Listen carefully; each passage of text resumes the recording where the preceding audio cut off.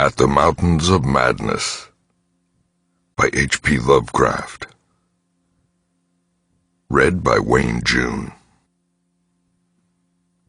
1. I am forced into speech because men of science have refused to follow my advice without knowing why. It is altogether against my will that I tell my reasons for opposing this contemplated invasion of the Antarctic, with its vast fossil hunt, and its wholesale boring and melting of the ancient ice caps. I am the more reluctant because my warning may be in vain. Doubt of the real facts, as I must reveal them, is inevitable. Yet, if I suppressed what will seem extravagant and incredible, there would be nothing left. The hitherto withheld photographs, both ordinary and aerial, will count in my favor, for they are damnably vivid and graphic. Still, they will be doubted because of the great lengths to which clever fakery can be carried. The ink drawings, of course, will be jeered at as obvious impostures, notwithstanding a strangeness of technique which art experts ought to remark and puzzle over.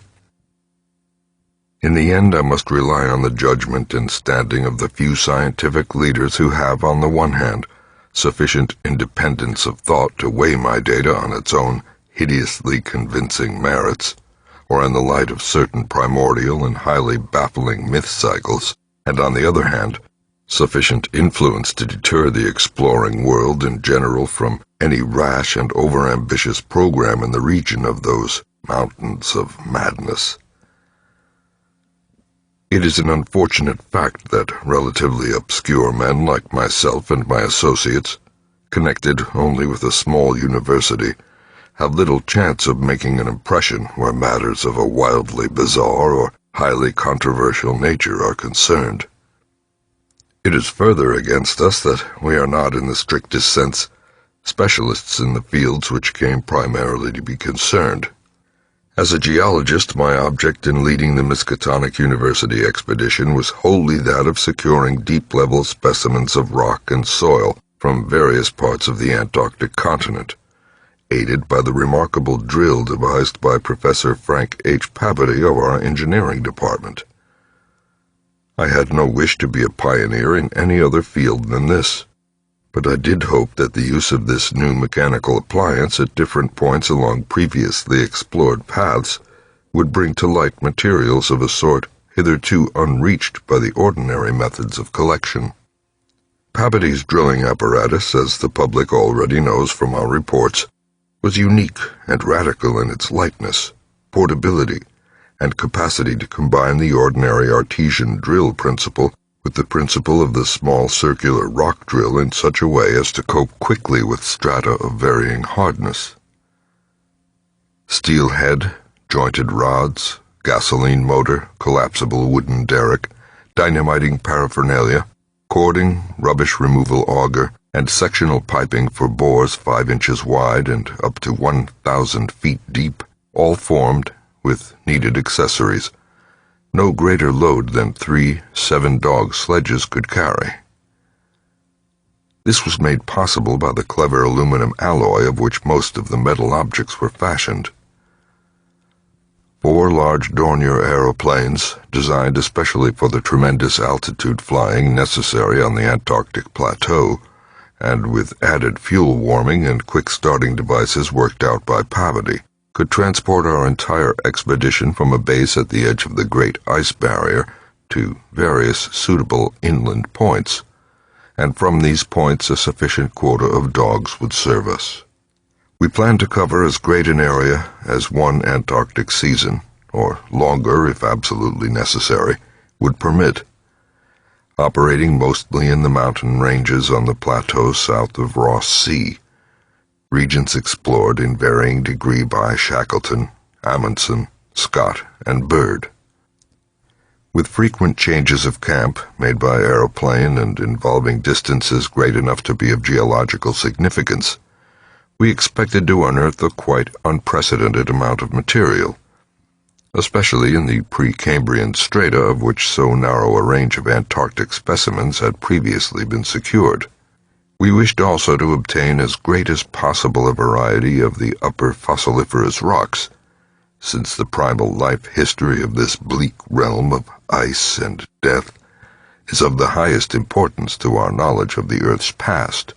That the Antarctic continent was once temperate and even tropical, with a teeming vegetable and animal life of which the lichens, marine fauna, arachnida, and penguins of the northern edge are the only survivals, is a matter of common information, and we hope to expand that information in variety, accuracy, and detail.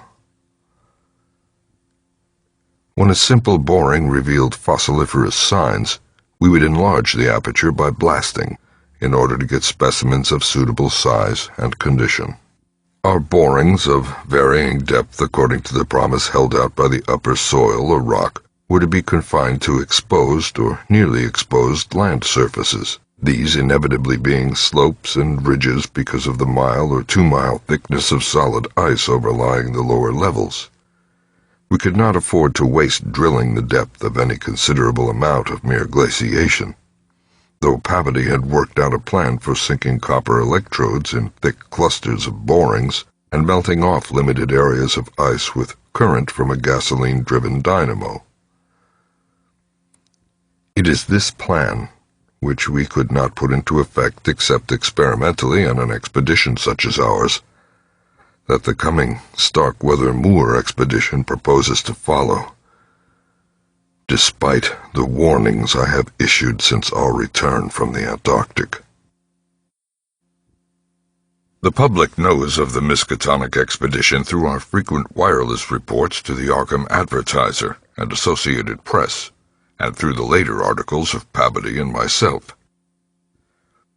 We consisted of 4 men from the university: Pavity, Lake of the biology department, Atwood of the physics department, also a meteorologist, and myself, representing geology and having nominal command, besides 16 assistants, 7 graduate students from Miskatonic and 9 skilled mechanics.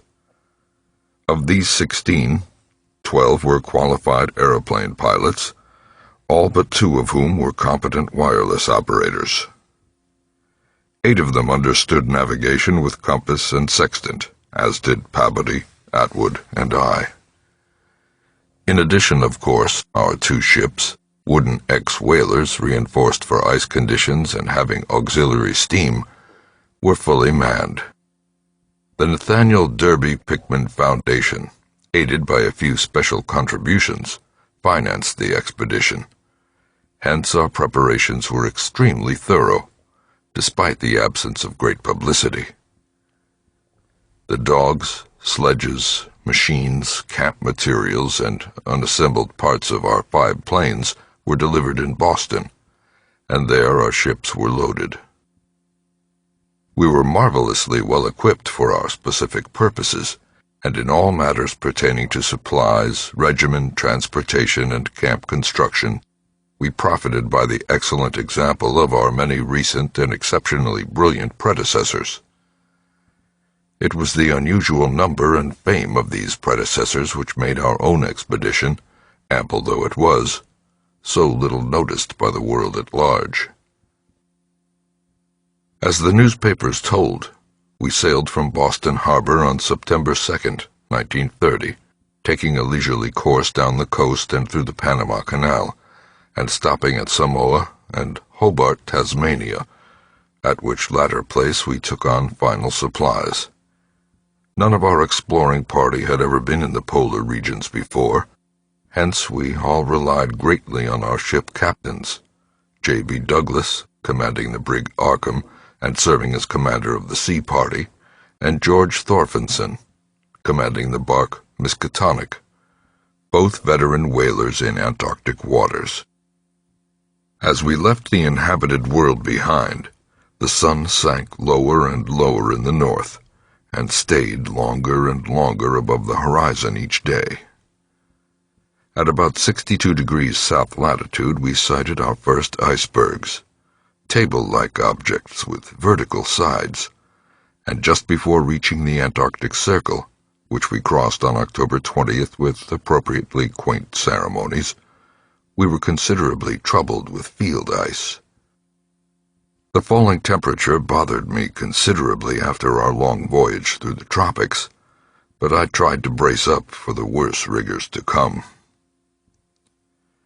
On many occasions, the curious atmospheric effects enchanted me vastly, these including a strikingly vivid mirage, the first I had ever seen, in which distant bergs became the battlements of unimaginable cosmic castles. Pushing through the ice, which was fortunately neither extensive nor thickly packed, we regained open water at south latitude 67 degrees, east longitude 175 degrees. On the morning of October 26th, a strong land blink appeared on the south, and before noon we all felt a thrill of excitement at beholding a vast, lofty, and snow-clad mountain chain which opened out and covered the whole vista ahead. At last we encountered an outpost of the great unknown continent and its cryptic world of frozen death. These peaks were obviously the Admiralty Range discovered by Ross, and it would now be our task to round Cape Adair and sail down the east coast of Victoria Land to our contemplated base on the shore of McMurdo Sound, at the foot of the volcano Erebus, in south latitude 77 degrees 9 minutes. The last lap of the voyage was vivid and fancy-stirring. Great barren peaks of mystery loomed up constantly against the west as the low northern sun of noon, or the still lower horizon-grazing southern sun of midnight, poured its hazy reddish rays over the white snow, bluish ice and water lanes, and black bits of exposed granite slope. Through the desolate summits swept ranging, intermittent gusts of the terrible Antarctic wind, whose cadences sometimes held vague suggestions of a wild and half-sentient musical piping, with notes extending over a wide range, and for which some subconscious mnemonic reason seemed to me disquieting, and even dimly terrible. Something about the scene reminded me of the strange and disturbing Asian paintings of Nicholas Roerich, and of the still stranger and more disturbing descriptions of the evilly fabled plateau of Leng, which occur in the dreaded Necronomicon of the mad Arab Abdul al-Hazred. I was rather sorry later on that I had ever looked into that monstrous book at the college library.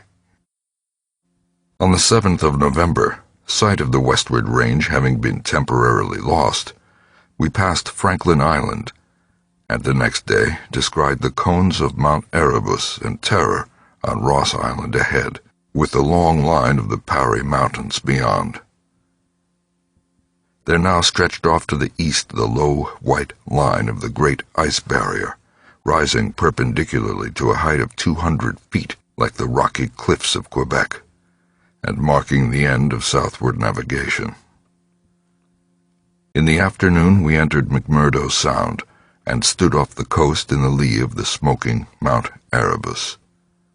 The scoriac peak towered up some 12,700 feet against the eastern sky, like a Japanese print of the sacred Fujiyama, while beyond it rose the white, ghost-like height of Mount Terror, 10,900 feet in altitude, and now extinct as a volcano. Puffs of smoke from Erebus came intermittently, and one of the graduate assistants, a brilliant young fellow named Danforth, pointed out what looked like lava on the snowy slope, remarking that this mountain, discovered in 1840, had undoubtedly been the source of Poe's image when he wrote 7 years later. The lavas that restlessly roll their sulphurous currents down Yanak in the ultimate climbs of the pole, that groan as they roll down Mount Yanak in the realms of the boreal pole. Danforth was a great reader of bizarre material and had talked a great deal of Poe. I was interested myself because of the Antarctic scene of Poe's only long story, the disturbing and enigmatical Arthur Gordon Pym. On the barren shore, and on the lofty ice barrier in the background, myriads of grotesque penguins squawked and flapped their fins, while many fat seals were visible on the water, swimming or sprawling across large cakes of slowly drifting ice. Using small boats, we effected a difficult landing on Ross Island shortly after midnight on the morning of the 9th, carrying a line of cable from each of the ships and preparing to unload supplies by means of a breeches buoy arrangement. Our sensations on first treading Antarctic soil were poignant and complex, even though at this particular point the Scott and Shackleton expeditions had preceded us. Our camp on the frozen shore below the volcano's slope was only a provisional one, headquarters being kept aboard the Arkham.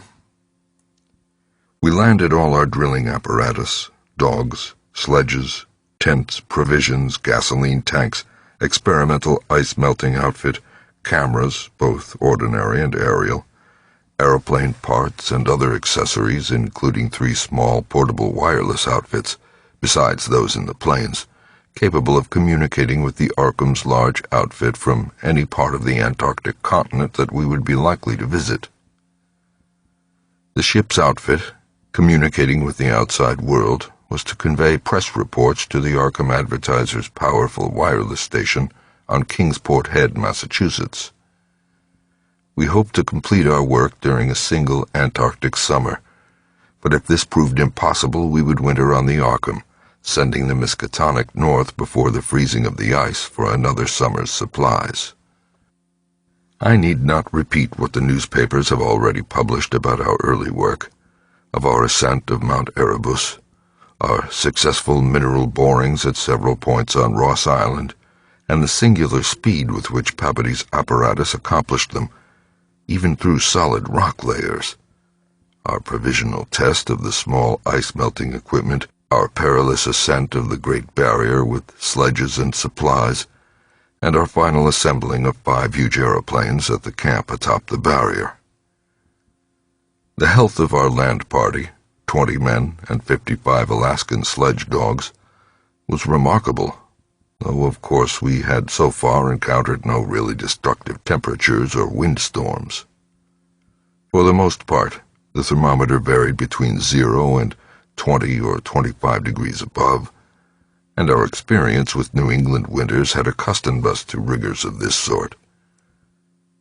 The barrier camp was semi-permanent, and designed to be a storage cache for gasoline, provisions, dynamite, and other supplies. Only 4 of our planes were needed to carry the actual exploring material, the 5th being left with a pilot and 2 men from the ships at the storage cache to form a means of reaching us from the Arkham in case all our exploring planes were lost. Later, when not using all the other planes for moving apparatus, we would employ 1 or 2 in a shuttle transportation service between this cache and another permanent base on the Great Plateau from 600 to 700 miles southward beyond Beardmore Glacier. Despite the almost unanimous accounts of appalling winds and tempests that poured down from the plateau, we determined to dispense with intermediate bases, taking our chances in the interest of economy and probable efficiency. Wireless reports have spoken of the breathtaking 4-hour non-stop flight of our squadron on November 21st over the lofty shelf ice, with vast peaks rising on the west and the unfathomed silences echoing to the sound of our engines. Wind troubled us only moderately, and our radio compasses helped us through the one opaque fog we encountered. When the vast rise loomed ahead, between latitudes 83 degrees and 84 degrees, we knew we had reached Beardmore Glacier, the largest valley glacier in the world, and that the frozen sea was now giving place to a frowning and mountainous coastline. At last, we were truly entering the white, eon-dead world of the ultimate South. Even as we realized it, we saw the peak of Mount Nansen in the eastern distance, towering up to its height of almost 15,000 feet.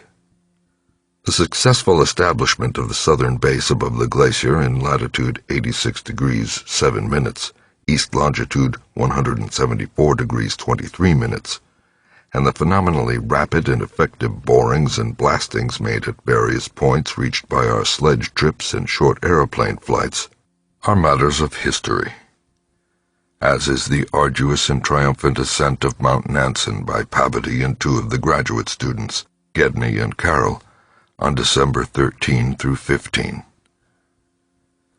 We were some 8,500 feet above sea level, and when experimental drillings revealed solid ground only 12 feet down through the snow and ice at certain points, we made considerable use of the small melting apparatus and sunk bores and performed dynamiting at many places where no previous explorer had ever thought of securing mineral specimens.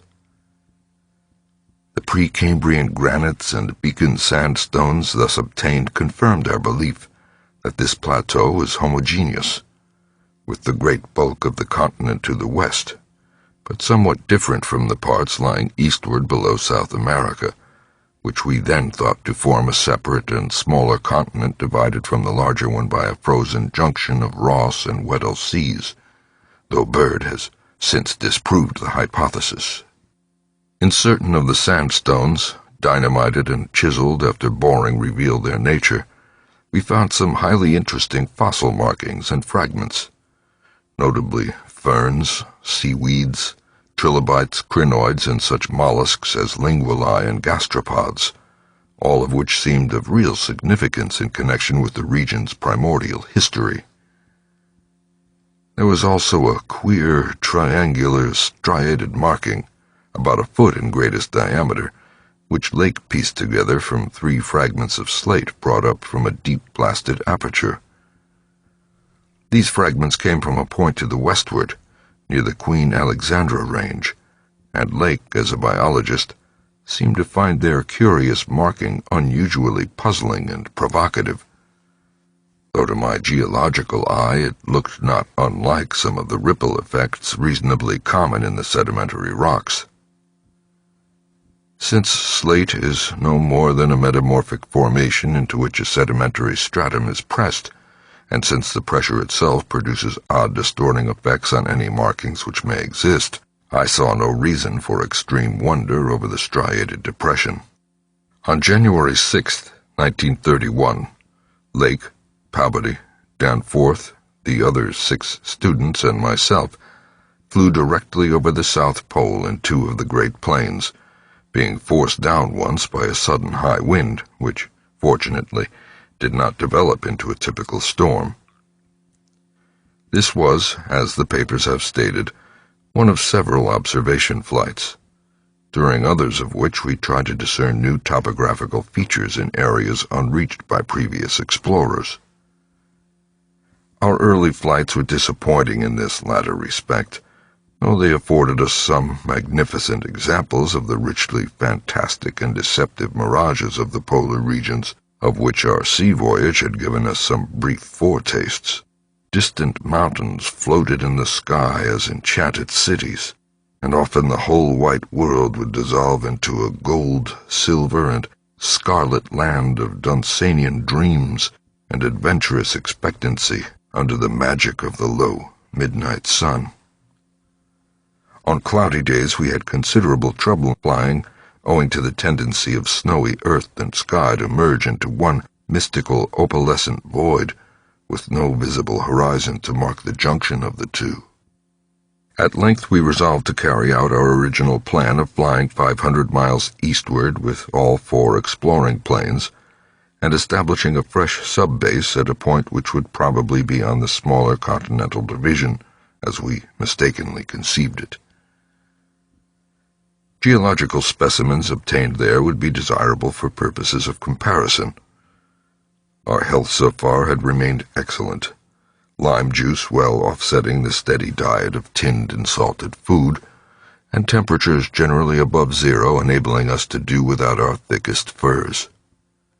It was now midsummer, and with haste and care we might be able to conclude work by March, and avoid a tedious wintering through the long Antarctic night. Several savage windstorms had burst upon us from the west, but we had escaped damage through the skill of Atwood in devising rudimentary aeroplane shelters and windbreaks of heavy snow blocks, and reinforcing the principal camp buildings with snow. Our good luck and efficiency had indeed been almost uncanny. The outside world knew, of course, of our program, and was told also of Lake's strange and dogged insistence on a westward, or rather northwestward, prospecting trip before our radical shift to the new base. It seems that he had pondered a great deal, and with alarmingly radical daring, over that triangular striated marking in the slate, reading into it certain contradictions in nature and geological period which whetted his curiosity to the utmost, and made him avid to sink more borings and blastings in the west-stretching formation to which the exhumed fragments evidently belonged.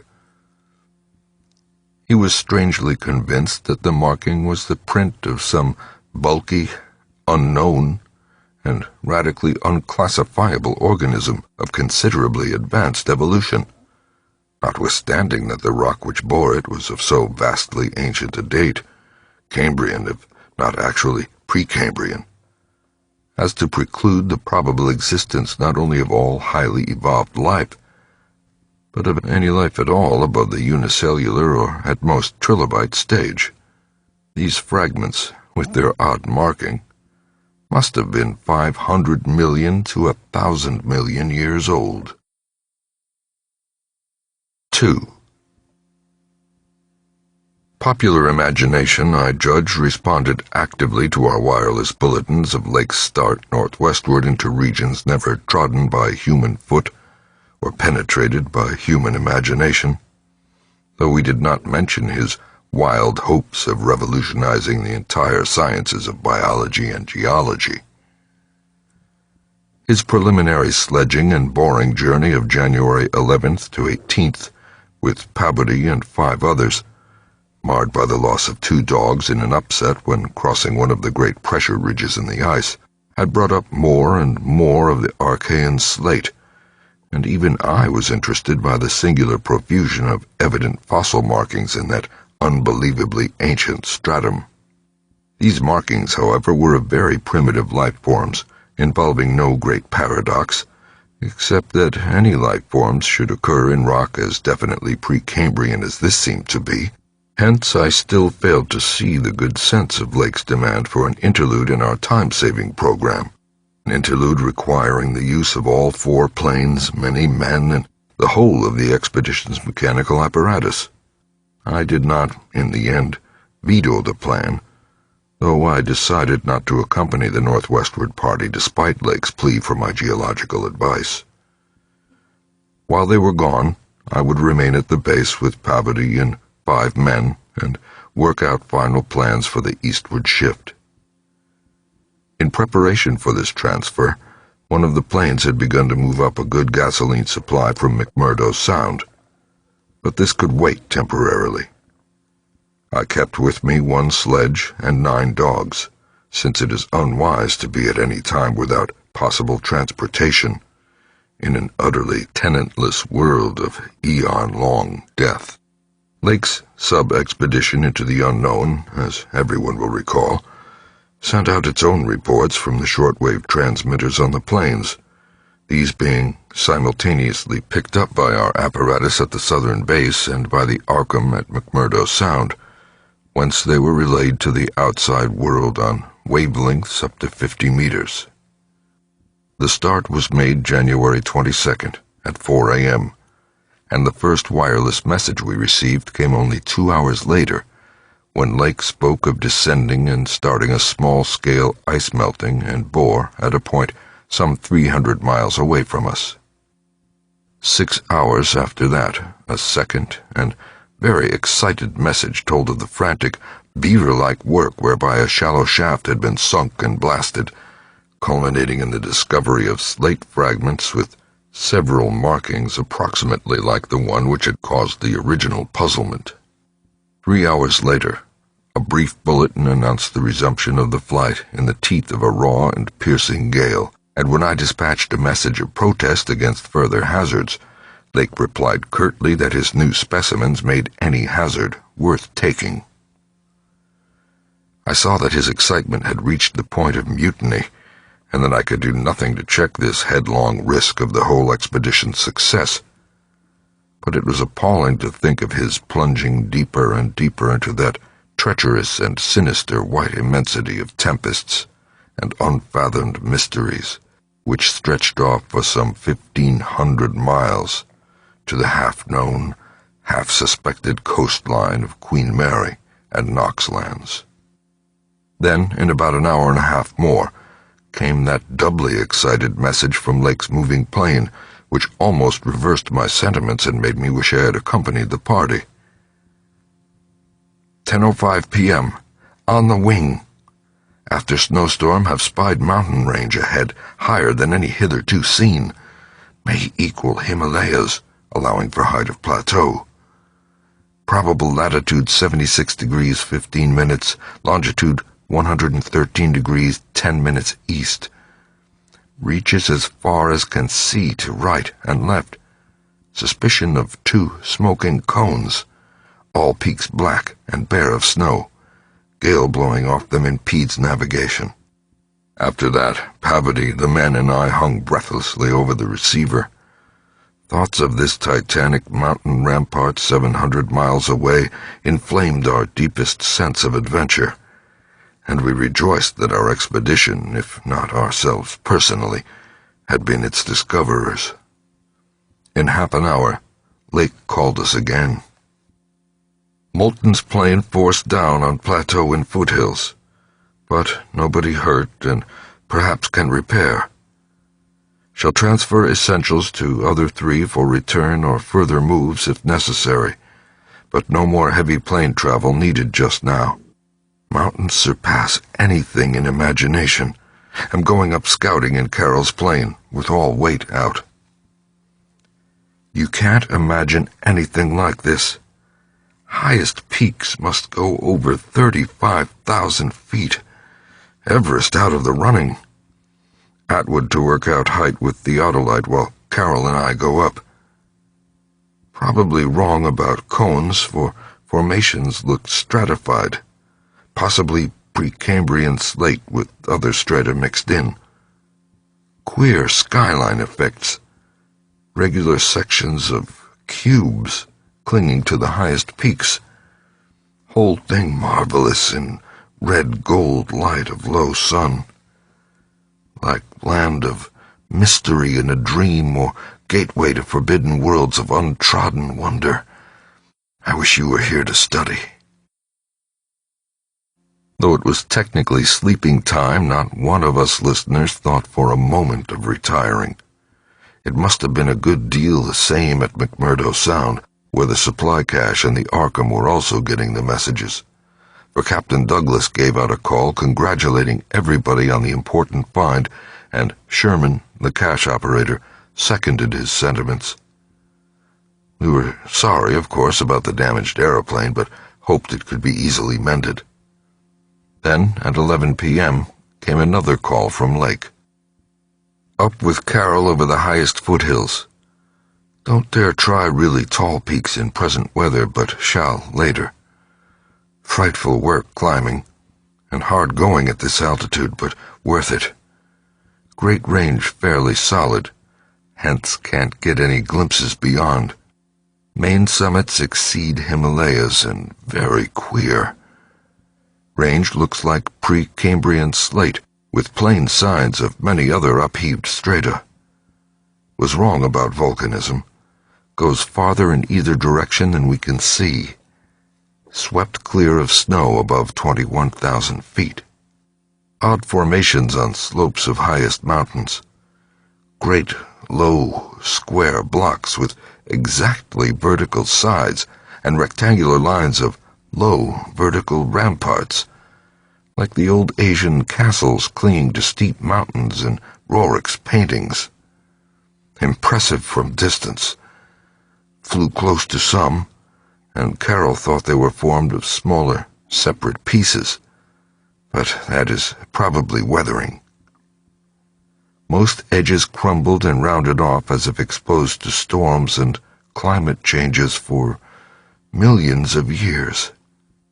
Parts, especially upper parts, seemed to be of lighter colored rock than any visible strata on slopes proper, hence of evidently crystalline origin.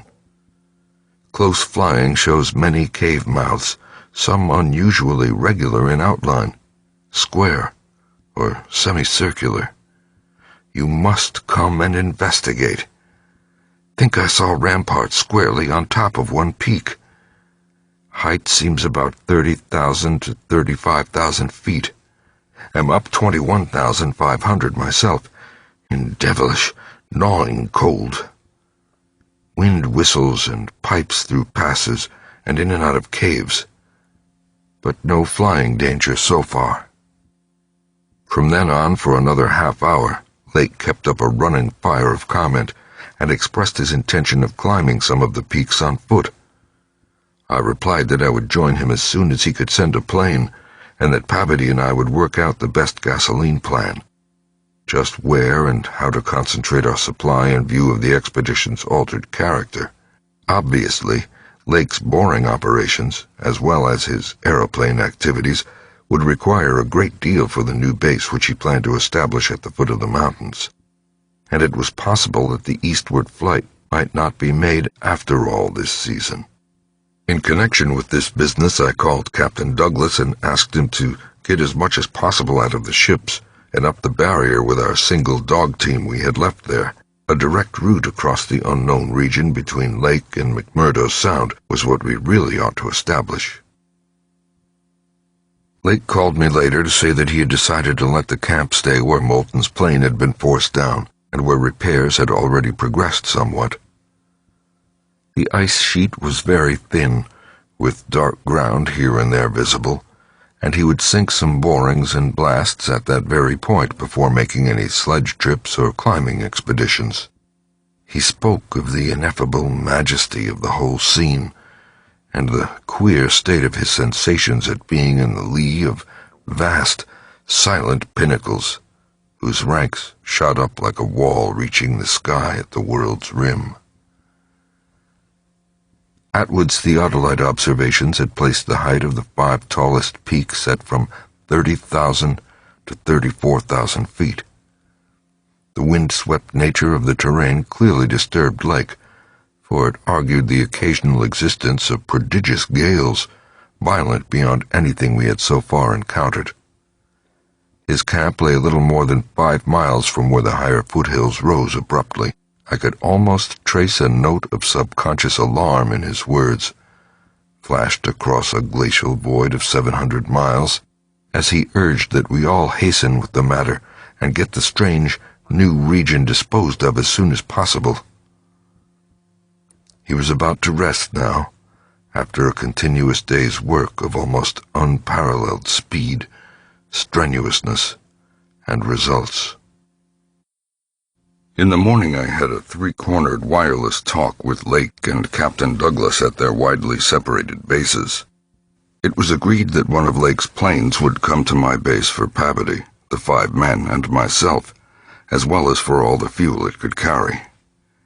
The rest of the fuel question, depending on our decision about an easterly trip, could wait for a few days, since Lake had enough for immediate camp heat and borings. Eventually, the old southern base ought to be restocked, but if we postponed the easterly trip, we would not use it till the next summer, and, meanwhile, Lake must send a plane to explore a direct route between his new mountains and McMurdo Sound. Pabody and I prepared to close our base for a short or long period, as the case might be. If we wintered in the Antarctic, we would probably fly straight from Lake's base to the Arkham without returning to this spot. Some of our conical tents had already been reinforced by blocks of hard snow, and now we decided to complete the job of making a permanent village. Owing to a very liberal tent supply, Lake had with him all that his base would need, even after our arrival. I wirelessed that Pabody and I would be ready for the northwestward move, after one day's work, and one night's rest. Our labors, however, were not very steady after 4 p.m. For about that time, Lake began sending in the most extraordinary and excited messages. His working day had started unpropitiously, since an aeroplane survey of the nearly exposed rock surfaces showed an entire absence of those Archean and primordial strata for which he was looking, and which formed so great a part of the colossal peaks that loomed up at a tantalizing distance from the camp. Most of the rocks glimpsed were apparently Jurassic and Comanchean sandstones and Permian and Triassic schists, with now and then a glossy black outcropping suggesting a hard and slaty coal. This rather discouraged Lake, whose plans all hinged on unearthing specimens more than 500 million years older. It was clear to him that in order to recover the Archean slate vein in which he had found the odd markings, that he would have to make a long sledge trip from these foothills to the steep slopes of the gigantic mountains themselves. He had resolved, nevertheless, to do some local boring as part of the expedition's general program. Hence he set up the drill and put 5 men to work with it while the rest finished settling the camp and repairing the damaged aeroplane. The softest visible rock, a sandstone about 1/4 of a mile from the camp, had been chosen for the first sampling, and the drill made excellent progress without much supplementary blasting.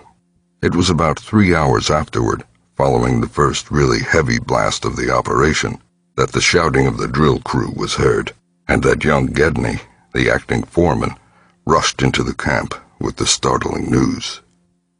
They had struck a cave. Early in the boring, the sandstone had given place to a vein of Comanchean limestone, full of minute fossil cephalopods, corals, echini, and spirifera, and with occasional suggestions of siliceous sponges and marine vertebrate bones, the latter probably of teleosts, sharks, and ganoids. This in itself was important enough, as affording the first vertebrate fossils the expedition had yet secured, but when shortly afterward the drill head dropped through the stratum into apparent vacancy, a whole new and doubly intense wave of excitement spread among the excavators. A good-sized blast had laid open the subterrane secret, and now, through a jagged aperture perhaps 5 feet across and 3 feet thick, there yawned before the avid searchers a section of shallow limestone hollowing worn more than 50 million years ago by the trickling groundwaters of a bygone tropic world. The hollowed layer was not more than 7 or 8 feet deep, but extended off indefinitely in all directions, and had a fresh, slightly moving air which suggested its membership in an extensive subterranean system. Its roof and floor were abundantly equipped with large stalactites and stalagmites, some of which met in columnar form. But important above all else was the vast deposit of shell and bones, which in places nearly choked the passage. Washed down from unknown jungles of Mesozoic tree ferns and fungi, the forests of tertiary cycads, fan palms, and primitive angiosperms, this osseous medley contained representatives of more Cretaceous, Eocene, and other animal species than the greatest paleontologist could have counted or classified in a year. Mollusks, crustacean armor, fishes, amphibians, reptiles, birds, and early mammals, great and small, known and unknown. No wonder Gedney ran back to the camp shouting, and no wonder everyone else dropped work and rushed headlong through the biting cold to where the tall derrick marked a newfound gateway to secrets of inner earth and vanished eons. When Lake had satisfied the first keen edge of his curiosity, he scribbled a message in his notebook and had young Moulton run back to the camp to dispatch it by wireless. This was my first word of the discovery, and it told of the identification of early shells, bones of ganoids and placoderms, remnants of labyrinthodonts and thecodonts, great masosaur skull fragments, dinosaur vertebrae, and armor plates, pterodactyl teeth and wing bones, Archaeopteryx debris, Miocene shark's teeth, primitive bird skulls, and other bones of archaic mammals such as paleotheres, xiphrodons, eohippi, oreodons, and titanotheres. There was nothing as recent as a mastodon, elephant, true camel, deer, or bovine animal. Hence, Lake concluded that the last deposits had occurred during the Oligocene age, and that the hollowed stratum had lain in its present dried, dead, and inaccessible state for at least 30 million years. On the other hand, the prevalence of very early life forms was singular in the highest degree.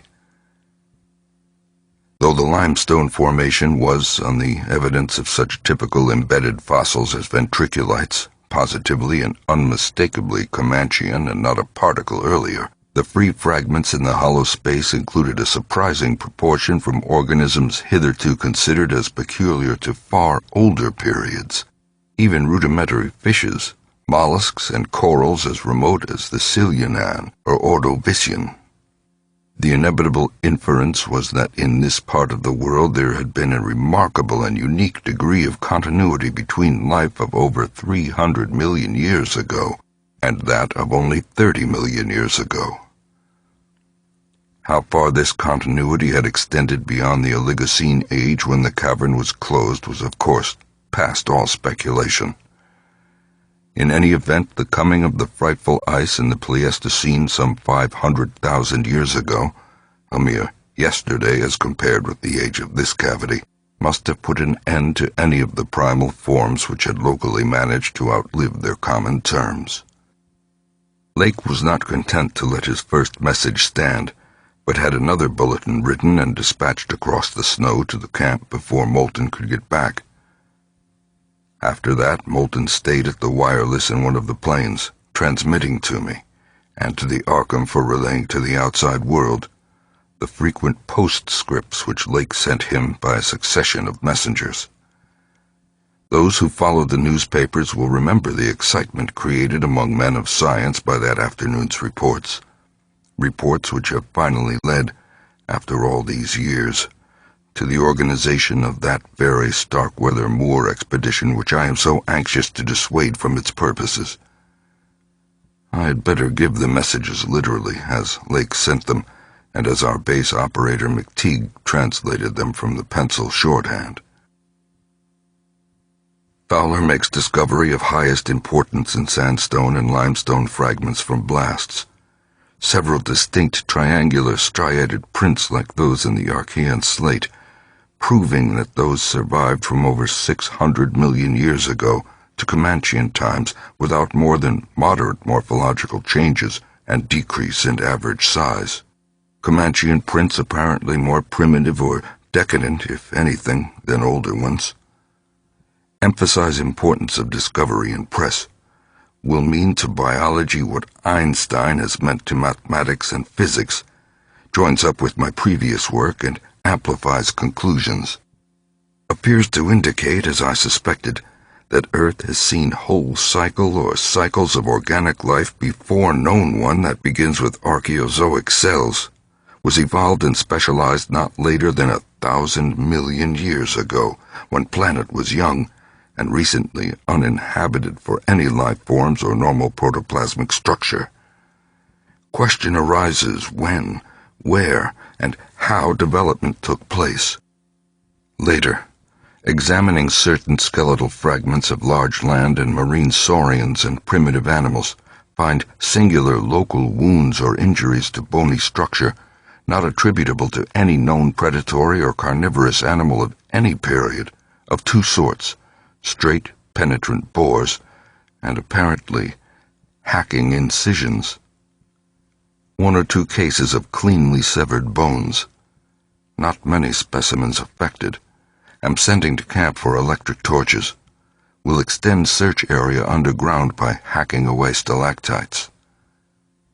Still later, have found peculiar soapstone fragment about 6 inches across and 1.5 inches thick, wholly unlike any visible local formation.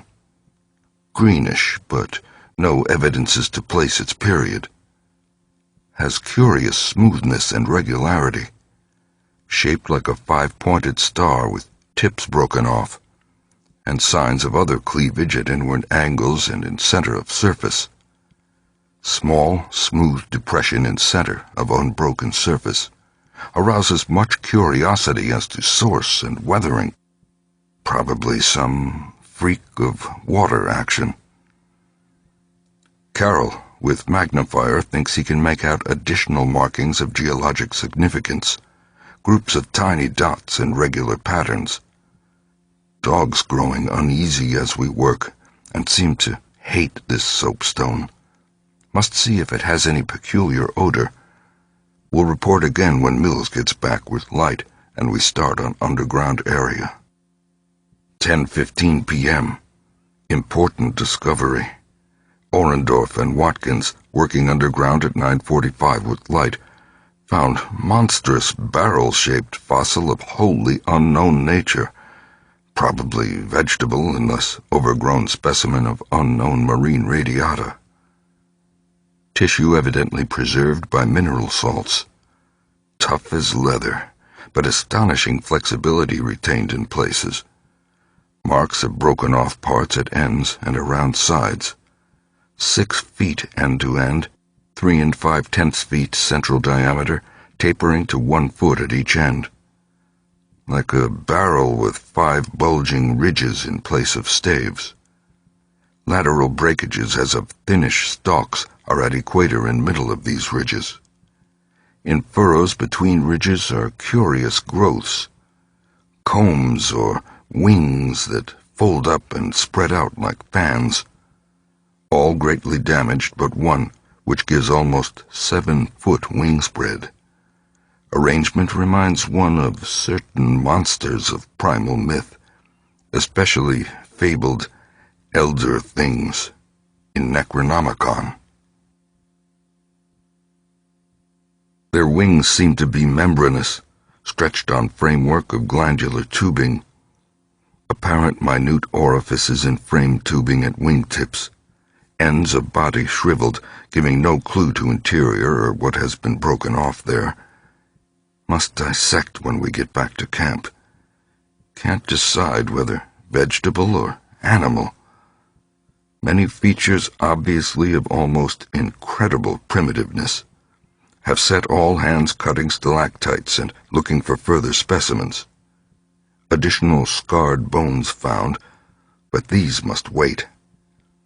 Having trouble with dogs, they can't endure the new specimen and would probably tear it to pieces if we didn't keep it at a distance from them. 11:30 p.m. Attention Dyer, Pabody, Douglas. Matter of highest, I might say transcendent importance. Arkham must relay to Kingsport Head Station at once. Strange barrel growth is the arcane thing that left prints in rocks. Mills, Boudreau, and Fowler discover cluster of 13 more at underground point 40 feet from aperture. Mixed with curiously rounded and configured soapstone fragments smaller than one previously found, star-shaped, but no marks of breakage except at some of the points. Of organic specimens, 8 apparently perfect with all appendages. Have brought all to surface, leading off dogs to distance. They cannot stand the things. Give close attention to description and repeat back for accuracy.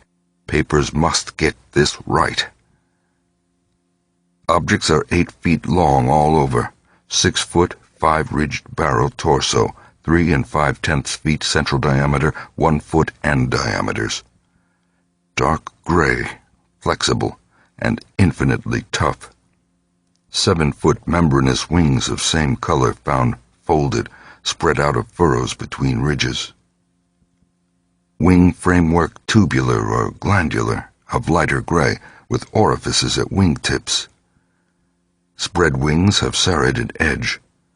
Around equator, one at central apex of each of the 5 vertical stave-like ridges, are 5 systems of light gray flexible arms or tentacles, bound tightly folded to torso but expansible to maximum length of over 3 feet, like arms of primitive crinoid. Stalks, 3 inches diameter, branch after 6 inches into 5 substalks, each of which branches after 8 inches into small, tapering tentacles or tendrils, giving each stalk a total of 25 tentacles. At top of torso, blunt, bulbous neck of lighter gray, with gill-like suggestions, holds yellowish, 5-pointed starfish-shaped apparent head covered with 3-inch wiry cilia of various prismatic colors. Head thick and puffy, about 2 feet point to point, with 3-inch flexible yellowish tubes projecting from each point. Slit in exact center of top, probably breathing aperture. At end of each tube is spherical expansion where yellowish membrane rolls back on handling to reveal glassy, red irised globe, evidently an eye.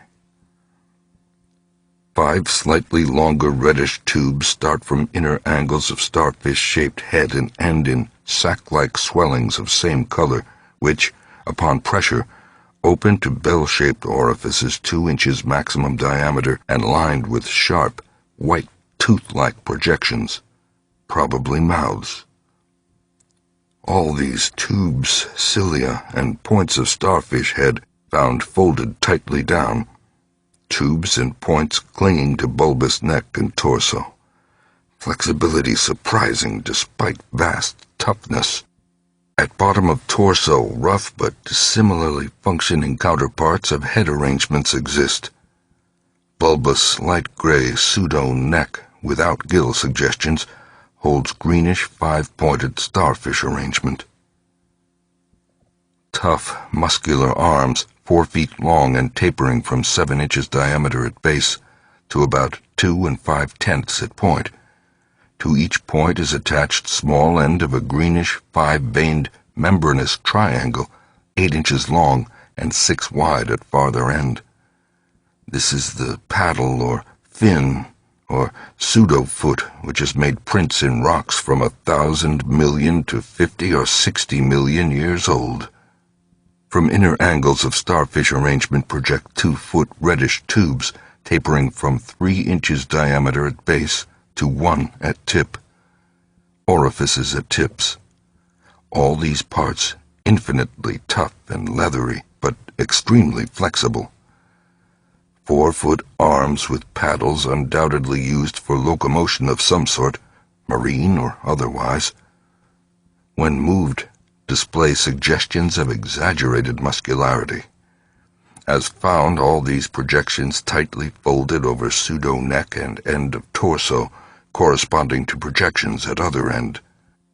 Cannot yet assign positively to animal or vegetable kingdom, but odds now favor animal.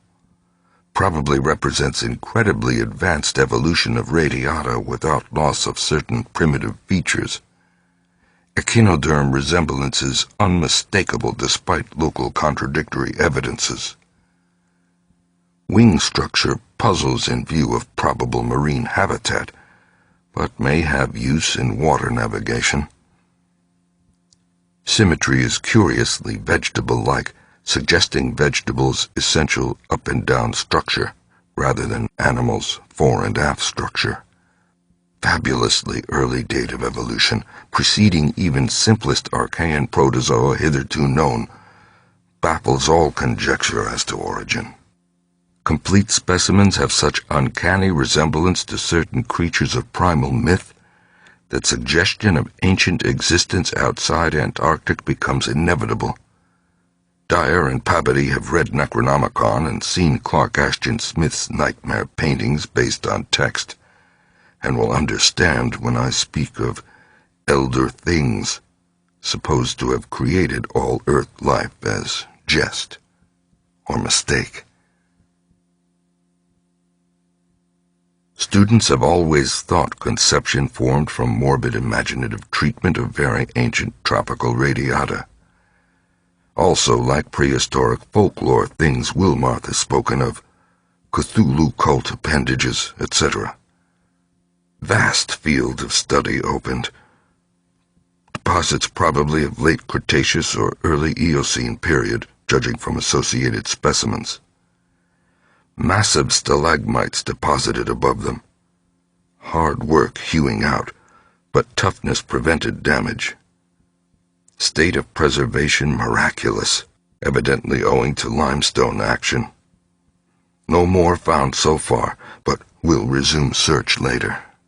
Job now to get 14 huge specimens to camps without dogs, which bark furiously and can't be trusted near them. With 9 men, 3 left to guard the dogs, we ought to manage the 3 sledges fairly well, though wind is bad. Must establish plane communication with McMurdo Sound and begin shipping material. But I've got to dissect one of these things before we take any rest. I wish I had a real laboratory here. Dyer better kick himself for having tried to stop my westward trip. First, the world's greatest mountains, and then this. If this last isn't the high spot of the expedition, I don't know what is. We're made, scientifically. Congrats, Pabody, on the drill that opened up the cave. Now, will Arkham please repeat description? The sensations of Pabody and myself at receipt of this report were almost beyond description, nor were our companions much behind us in enthusiasm. McTeague, who had hastily translated a few high spots as they came from the droning receiving set, wrote out the entire message from his shorthand version as soon as Lake's operator signed off. All appreciated the epoch-making significance of the discovery, and I sent Lake congratulations as soon as the Arkham's operator had repeated back the descriptive parts as requested. And my example was followed by Sherman from his station at the McMurdo Sound supply cache, as well as by Captain Douglas of the Arkham. Later, as head of the expedition, I added some remarks to be relayed through the Arkham to the outside world. Of course, rest was an absurd thought amidst this excitement, and my only wish was to get to Lake's camp as quickly as I could. It disappointed me when he sent word that a rising mountain gale made early aerial travel impossible. But within an hour and a half, interest again rose to banish disappointment.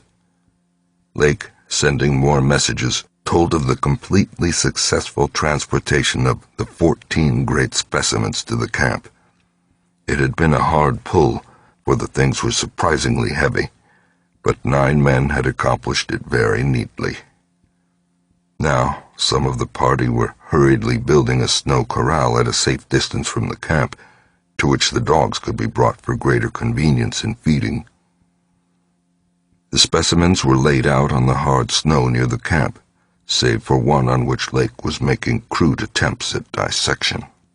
This dissection seemed to be a greater task than had been expected, for, despite the heat of a gasoline stove in the newly raised laboratory tent, the deceptively flexible tissues of the chosen specimen, a powerful and intact one, lost nothing of their more than leathery toughness.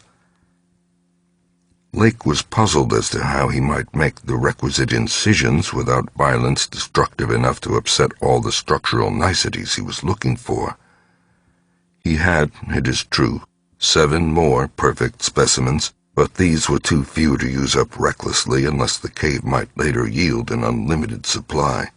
Accordingly, he removed the specimen and dragged in one which, though having remnants of the starfish arrangements at both ends, was badly crushed and partly disrupted along one of the great torso furrows. Results, quickly reported over the wireless, were baffling and provocative indeed. Nothing like delicacy or accuracy was possible with the instruments hardly able to cut the anomalous tissue, but the little that was achieved left us all awed and bewildered. Existing biology would have to be wholly revised, for this thing was no product of any cell growth science knows about. There had been scarcely any mineral replacement, and despite an age of perhaps 40 million years, the internal organs were wholly intact.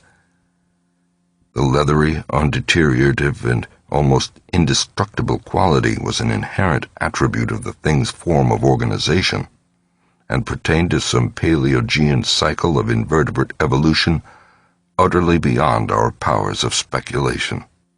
At first, all that Lake found was dry, but as the heated tent produced its thawing effect, organic moisture of pungent and offensive odor was encountered toward the thing's uninjured side. It was not blood, but a thick, dark green fluid, apparently answering the same purpose. By the time Lake reached this stage, all 37 dogs had been brought to the still uncompleted corral near the camp, and even at that distance set up a savage barking and show of restlessness at the acrid, diffusive smell. Far from helping to place this strange entity, this provisional dissection merely deepened its mystery. All guesses about its external members had been correct, and on the evidence of these one could hardly hesitate to call the thing animal. But internal inspection brought up so many vegetable evidences that Lake was left hopelessly at sea. It had digestion and circulation, and eliminated waste matter through the reddish tubes of its starfish-shaped base. Curiously, one would say that its respiration apparatus handled oxygen rather than carbon dioxide, and there were odd evidences of air storage chambers and methods of shifting respiration from the external orifice to at least 2 other fully developed breathing systems: gills and pores. Clearly it was amphibian, and probably adapted to long airless hibernation periods as well. Vocal organs seemed present in connection with the main respiratory system, but they presented anomalies beyond immediate solution. Articulate speech in the sense of syllable utterance seemed barely conceivable, but musical piping notes covering a wide range were highly probable. The muscular system was almost prematurely developed. The nervous system was so complex and highly developed as to leave Lake aghast. Though excessively primitive and archaic in some respects, the thing had a set of ganglial centers and connectives arguing the very extremes of specialized development. Its 5-lobed brain was surprisingly advanced, and there were signs of a sensory equipment, served in part through the wiry cilia of the head, involving factors alien to any other terrestrial organism. Probably it has more than 5 senses, so that its habits could not be predicted from any existing analogy. It must, Lake thought, have been a creature of keen sensitiveness and delicately differentiated functions in its primal world, much like the ants and bees of today. It reproduced like the vegetable cryptogams, especially the pteridophyta, having spore cases at the tips of the wings and evidently developing from a thallus or prothallus. But to give it a name at this stage was mere folly. It looked like a radiate, but was clearly something more. It was partly vegetable, but had 3/4 of the essentials of animal structure.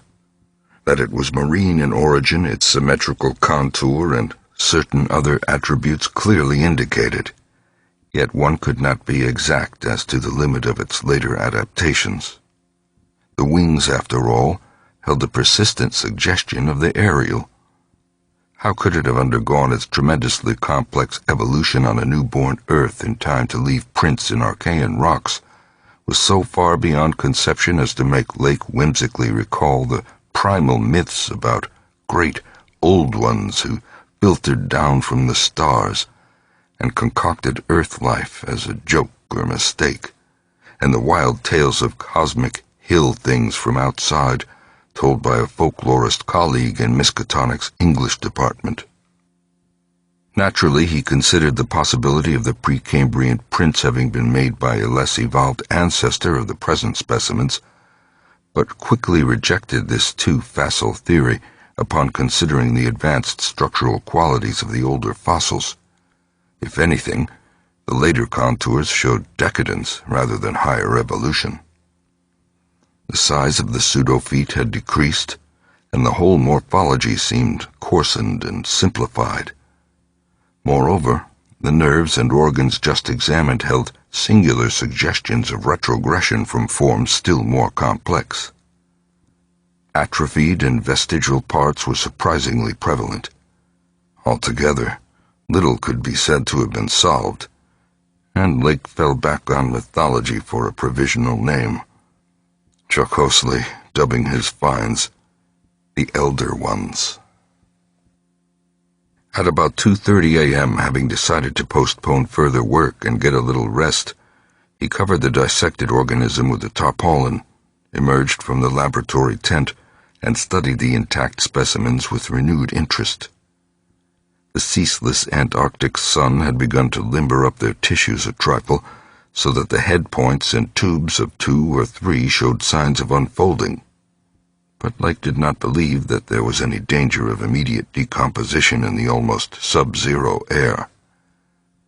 He did, however, move all the undissected specimens close together, and threw a spare tent over them in order to keep off the direct solar rays. That would also help to keep their possible scent away from the dogs, whose hostile unrest was really becoming a problem, even at their substantial distance and behind the higher and higher snow walls which an increased quota of men were hastening to raise around their quarters. He had to weight down the corners of the tent cloth with heavy blocks of snow to hold it in place amidst the rising gale, for the Titan mountains seemed about to deliver some gravely severe blasts. Early apprehensions about sudden Antarctic winds were revived, and under Atwood's supervision, precautions were taken to bank the tents, new dog corral, and crude aeroplane shelters with snow on the mountainward side. These latter shelters, begun with hard snow blocks during odd moments, were by no means as high as they should have been, and Lake finally detached all hands from other tasks to work on them. It was after 4 when Lake at last prepared to sign off, and advised us all to share the rest period his outfit would take when the shelter walls were a little higher. He held some friendly chat with Pavity over the ether, and repeated his praise of the really marvelous drills that had helped him make his discovery. Atwood also sent greetings and praises. I gave Lake a warm word of congratulations, owning up that he was right about the western trip, and we all agreed to get in touch by wireless at 10 in the morning. If the gale was then over, Lake would send a plane for the party at my base. Just before retiring, I dispatched a final message to Arkham with instructions about toning down the day's news for the outside world, since the full details seemed radical enough to rouse a wave of incredulity until further substantiated. 3. None of us, I imagine, slept very heavily or continuously that morning. Both the excitement of Lake's discovery and the mounting fury of the wind were against such a thing. So savage was the blast, even where we were, that we could not help wondering how much worse it was at Lake's camp, directly under the vast unknown peaks that bred and delivered it. McTeague was awake at 10 o'clock and tried to get Lake on the wireless, as agreed, but some electrical condition in the disturbed air to the westward seemed to prevent communication.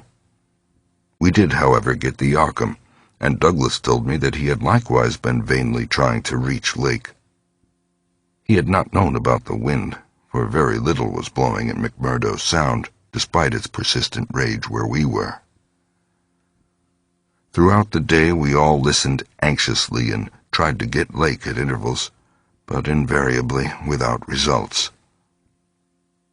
About noon, a positive frenzy of wind stampeded out of the west, causing us to fear for the safety of our camp, but it eventually died down, with only a moderate relapse at 2 p.m. After 3 o'clock, it was very quiet, and we redoubled our efforts to get Lake. Reflecting that he had 4 planes, each provided with an excellent short-wave outfit, we could not imagine any ordinary accident capable of crippling all his wireless equipment at once. Nevertheless, the stony silence continued, and when we thought of the delirious force the wind must have had in his locality, we could not help making the more direful conjectures.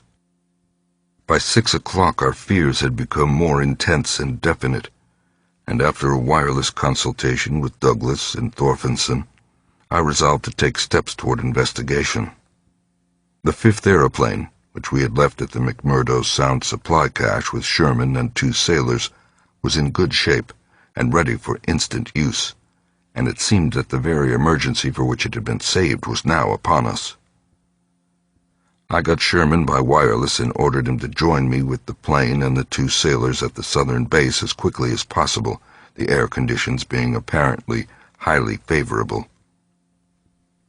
We then talked over the personnel of the coming investigation party and decided that we would include all hands, together with the sledge and dogs which I had kept with me. Even so great a load would not be too much for one of the huge planes built to our special orders for heavy machinery transportation. At intervals, I still tried to reach Lake with the wireless, but all to no purpose. Sherman, with the sailors Gunnarsson and Larson, took off at 7:30 and reported a quiet flight from several points on the wing. They arrived at our base at midnight, and all hands at once discussed the next move. It was risky business sailing over the Antarctic in a single aeroplane without any line of bases, but no one drew back from what seemed like the plainest necessity. We turned in at 2 o'clock for a brief rest after some preliminary loading of the plane, but were up again in 4 hours to finish the loading and packing. At 7:15 a.m., January 25th, we started flying northwestward under McTeague's pilotage with 10 men, 7 dogs, a sledge, a fuel and food supply, and other items including the plane's wireless outfit.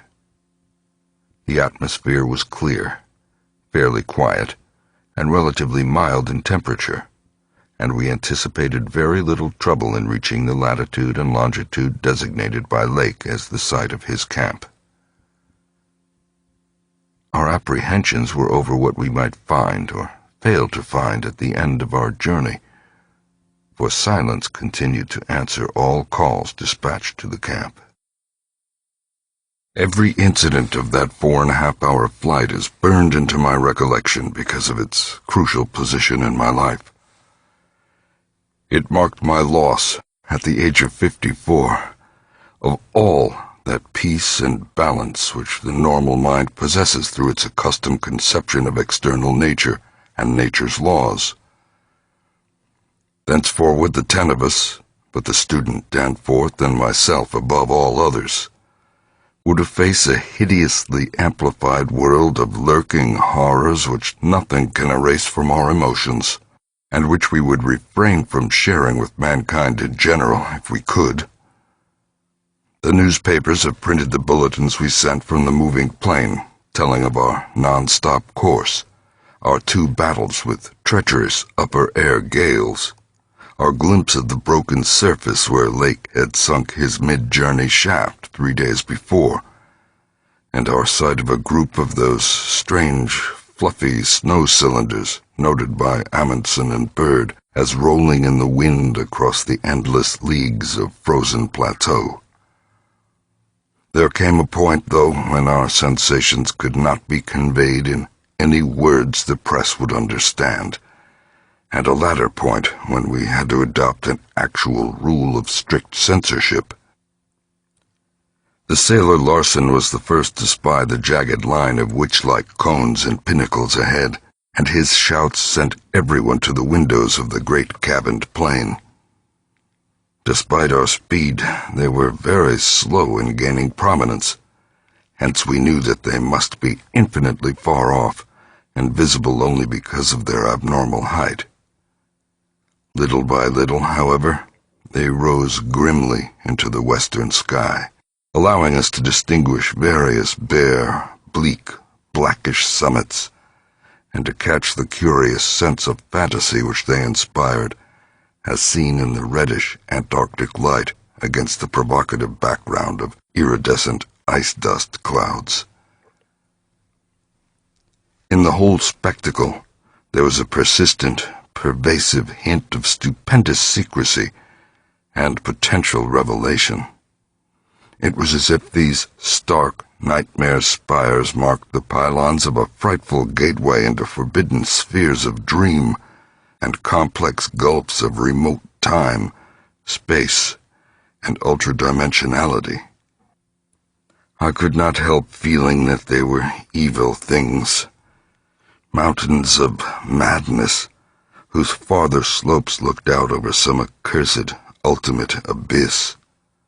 That seething, half-luminous cloud background held ineffable suggestions of a vague, ethereal beyondness, far more than terrestrially spatial, and gave appalling reminders of the utter remoteness, separateness, desolation, and eon-long death of this untrodden and unfathomed austral world. It was young Danforth who drew our notice to the curious regularities of the higher mountain skyline.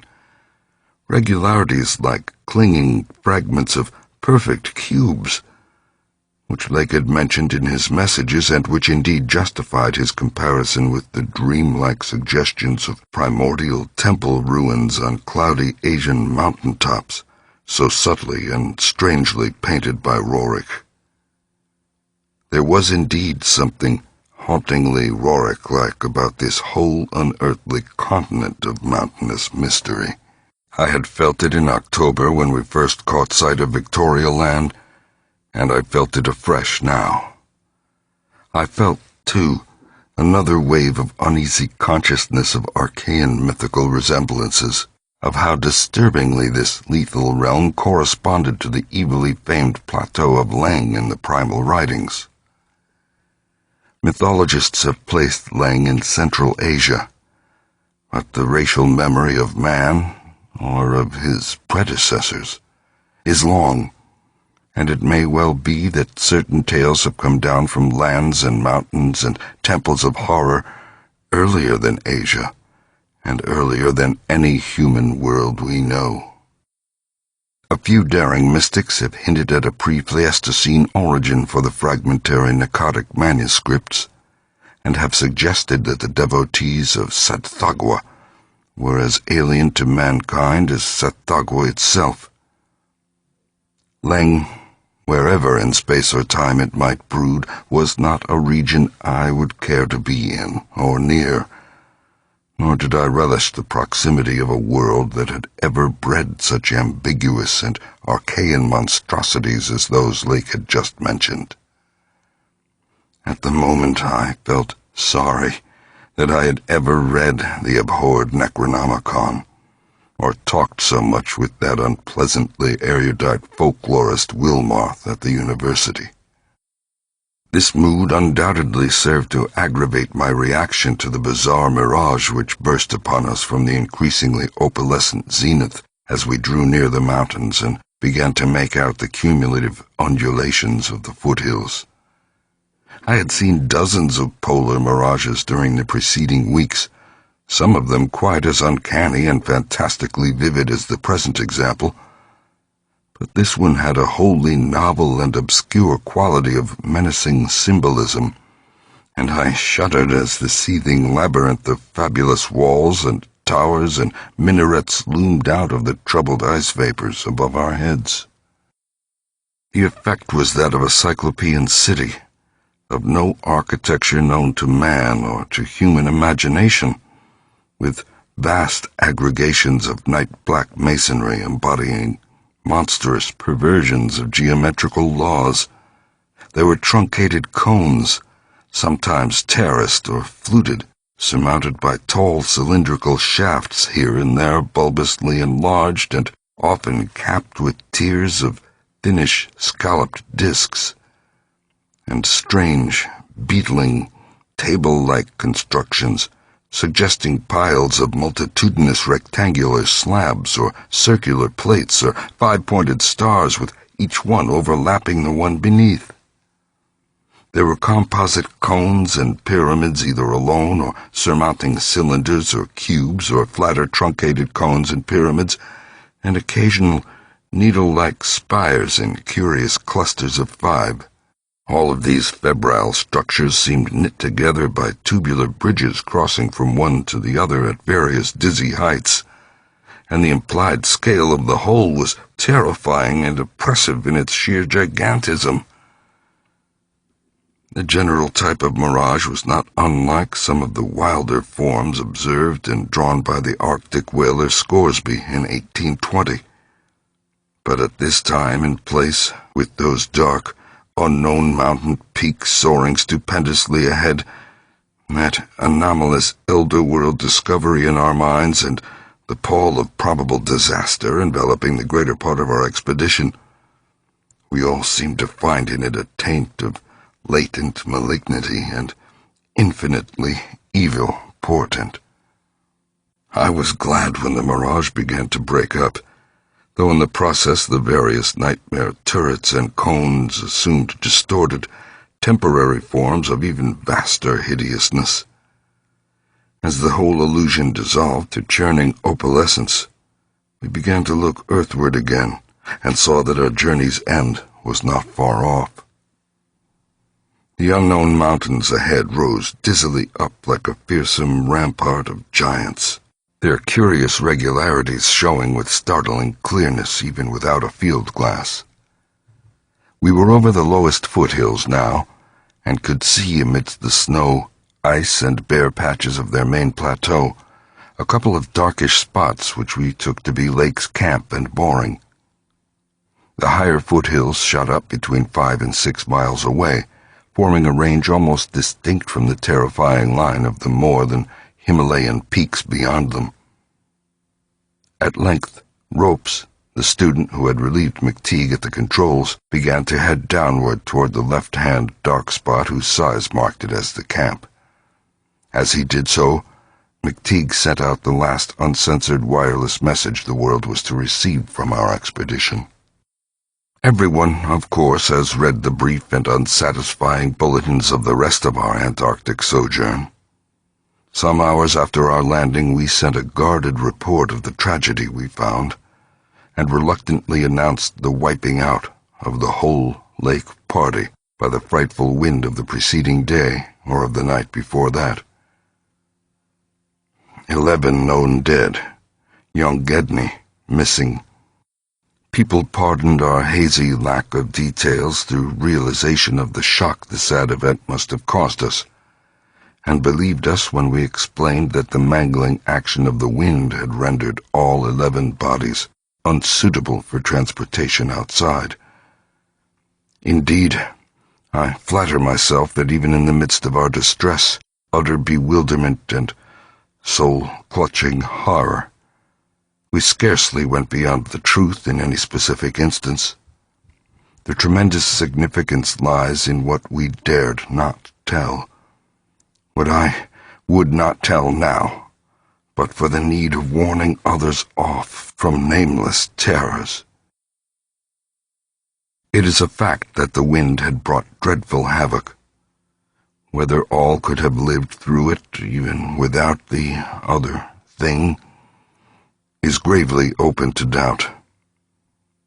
The storm, with its fury of madly driven ice particles, must have been beyond anything our expedition had encountered before. One aeroplane shelter wall, it seems, had been left in a far too flimsy and inadequate state, was nearly pulverized, and the derrick at the distant Boring was entirely shaken to pieces. The exposed metal of the grounded planes and drilling machinery was bruised into a high polish, and 2 of the small tents were flattened despite their snow banking.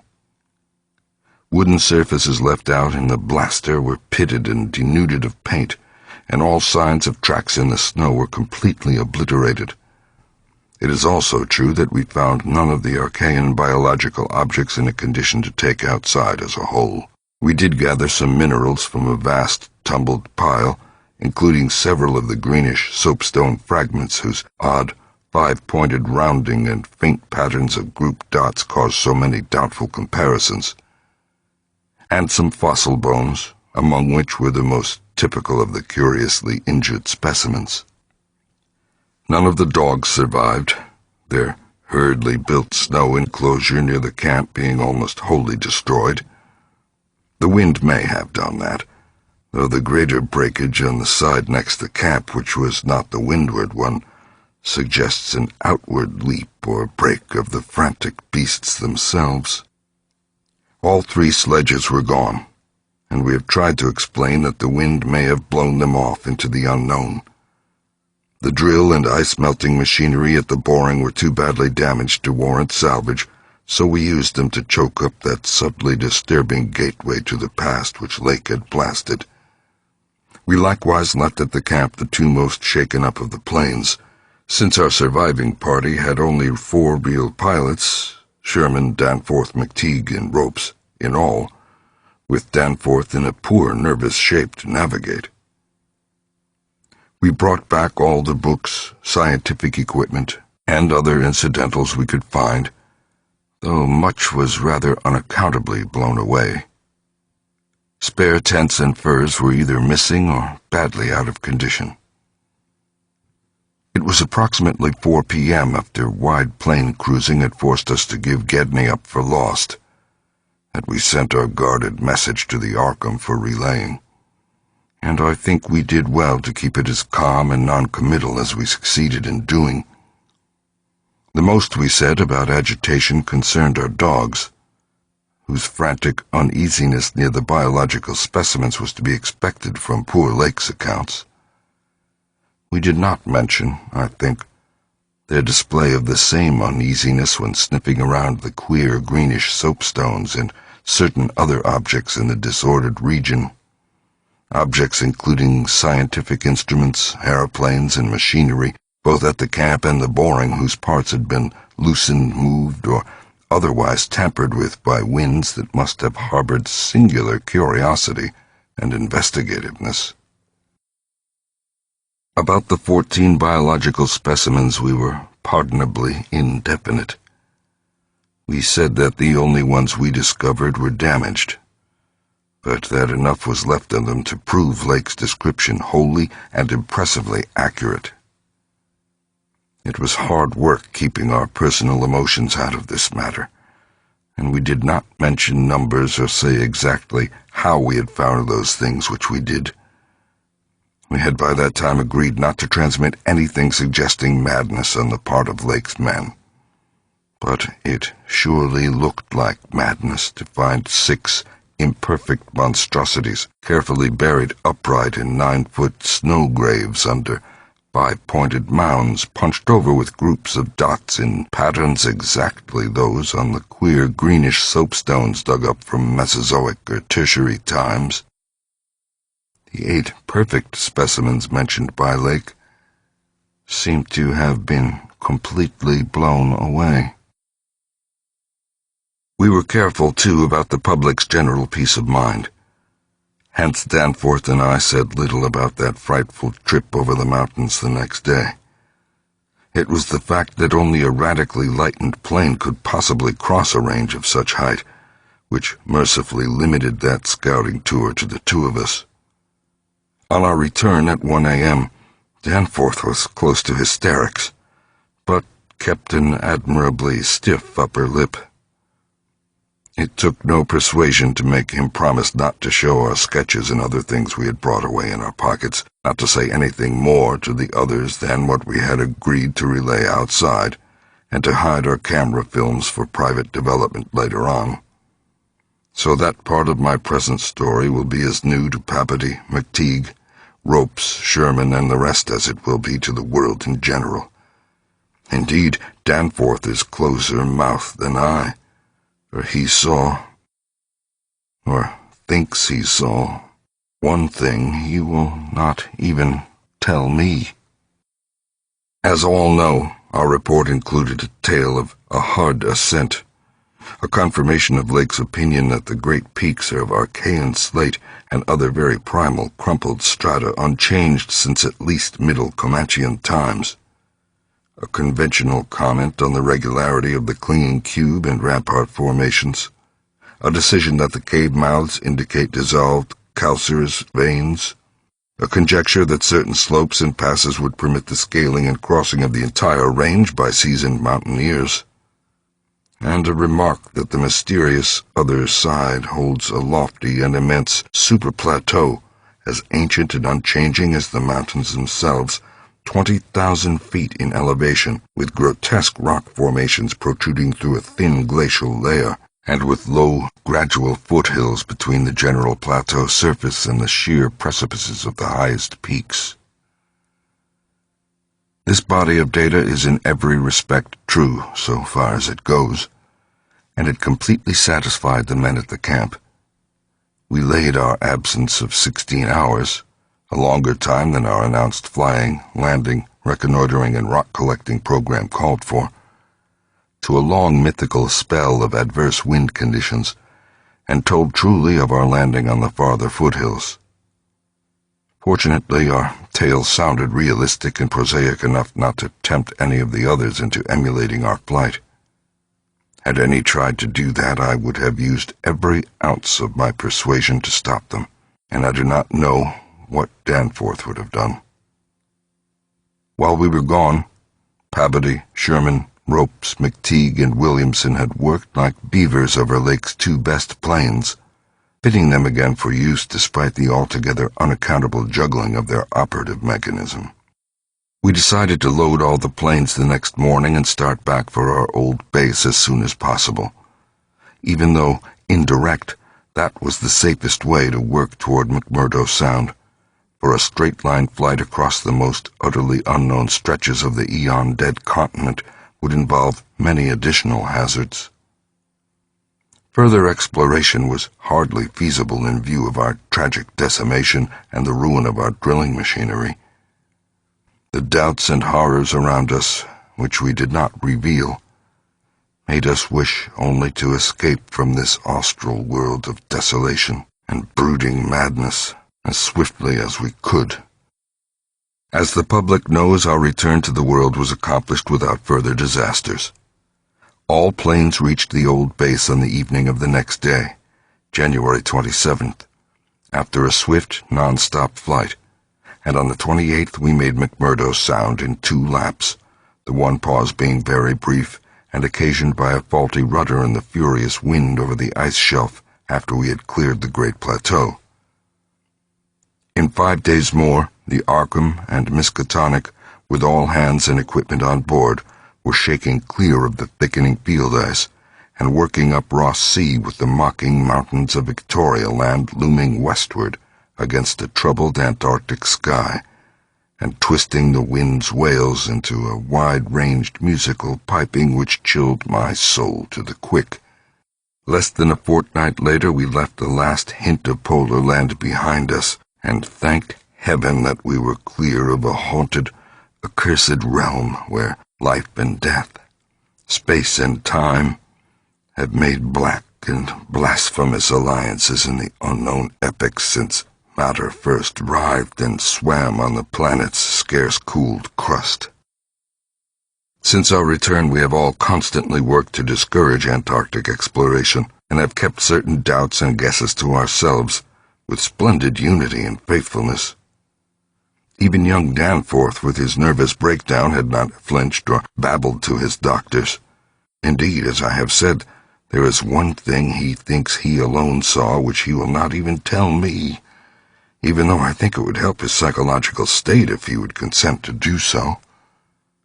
It might explain and relieve much, though perhaps the thing was no more than the delusive aftermath of an earlier shock. That is the impression I gather after those rare, irresponsible moments when he whispers disjointed things to me, things which he repudiates vehemently as soon as he gets a grip on himself again. It will be hard work deterring others from the great white South, and some of our efforts may directly harm our cause by drawing inquiring notice. We might have known from the first that human curiosity is undying, and that the results we announced would be enough to spur others ahead on the same age-long pursuit of the unknown.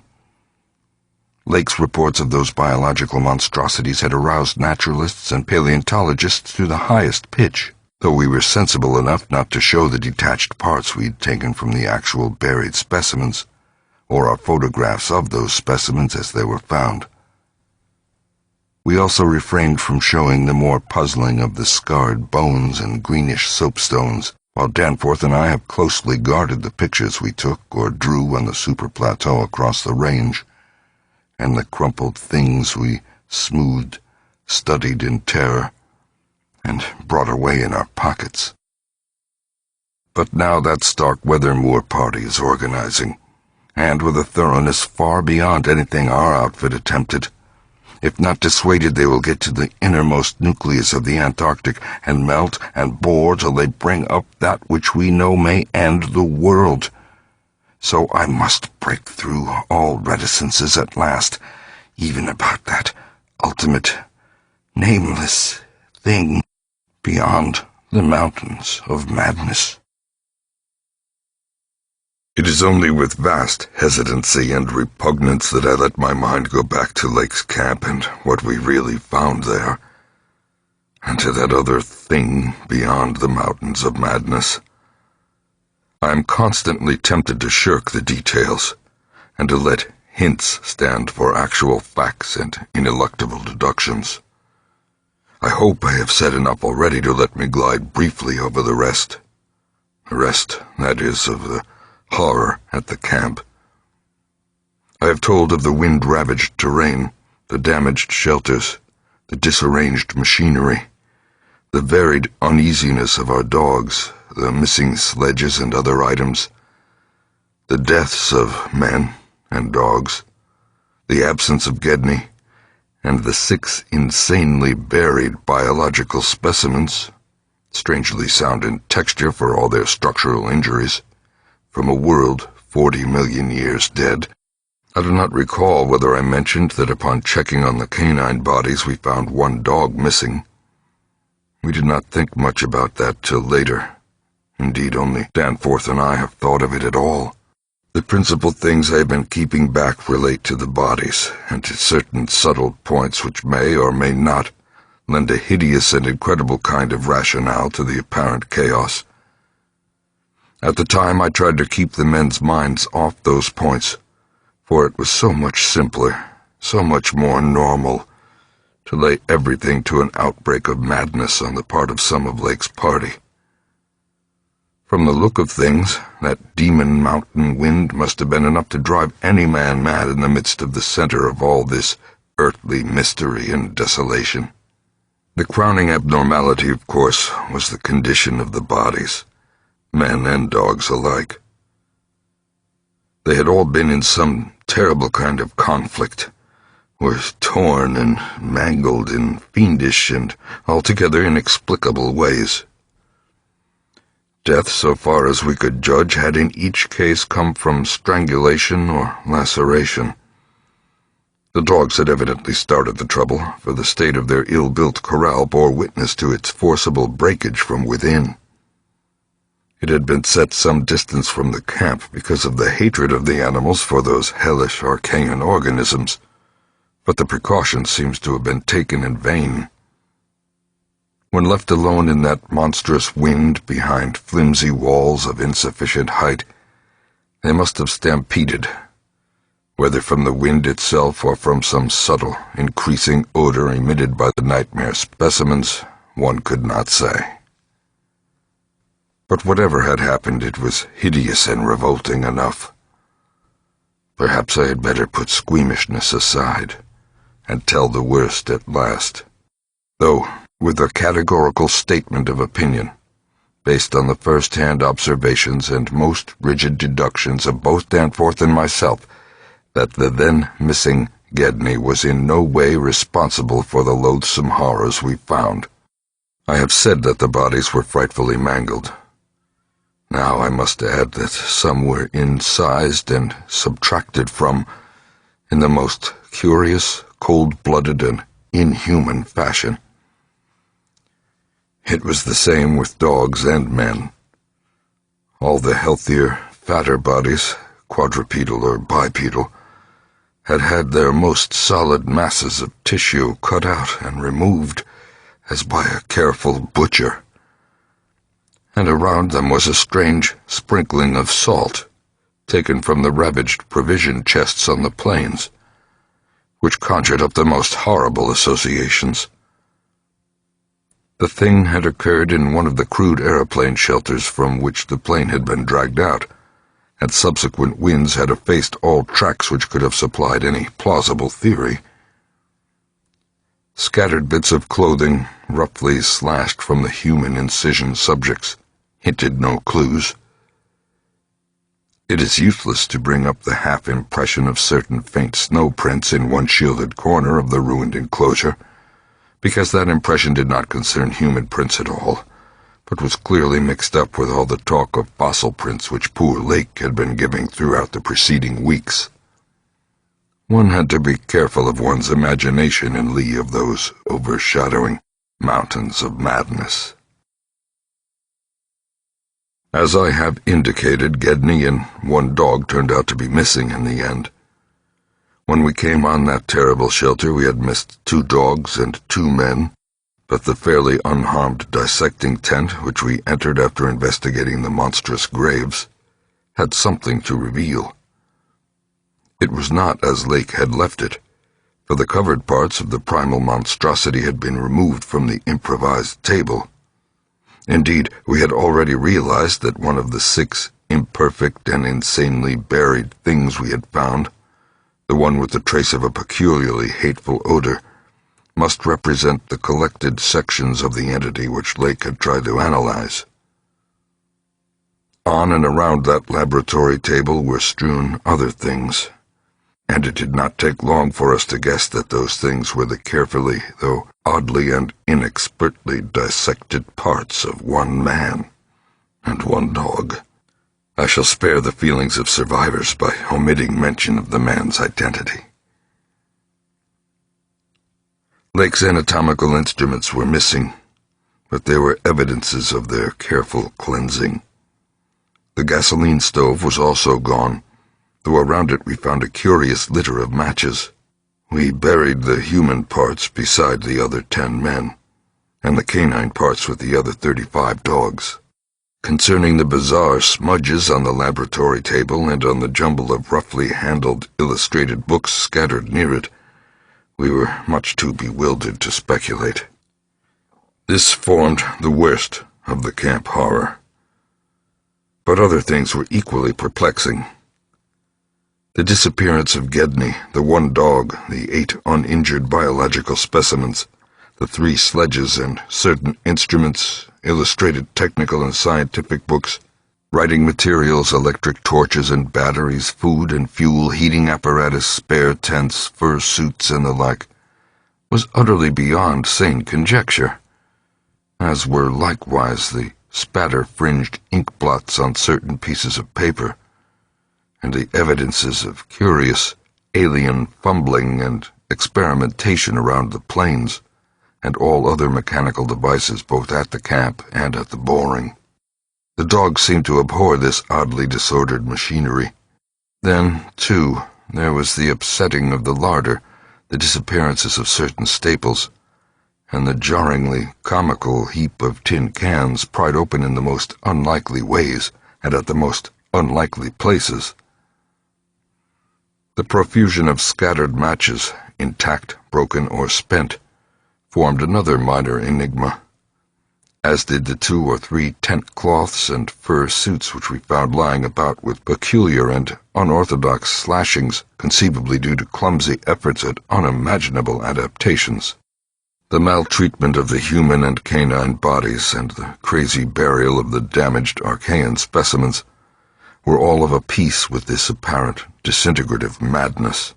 In view of just such an eventuality as the present one, we carefully photographed all the main evidences of insane disorder at the camp, and shall use the prints to buttress our pleas against the departure of the proposed Starkweather Moor expedition. Our first act after finding the bodies in the shelter was to photograph and open the row of insane graves with the 5-pointed snow mounds. We could not help noticing the resemblance of these monstrous mounds, with their clusters of grouped dots, to poor Lake's descriptions of the strange greenish soapstones, and when we came on some of the soapstones themselves in the great mineral pile, we found the likeness very close indeed. The whole general formation, it must be made clear, seemed abominably suggestive of the starfish head of the Archaean entities, and we agreed that the suggestion must have worked potently upon the sensitized minds of Lake's overwrought party. For madness, centering in Gedney as the only possible surviving agent, was the explanation spontaneously adopted by everybody so far as spoken utterance was concerned. Though I will not be so naive as to deny that each of us may have harbored wild guesses which sanity forbade him to formulate completely. Sherman, Pabodie, and McTeague made an exhaustive aeroplane cruise over all the surrounding territory in the afternoon, sweeping the horizon with field glasses in quest of Gedney and of the various missing things, but nothing came to light. The party reported that the Titan barrier range extended endlessly to right and left alike, without any diminution in height or essential structure. On some of the peaks, though, the regular cube and rampart formations were bolder and plainer, having doubly fantastic similitudes to Rorik-painted Asian hill ruins. The distribution of cryptical cave mouths on the black snow-denuded summits seemed roughly even, as far as the range could be traced. In spite of all the prevailing horrors, we were left with enough sheer scientific zeal and adventurousness to wonder about the unknown realm beyond those mysterious mountains. As our guarded messages stated, we rested at midnight after our day of terror and bafflement, but not without a tentative plan for one or more range-crossing altitude flights in a lightened plane with aerial camera and geologist's outfit, beginning the following morning. It was decided that Danforth and I try it first, and we awaked at 7 a.m., intending an early flight. However, heavy winds, mentioned in our brief bulletin to the outside world, delayed our start till nearly 9 o'clock. I have already repeated the noncommittal story we told the men at camp, and relayed outside, after our return 16 hours later. It is now my terrible duty to amplify this account by filling in the merciful blanks with hints of what we really saw in the hidden transmontane world, hints of the revelations which have finally driven Danforth to a nervous collapse. I wish he would add a really frank word about the thing which he thinks he alone saw, even though it was probably a nervous delusion, and which was perhaps the last straw that put him where he is. But he is firm against that. All I can do is to repeat his later disjointed whispers about what set him shrieking as the plane soared back through the wind-tortured mountain pass after that real and tangible shock which I shared. This will form my last word.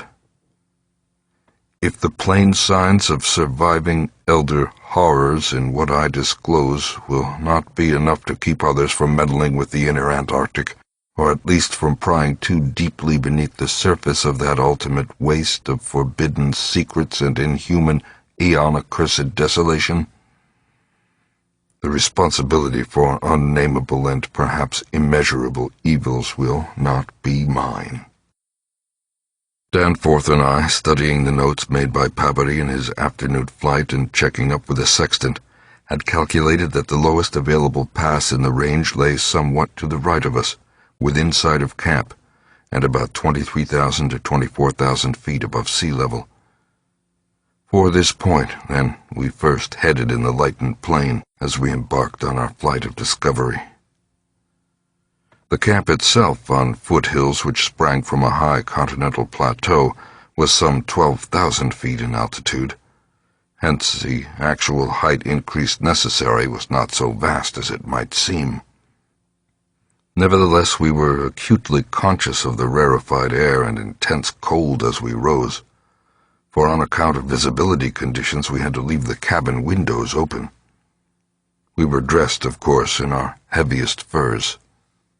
As we drew near the forbidding peaks, dark and sinister above the line of crevasse-riven snow and interstitial glaciers, we noticed more and more the curiously regular formations clinging to the slopes, and thought again of the strange Asian paintings of Nicholas Roerich. The ancient and wind-weathered rock strata fully verified all of Lake's bulletins, and proved that these pinnacles had been towering up in exactly the same way since a surprisingly early time in Earth's history, perhaps over 50 million years. How much higher they had once been, it was futile to guess, but everything about this strange region pointed to obscure atmospheric influences unfavorable to change, and calculated to retard the usual climatic processes of rock disintegration. But it was the mountainside tangle of regular cubes, ramparts, and cave mouths which fascinated and disturbed us most. I studied them with a field glass and took aerial photographs while Danforth drove, and at times I relieved him at the controls, though my aviation knowledge was purely an amateur's, in order to let him use the binoculars. We could easily see that much of the material of the things was a lightish Archean quartzite, unlike any formation visible over broad areas of the general surface, and that their regularity was extreme and uncanny to an extent which poor Lake had scarcely hinted. As he had said, their edges were crumbled and rounded from untold eons of savage weathering, but their preternatural solidity and tough material had saved them from obliteration. Many parts, especially those closest to the slopes, seemed identical in substance with the surrounding rock surface. The whole arrangement looked like the ruins of Machu Picchu in the Andes, or the primal foundation walls of Kish as dug up by the Oxford Field Museum expedition in 1929.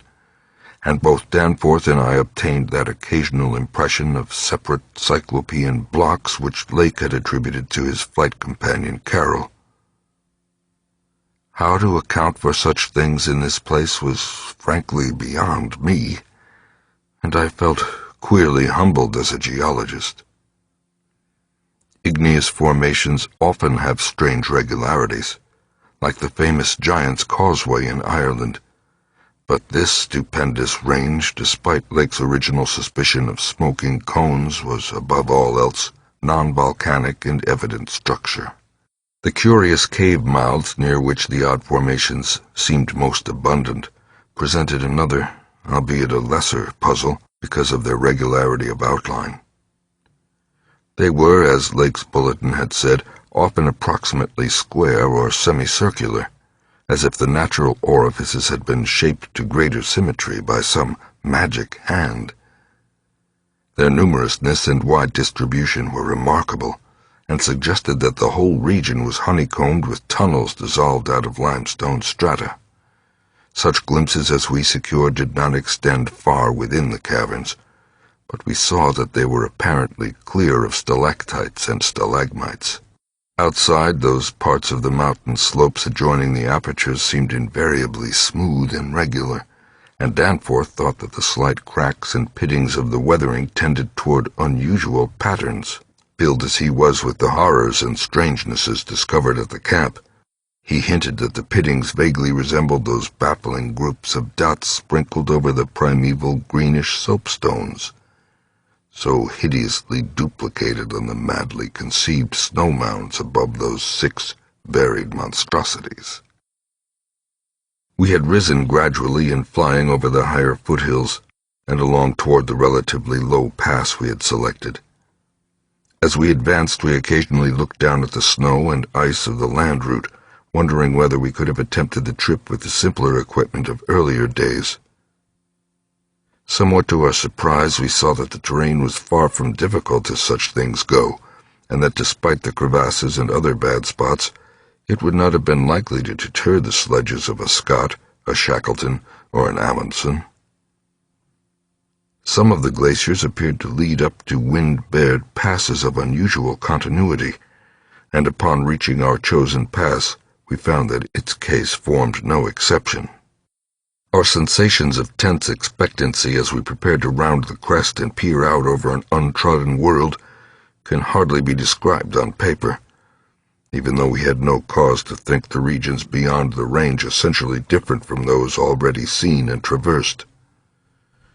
A touch of evil mystery in these barrier mountains, and in the beckoning sea of opalescent sky glimpsed betwixt their summits was a highly subtle and attenuated matter, not to be explained in literal words. Rather was it an affair of vague psychological symbolism and aesthetic association, a thing mixed up with exotic poetry and paintings, and with archaic myths lurking in shunned and forbidden volumes.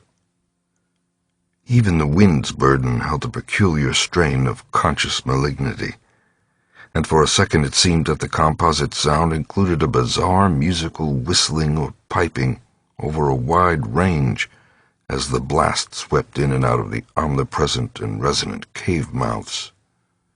There was a cloudy note of reminiscent repulsion in this sound, as complex and unplaceable as any of the other dark impressions.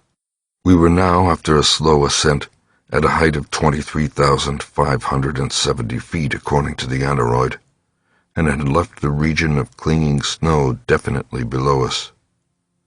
Up here were only dark, bare rock slopes and the start of rough-ribbed glaciers. But with those provocative cubes, ramparts, and echoing cave mouths to add a portent of the unnatural, the fantastic, and the dreamlike. Looking along the line of high peaks, I thought I could see the one mentioned by Poor Lake, with a rampart exactly on top. It seemed to be half lost in a queer Antarctic haze, such a haze perhaps as had been responsible for Lake's early notion of volcanism. The pass loomed directly before us, smooth and windswept between its jagged and malignly frowning pylons. Beyond it was a sky fretted with swirling vapors and lighted by the low polar sun, the sky of that mysterious, farther realm upon which we felt no human eye had ever gazed. A few more feet of altitude and we would behold that realm. Danforth and I, unable to speak except in shouts amidst the howling, piping wind that raced through the pass and added to the noise of the unmuffled engines, exchanged eloquent glances. And then, having gained those last few feet, we did indeed stare across the momentous divide and over the unsampled secrets of an elder and utterly alien Earth. 5. I think that both of us simultaneously cried out in mixed awe, wonder, terror, and disbelief in our own senses as we finally cleared the pass and saw what lay beyond. Of course, we must have had some natural theory in the back of our heads to steady our faculties for the moment. Probably we thought of such things as the grotesquely weathered stones of the Garden of the Gods in Colorado, or the fantastically symmetrical wind-carved rocks of the Arizona desert. Perhaps we even half thought the sight a mirage like that we had seen the morning before on first approaching those mountains of madness. We must have had some normal notions to fall back upon as our eyes swept that limitless, tempest-scarred plateau and grasped the almost endless labyrinth of colossal, regular, and geometrically rhythmic stone masses which reared their crumbled and pitted crests above a glacial sheet not more than 40 or 50 feet deep at its thickest, and in places obviously thinner. The effect of the monstrous sight was indescribable, for some fiendish violation of known natural law seemed certain at the outset.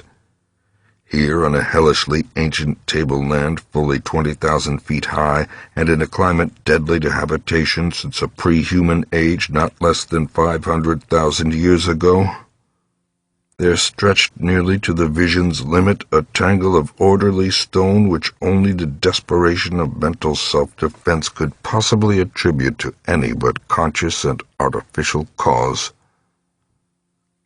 We had previously dismissed, so far as serious thought was concerned, any theory that the cubes and ramparts of the mountainsides were other than natural in origin. How could they be otherwise, when man himself could scarcely have been differentiated from the great apes at the time when this region succumbed to the present unbroken reign of glacial death? Yet now the sway of reason seemed irrefutably shaken, for this cyclopean maze of square, curved, and angled blocks had features which cut off all comfortable refuge. It was very clearly the blasphemous city of the mirage in stark, objective, and ineluctable reality. That damnable portent had a material basis after all. There had been some horizontal stratum of ice dust in the upper air, and this shocking stone survival had projected its image across the mountains according to the simple laws of reflection. Of course, the phantom had been twisted and exaggerated, and had contained things which the real source did not contain. Yet now, as we saw that real source, we thought it even more hideous and menacing than its distant image. Only the incredible, unhuman massiveness of these vast stone towers and ramparts had saved the frightful things from utter annihilation in the hundreds of thousands, perhaps millions of years it had brooded there amidst the blasts of a bleak upland. Corona Mundi, roof of the world. All sorts of fantastic phrases sprang to our lips as we looked dizzily down at the unbelievable spectacle. I thought again of the eldritch primal myths that had so persistently haunted me since my first sight of this dead Antarctic world. Of the demoniac plateau of Leng, of the Mi-Go, or abominable snowmen of the Himalayas, of the narcotic manuscripts with their pre-human implications, of the Cthulhu cult, of the Necronomicon, and of the Hyperborean legends of formless Satagua, and the worse-than-formless star spawn associated with that semi-entity. For boundless miles in every direction the thing stretched off with very little thinning. Indeed, as our eyes followed it to the right and left along the base of the low, gradual foothills which separated it from the actual mountain rim, we decided that we could see no thinning at all except for an interruption at the left of the pass through which we had come. We had merely struck, at random, a limited part of something of incalculable extent. The foothills were more sparsely sprinkled with grotesque stone structures, linking the terrible city to the already familiar cubes and ramparts which evidently formed its mountain outposts. These latter, as well as the queer cave mouths, were as thick on the inner as on the outer sides of the mountains. The nameless stone labyrinth consisted for the most part of walls from 10 to 150 feet in ice-clear height, and of a thickness varying from 5 to 10 feet.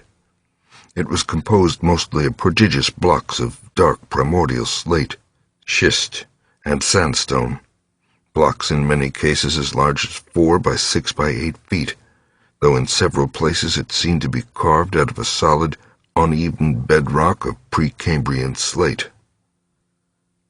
The buildings were far from equal in size, there being innumerable honeycomb arrangements of enormous extent, as well as smaller, separate structures. The general shape of these things tended to be conical, pyramidal, or terraced, though there were many perfect cylinders, perfect cubes, clusters of cubes, and other rectangular forms, and a peculiar sprinkling of angled edifices whose five-pointed ground plan roughly suggested modern fortifications. The builders had made constant and expert use of the principle of the arch, and domes had probably existed in the city's heyday. The whole tangle was monstrously weathered, and the glacial surface from which the towers projected was strewn with fallen blocks and immemorial debris. Where the glaciation was transparent, we could see the lower parts of the gigantic piles, and we noticed the ice-preserved stone bridges which connected the different towers at varying distances above the ground. On the exposed walls we could detect the scarred places where other and higher bridges of the same sort had existed. Closer inspection revealed countless largish windows, some of which were closed with shutters of a petrified material, originally wood, though most gaped open in a sinister and menacing fashion. Many of the ruins, of course, were roofless, and with uneven though wind-rounded upper edges, whilst others, of a more sharply conical or pyramidal model, or else protected by higher surrounding structures, preserved intact outlines despite the omnipresent crumbling and pitting. With the field glass we could barely make out what seemed to be sculptural decorations in horizontal bands, decorations including those curious groups of dots whose presence on the ancient soapstones now assumed a vastly larger significance. In many places the buildings were totally ruined and the ice sheet deeply riven from various geologic causes. In other places the stonework was worn down to the very level of the glaciation. One broad swath, extending from the plateau's interior to a cleft in the foothills about a mile to the left of the pass we had traversed, was wholly free from buildings.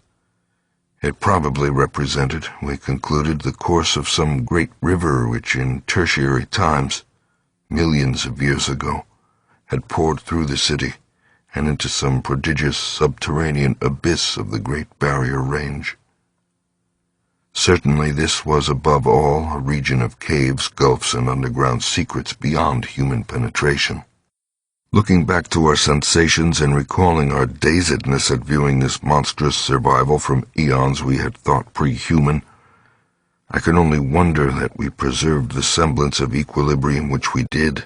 Of course we knew that something, chronology, scientific theory, or our own consciousness, was woefully awry. Yet we kept enough poise to guide the plane, observe many things quite minutely, and take a careful series of photographs which may yet serve both us and the world in good stead. In my case, ingrained scientific habit may have helped, for above all my bewilderment and sense of menace, there burned a dominant curiosity to fathom more of this age-old secret, to know what sort of beings had built and lived in this incalculably gigantic place, and what relation to the general world of its time or of other times so unique a concentration of life could have had. For this place could be no ordinary city. It must have formed the primary nucleus and center of some archaic and unbelievable chapter of Earth's history, whose outward ramifications, recalled only dimly in the most obscure and distorted myths, had vanished utterly amidst the chaos of terrene convulsions, long before any human race we know had shambled out of apedom. Here sprawled a Paleogean megalopolis compared with which the fabled Atlantis and Lemuria, Comorium and Uzaldarum, and Olathok in the land of Lomar are recent things of today, not even of yesterday. A megalopolis ranking with such whispered pre-human blasphemies as Valusia, Ulye, Ib in the land of Nar, and the nameless city of Arabia Deserta. As we flew above that tangle of stark, titan towers, my imagination sometimes escaped all bounds and roved aimlessly in realms of fantastic associations, even weaving links betwixt this lost world and some of my own wildest dreams concerning the mad horror at the camp. The plane's fuel tank, in the interest of greater lightness, had only been partly filled. Hence we now had to exert caution in our explorations. Even so, however, we covered an enormous extent of ground, or rather air, after swooping down to a level where the wind became virtually negligible. There seemed to be no limit to the mountain range, or to the length of the frightful stone city which bordered its inner foothills. 50 miles of flight in each direction showed no major change in the labyrinth of rock and masonry that clawed up, corpse-like, through the eternal ice. There were, though, some highly absorbing diversifications, such as the carvings on the canyon where that broad river had once pierced the foothills and approached its sinking place in the great range. The headlands at the stream's entrance had been boldly carved into cyclopean pylons, and something about the ridgy, barrel-shaped designs stirred up oddly vague, hateful, and confusing semi-remembrances in both Danforth and me. We also came upon several star-shaped open spaces, evidently public squares, and noted various undulations in the terrain. Where a sharp hill rose, it was generally hollowed out into some sort of rambling stone edifice, but there were at least 2 exceptions. Of these latter, one was too badly weathered to disclose what had been on the jutting eminence, while the other still bore a fantastic conical monument carved out of the solid rock and roughly resembling such things as the well-known snake tomb in the ancient valley of Petra. Plying inland from the mountains, we discovered that the city was not of infinite width, even though its length along the foothills seemed endless. After about 30 miles, the grotesque stone buildings began to thin out, and in 10 more miles we came to an unbroken waste, virtually without signs of sentient artifice. The course of the river beyond the city seemed marked by a broad, depressed line, while the land assumed a somewhat greater ruggedness, seeming to slope slightly upward as it receded in the mist-hazed west. So far we had made no landing, yet to leave the plateau without an attempt at entering some of the monstrous structures would have been inconceivable. Accordingly, we decided to find a smooth place on the foothills near our navigable pass, there grounding the plane and preparing to do some exploration on foot. Though these gradual slopes were partly covered with the scattering of ruins, low flying soon disclosed an ampler number of possible landing spaces. Selecting that nearest to the pass, since our flight would be across the Great Range and back to camp, we succeeded about 12:30 p.m.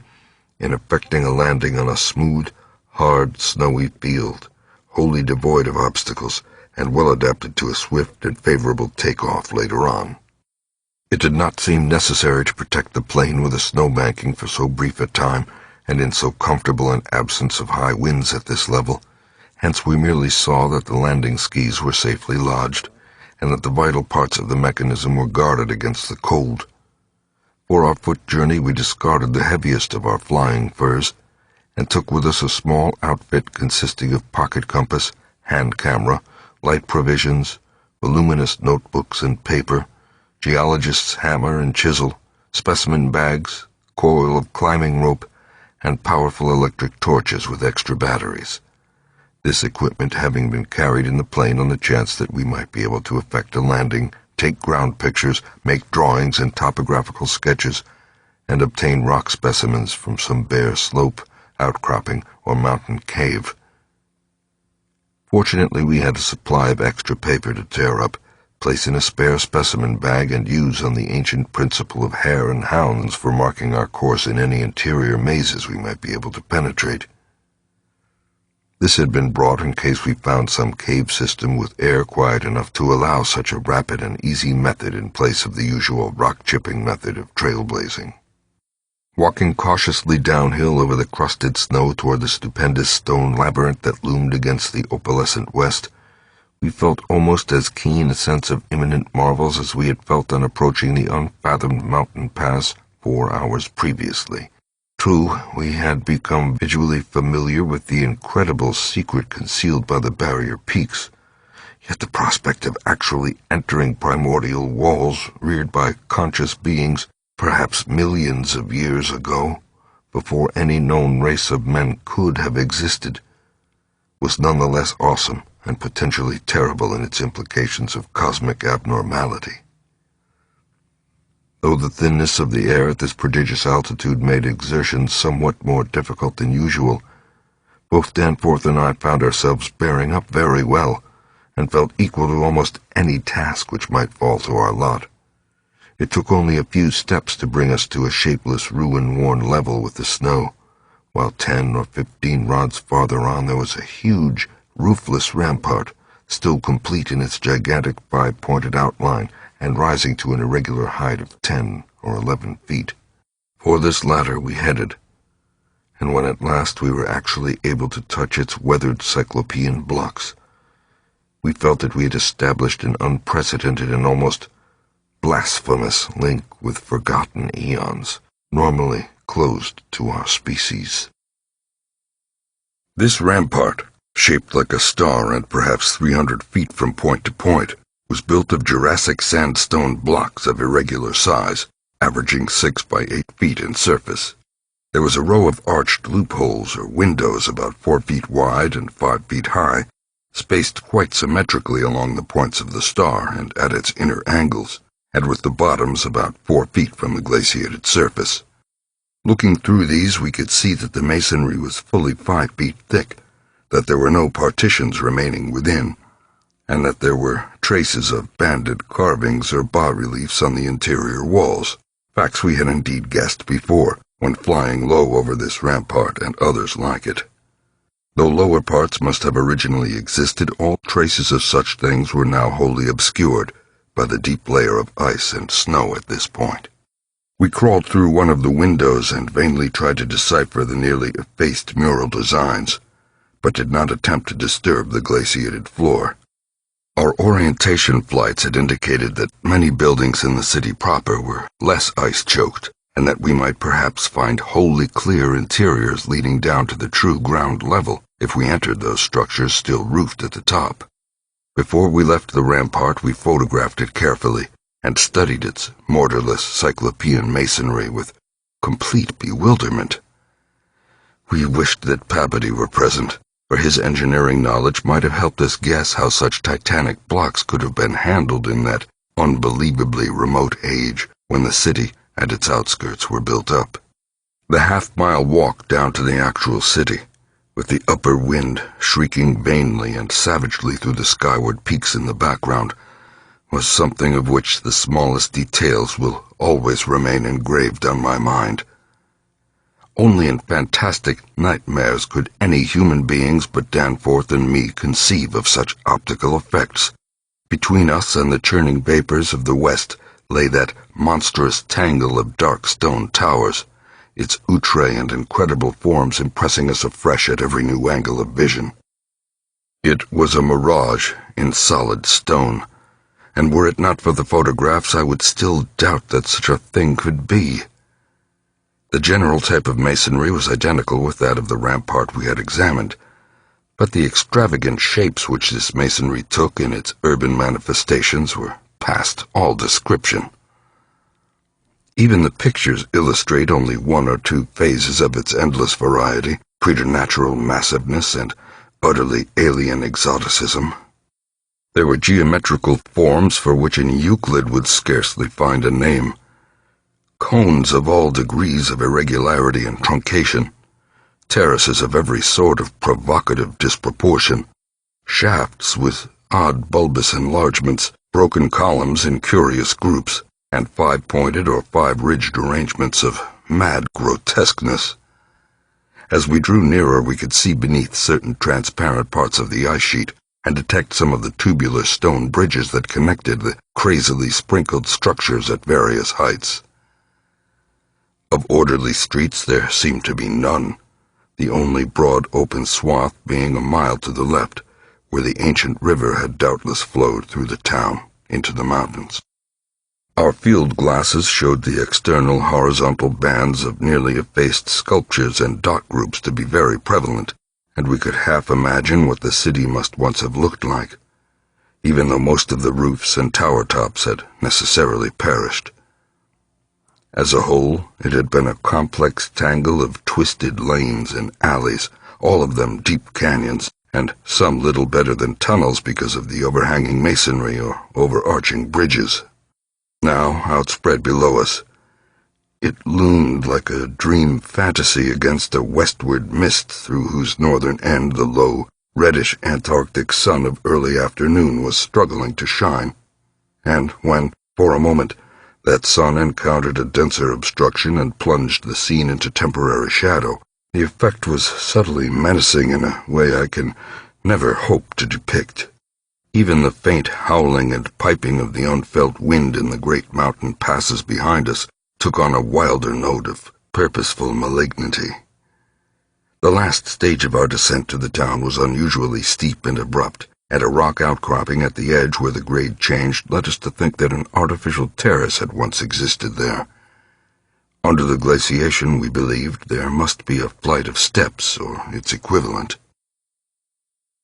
When at last we plunged into the town itself, clambering over fallen masonry and shrinking from the oppressive nearness and dwarfing height of omnipresent crumbling and pitted walls, our sensations again became such that I marvel at the amount of self-control we retained. Danforth was frankly jumpy, and began making some offensively irrelevant speculations about the horror at the camp, which I resented all the more because I could not help sharing certain conclusions forced upon us by many features of this morbid survival from nightmare antiquity. The speculations worked on his imagination too, for in one place, where a debris-littered alley turned a sharp corner, he insisted that he saw faint traces of ground markings which he did not like, whilst elsewhere he stopped to listen to a subtle, imaginary sound from some undefined point. A muffled musical piping, he said, not unlike that of the wind in the mountain caves, yet somehow disturbingly different. The ceaseless five-pointedness of the surrounding architecture and of the few distinguishable mural arabesques had a dimly sinister suggestiveness which we could not escape, and gave us a touch of terrible subconscious certainty concerning the primal entities which had reared and dwelt in this unhallowed place. Nevertheless, our scientific and adventurous souls were not wholly dead, and we mechanically carried out our program of chipping specimens from all the different rock types represented in the masonry. We wished a rather full set in order to draw better conclusions regarding the age of the place. Nothing in the great outer walls seemed to date from later than the Jurassic and Comanchean periods, nor was any piece of stone in the entire place of a greater recency than the Pliocene age. In stark certainty, we were wandering amidst a death which had reigned at least 500,000 years, and in all probability even longer. As we proceeded through this maze of stone-shadowed twilight, we stopped at all available apertures to study interiors and investigate entrance possibilities. Some were above our reach, whilst others led only into ice-choked ruins as unroofed and barren as the rampart on the hill. One, though spacious and inviting, opened on a seemingly bottomless abyss without visible means of descent. Now and then we had a chance to study the petrified wood of a surviving shutter, and were impressed by the fabulous antiquity implied in the still discernible grain. These things had come from Mesozoic gymnosperms and conifers, especially Cretaceous cycads, and from fan palms and early angiosperms of plainly tertiary date. Nothing definitely later than the Pliocene could be discovered. In the placing of these shutters, whose edges showed the former presence of queer and long-vanished hinges, usage seemed to be varied, some being on the outer and some on the inner side of the deep embrasures.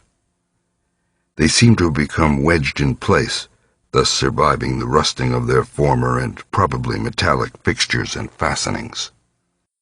After a time we came across a row of windows, in the bulges of a colossal five-edged cone of undamaged apex, which led into a vast, well-preserved room with stone flooring. But these were too high in the room to permit descent without a rope.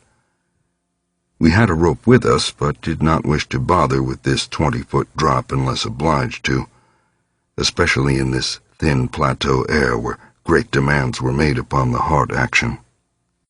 This enormous room was probably a hall or concourse of some sort, and our electric torches showed bold, distinct, and potentially startling sculptures arranged round the walls in broad horizontal bands separated by equally broad strips of conventional arabesques. We took careful note of this spot, planning to enter here unless a more easily gained interior were encountered.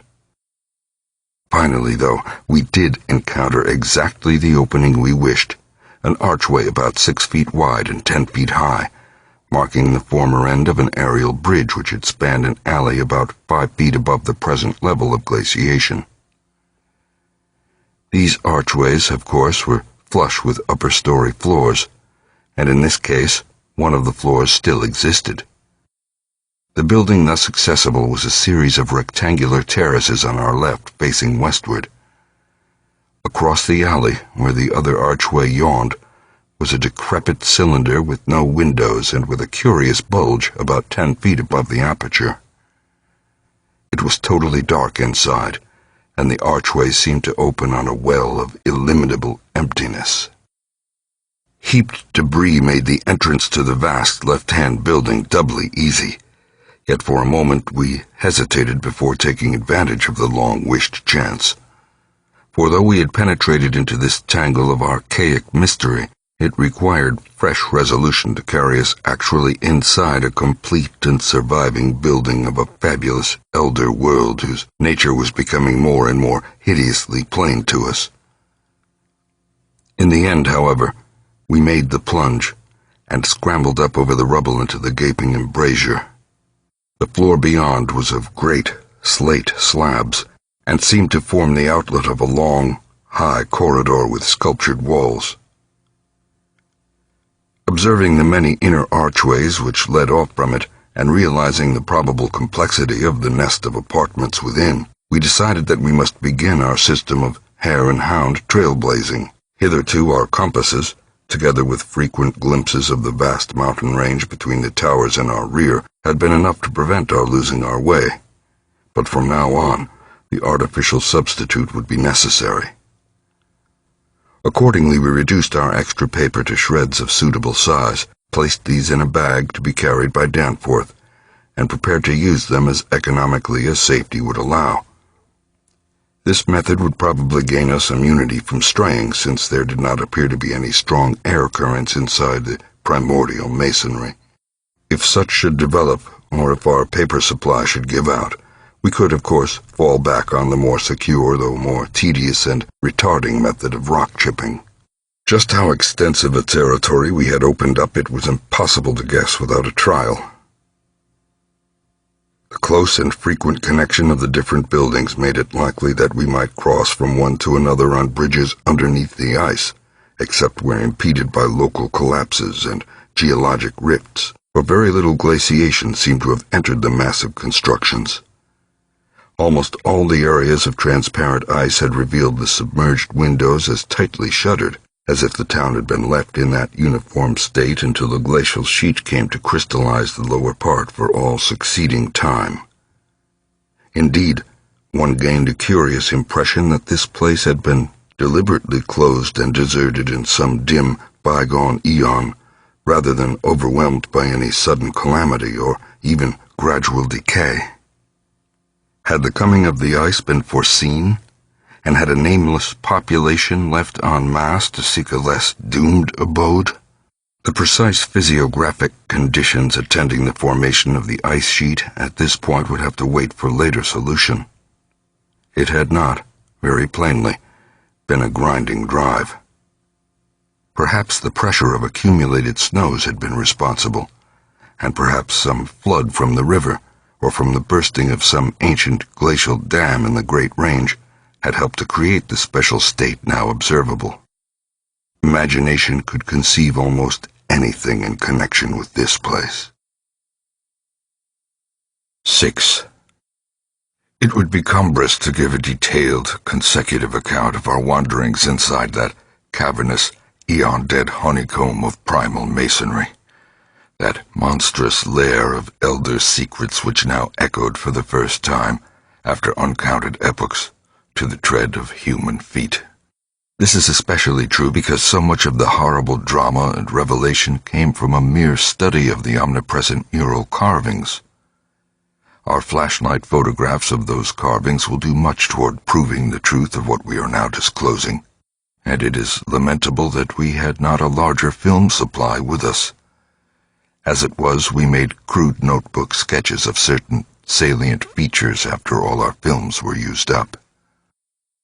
The building which we had entered was one of great size and elaborateness, and gave us an impressive notion of the architecture of that nameless geologic past. The inner partitions were less massive than the outer walls, but on the lower levels were excellently preserved. Labyrinthine complexity, involving curiously irregular difference in floor levels, characterized the entire arrangement, and we should certainly have been lost at the very outset but for the trail of torn paper left behind us.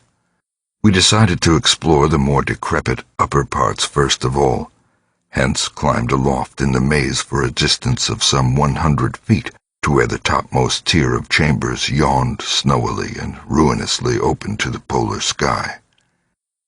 Ascent was effected over the steep, transversely ribbed stone ramps or inclined planes which everywhere served in lieu of stairs. The rooms we encountered were of all imaginable shapes and proportions, ranging from 5-pointed stars to triangles and perfect cubes. It might be safe to say that their general average was about 30 by 30 feet in floor area and 20 feet in height, though many larger apartments existed. After thoroughly examining the upper regions and the glacial level, we descended, story by story, into the submerged part, where indeed we soon saw we were in a continuous maze of connected chambers and passages, probably leading over unlimited areas outside this particular building. The cyclopean massiveness and gigantism of everything about us became curiously oppressive, and there was something vaguely but deeply unhuman in all the contours, dimensions, proportions, decorations, and constructional nuances of the blasphemously archaic stonework.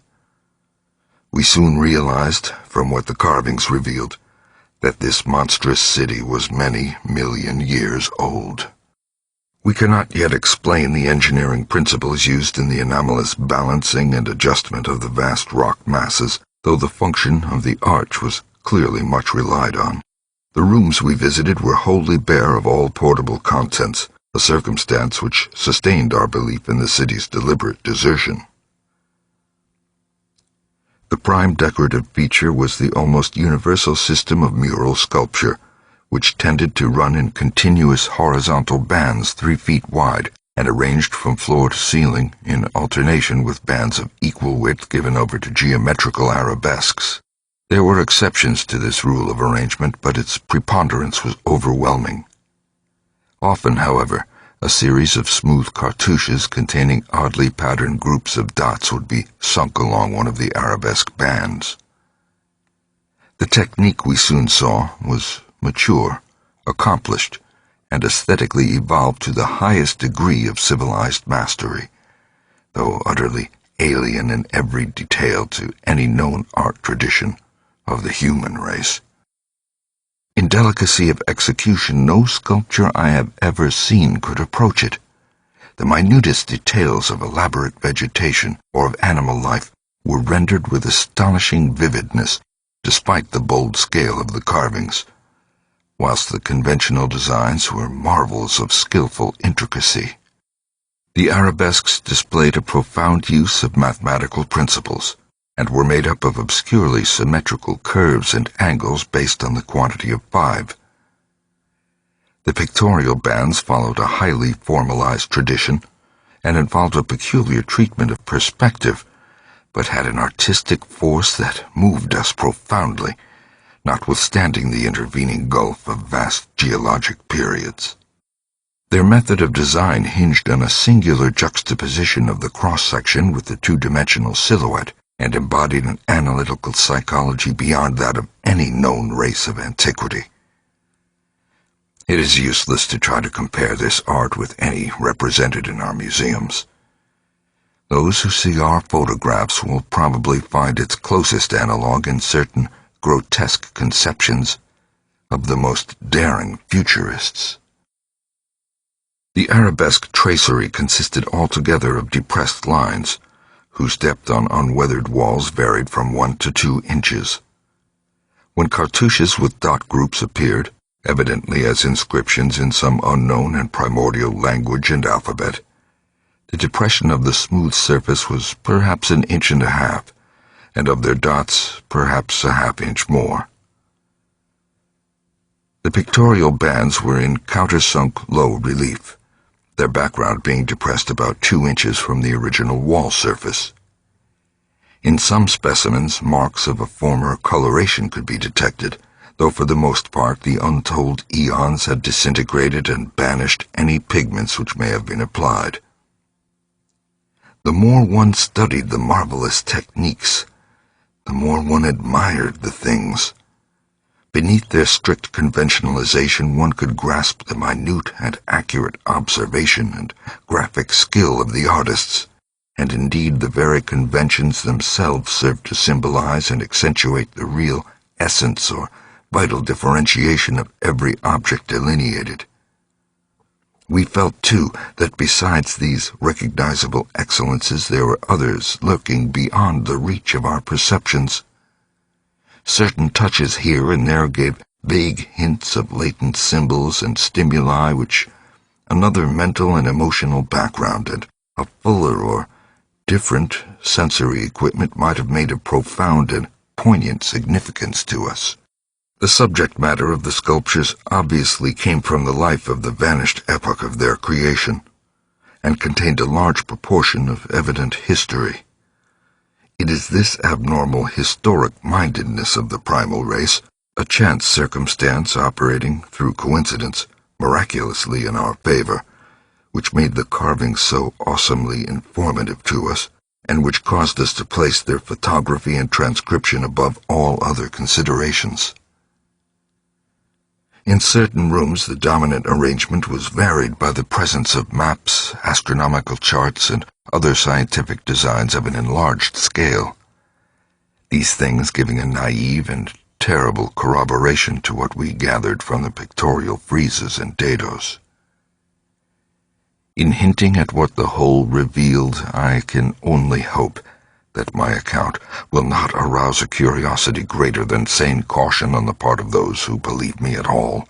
It would be tragic if any were to be allured to that realm of death and horror by the very warning meant to discourage them. Interrupting these sculptured walls were high windows and massive 12-foot doorways, both now and then retaining the petrified wooden planks, elaborately carved and polished, of the actual shutters and doors.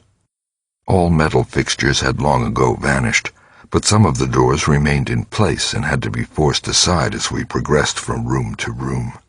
Window frames with odd transparent panes, mostly elliptical, survived here and there, though in no considerable quantity. There were also frequent niches of great magnitude, generally empty, but once in a while containing some bizarre object carved from green soapstone, which was either broken or perhaps held too inferior to warrant removal. Other apertures were undoubtedly connected with bygone mechanical facilities, heating, lighting, and the like, of a sort suggested in many of the carvings. Ceilings tended to be plain, but had sometimes been inlaid with green soapstone or other tiles, mostly fallen now. Floors were also paved with such tiles, though plain stonework predominated. As I have said, all furniture and other movables were absent, but the sculptures gave a clear idea of the strange devices which had once filled these tomb-like, echoing rooms. Above the glacial sheet the floors were generally thick with detritus, litter, and debris, but farther down this condition decreased. In some of the lower chambers and corridors there was little more than gritty dust or ancient incrustations, while occasional areas had an uncanny air of newly swept immaculateness. Of course, where rifts or collapses had occurred, the lower levels were as littered as the upper ones. A central court, as in other structures we had seen from the air, saved the inner regions from total darkness, so that we seldom had to use our electric torches in the upper rooms, except when studying sculptured details. Below the ice cap, however, the twilight deepened, and in many parts of the tangled ground level there was an approach to absolute blackness. To form even a rudimentary idea of our thoughts and feelings as we penetrated this eon-silent maze of unhuman masonry, one must correlate a hopelessly bewildering chaos of fugitive moods, memories, and impressions. The sheer, appalling antiquity and lethal desolation of the place were enough to overwhelm almost any sensitive person, But added to these elements were the recent, unexplained horror at the camp, and the revelations all too soon affected by the terrible mural sculptures around us. The moment we came upon a perfect section of carving where no ambiguity of interpretation could exist, it took only a brief study to give us the hideous truth, a truth which it would be naive to claim Danforth and I had not independently suspected before, though we had carefully refrained from even hinting it to each other. There could now be no further merciful doubt about the nature of the beings which had built and inhabited this monstrous dead city millions of years ago, when man's ancestors were primitive, archaic mammals, and vast dinosaurs roamed the tropical steppes of Europe and Asia. We had previously clung to a desperate alternative and insisted, each to himself, that the omnipresence of the five-pointed motifs meant only some cultural or religious exaltation of the archaean natural object which had so patently embodied the quality of five-pointedness, as the decorative motifs of Minoan Crete exalted the sacred bull, those of Egypt the scarabus, those of Rome the wolf and eagle, and those of various savage tribes some chosen totem animal. But this lone refuge was now stripped from us, and we were forced to face definitely the reason-shaking realization which the reader of these pages has doubtless long ago anticipated. I can scarcely bear to write it down in black and white even now, but perhaps that will not be necessary. The things once rearing and dwelling in this frightful masonry in the age of dinosaurs were not, indeed, dinosaurs, but far worse. Mere dinosaurs were new and almost brainless objects, but the builders of the city were wise and old, and had left certain traces in rocks even then laid down well nigh 1,000 million years, rocks laid down before the true life of Earth had advanced beyond plastic groups of cells, rocks laid down before the true life of Earth had existed at all. They were the makers and enslavers of that life, and above all doubt the originals of the fiendish elder myths which things like the Narcotic manuscripts and the Necronomicon affrightedly hint about. They were the great old ones that had filtered down from the stars when Earth was young, the beings whose substance an alien evolution had shaped, and whose powers were such as this planet had never bred. And to think that only the day before Danforth and I had actually looked upon fragments of their millennially fossilized substance, and that poor Lake and his party had seen their complete outlines. It is of course impossible for me to relate in proper order the stages by which we picked up what we know of that monstrous chapter of pre-human life.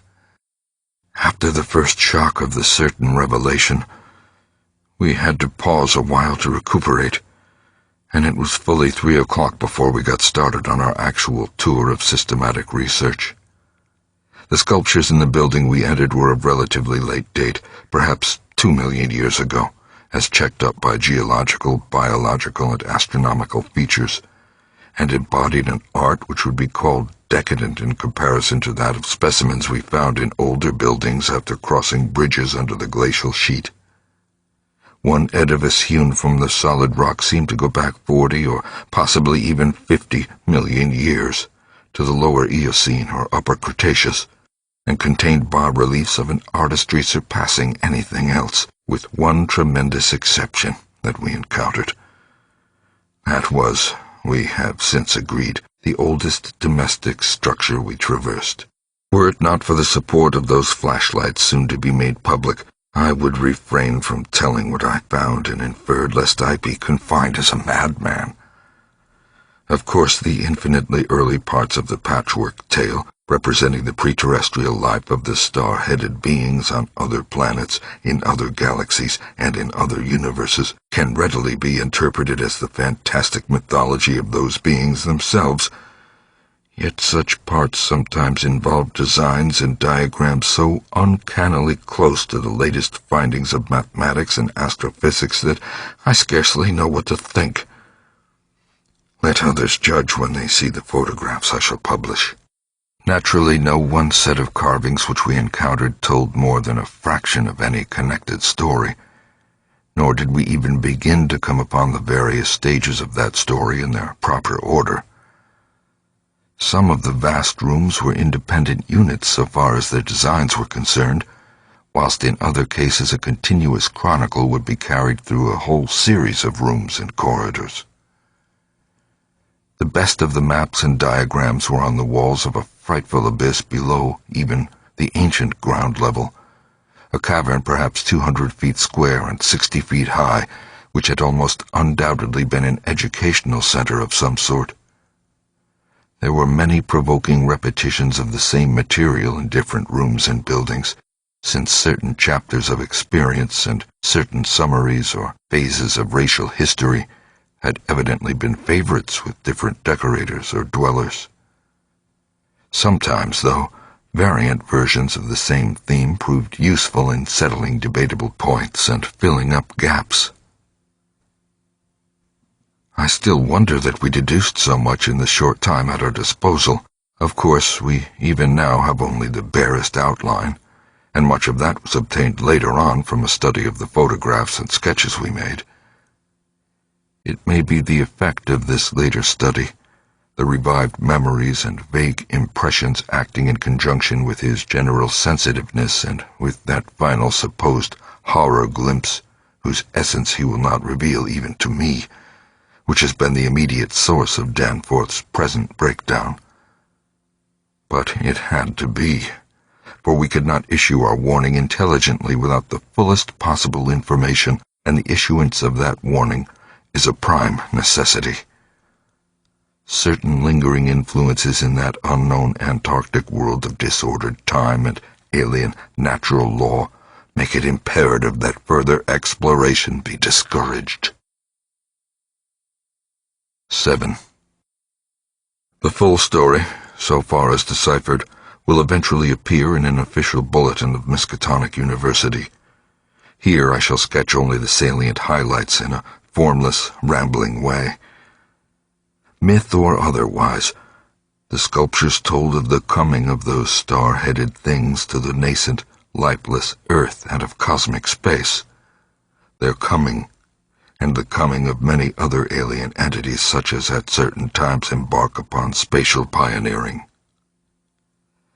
They seemed able to traverse the interstellar ether on their vast, membranous wings, thus oddly confirming some curious hill folklore long ago told me by an antiquarian colleague. They had lived under the sea a good deal, building fantastic cities and fighting terrific battles with nameless adversaries by means of intricate devices employing unknown principles of energy.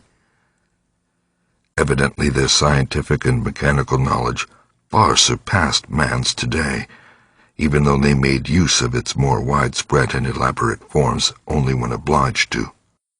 Some of the sculptures suggested that they had passed through a stage of mechanized life on other planets, but had receded upon finding its effects emotionally unsatisfying. Their preternatural toughness of organization and simplicity of natural wants made them peculiarly able to live on a high plane without the more specialized fruits of artificial manufacture, and even without garments, except for occasional protection against the elements. It was under the sea, at first for food and later for other purposes, that they first created Earth life, using available substances according to long-known methods. The more elaborate experiments came after the annihilation of various cosmic enemies.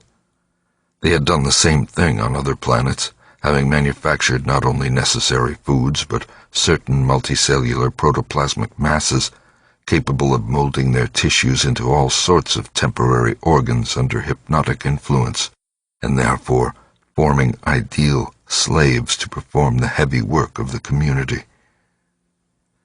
These viscose masses were Without doubt what Abdul al-Hazred whispered about as the Shoggoths in his frightful Necronomicon, though even that mad Arab had not hinted that any existed on Earth except in the dreams of those who had chewed a certain alkaloidal herb.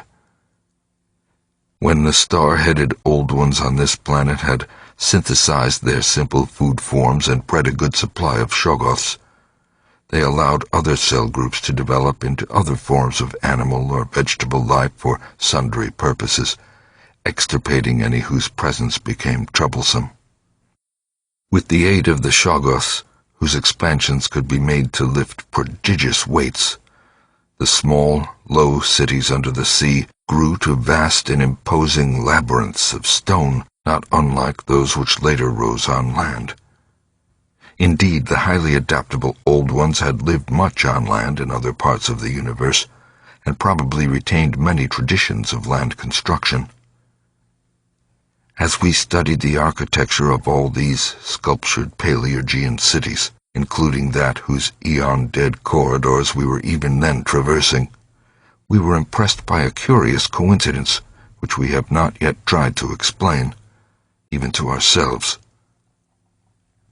The tops of the buildings, which in the actual city around us had, of course, been weathered into shapeless ruins ages ago, were clearly displayed in the bas-reliefs, and showed vast clusters of needle-like spires, delicate finials on certain cone and pyramid apexes, and tiers of thin, horizontal scalloped discs capping cylindrical shafts. This was exactly what we had seen in that monstrous and portentous mirage cast by a dead city whence such skyline features had been absent for thousands and tens of thousands of years, which loomed on our ignorant eyes across the unfathomed mountains of madness as we first approached Poor Lake's ill-fated camp. Of the life of the Old Ones, both under the sea and after part of them migrated to land, volumes could be written. Those in shallow water had continued the fullest use of the eyes at the ends of their 5 main head tentacles, and had practiced the arts of sculpture and of writing in quite the usual way, the writing accomplished with a stylus on waterproof waxen surfaces.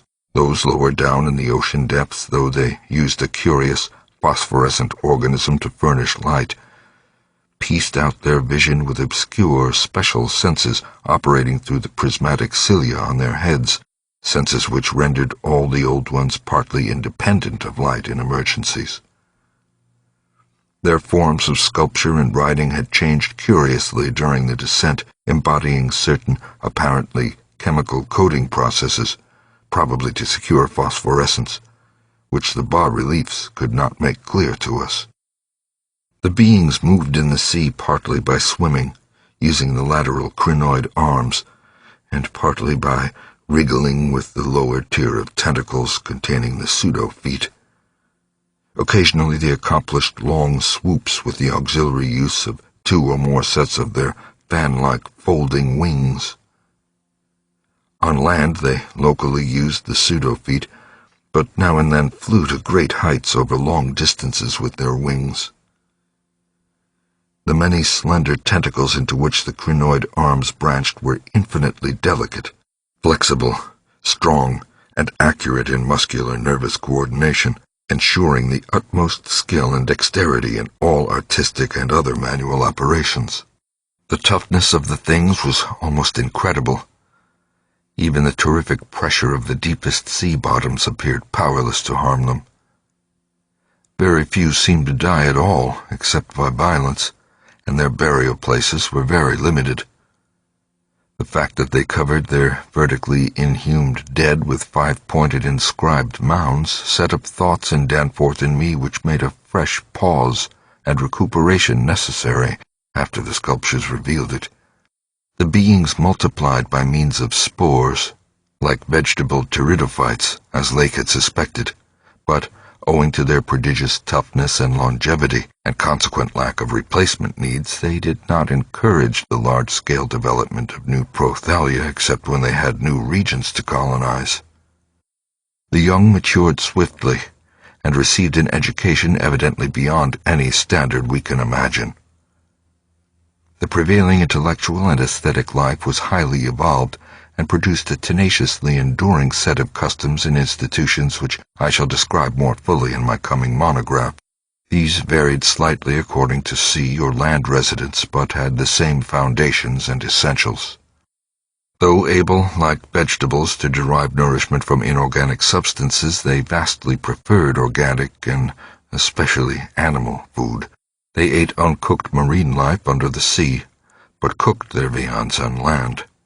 They hunted game and raised meat herds, slaughtering with sharp weapons, whose odd marks on certain fossil bones our expedition had noted.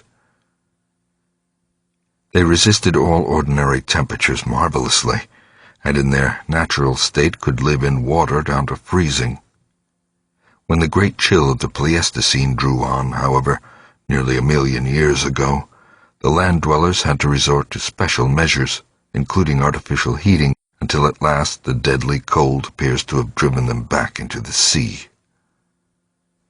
For their prehistoric flights through cosmic space, legend said, they absorbed certain chemicals and became almost independent of eating, breathing, or heat conditions. But by the time of the Great Cold they had lost track of the method. In any case, they could not have prolonged the artificial state indefinitely without harm. Being non-pairing and semi-vegetable in structure, the Old Ones had no biological basis for the family phase of mammal life, but seemed to organize large households on the principles of comfortable space utility and, as we deduced from the pictured occupations and diversions of co-dwellers, congenial mental association. In furnishing their homes, they kept everything in the center of the huge rooms, leaving all the wall spaces free for a decorative treatment. Lighting, in the case of the land inhabitants, was accomplished by a device probably electrochemical in nature. Both on land and underwater they used curious tables, chairs, and couches like cylindrical frames, for they rested and slept upright with folded-down tentacles, and racks for hinged sets of dotted surfaces forming their books. Government was evidently complex and probably socialistic, though no certainties in this regard could be deduced from the sculptures we saw. There was extensive commerce, both local and between different cities, certain small, flat counters, 5-pointed and inscribed, serving as money. Probably the smaller of the various greenish soapstones found by our expedition were pieces of such currency. Though the culture was mainly urban, some agriculture and much stock-raising existed. Mining and a limited amount of manufacturing were also practiced. Travel was frequent, but permanent migration seemed relatively rare except for the vast colonizing movements by which the race expanded. For personal locomotion, no external aid was used, since in land, air, and water movement alike the Old Ones seemed to possess excessively vast capacities for speed. Loads, however, were drawn by beasts of burden, shoggoths under the sea, and a curious variety of primitive vertebrates in the later years of land existence. These vertebrates, as well as an infinity of other life forms, animal and vegetable, marine, terrestrial, and aerial, were the products of unguided evolution acting on life cells made by the Old Ones, but escaping beyond their radius of attention. They had been suffered to develop unchecked because they had not come in conflict with the dominant beings. Bothersome forms, of course, were mechanically exterminated. It interested us to see in some of the very last and most decadent sculptures a shambling, primitive mammal, used sometimes for food and sometimes as an amusing buffoon by the land dwellers, whose vaguely simian and human foreshadowings were unmistakable. In the building of land cities, the huge stone blocks of the high towers were generally lifted by vast winged pterodactyls of a species heretofore unknown to paleontology. The persistence with which the Old Ones survived various geologic changes and convulsions of the Earth's crust was little short of miraculous, though few or none of their first cities seem to have remained beyond the Archaean age. There was no interruption in their civilization or in the transmission of their records. Their original place of advent to the planet was the Antarctic Ocean, and it is likely that they came not long after the matter forming the moon was wrenched from the neighboring South Pacific. According to one of the sculptured maps, the whole globe was then underwater, with stone cities scattered farther and farther from the Antarctic as eons passed. Another map shows a vast bulk of dry land around the South Pole, where it is evident that some of the beings made experimental settlements, though their main centers were transferred to the nearest sea bottom. Later maps, which display the land mass as cracking and drifting and sending certain detached parts northward, uphold in a striking way the theories of continental drift lately advanced by Taylor, Wegener, and Joly. With the upheaval of new land in the South Pacific, tremendous events began. Some of the marine cities were hopelessly shattered, yet that was not the worst misfortune. Another race, a land race of beings shaped like octopi and probably corresponding to fabulous pre-human spawn of Cthulhu, soon began filtering down from cosmic infinity and precipitated a monstrous war which drove the Old Ones wholly back to the sea, a colossal blow in view of the increasing land settlements. Later peace was made, and the new lands were given to the Cthulhu spawn, whilst the Old Ones held the sea and the older lands. New land cities were founded, the greatest of them in the Antarctic, for this region of first arrival was sacred. From then on, as before, the Antarctic remained the center of the Old Ones' civilization, and all the cities built there by the Cthulhu spawn were blotted out. Then suddenly the lands of the Pacific sank again, taking with them the frightful stone city of Roulier and all the cosmic octopi, so that the Old Ones were again supreme on the planet, except for one shadowy fear about which they did not like to speak. At a rather later age, their cities dotted all the land and water areas of the globe. Hence the recommendation in my coming monograph that some archaeologist make systematic borings with Pabody's type of apparatus in certain widely separated regions.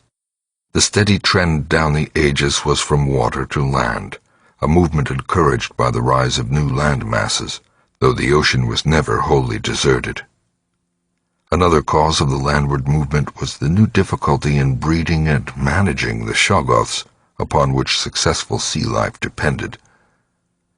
With the march of time, as the sculptures sadly confessed, the art of creating new life from inorganic matter had been lost, so that the Old Ones had to depend on the molding of forms already in existence.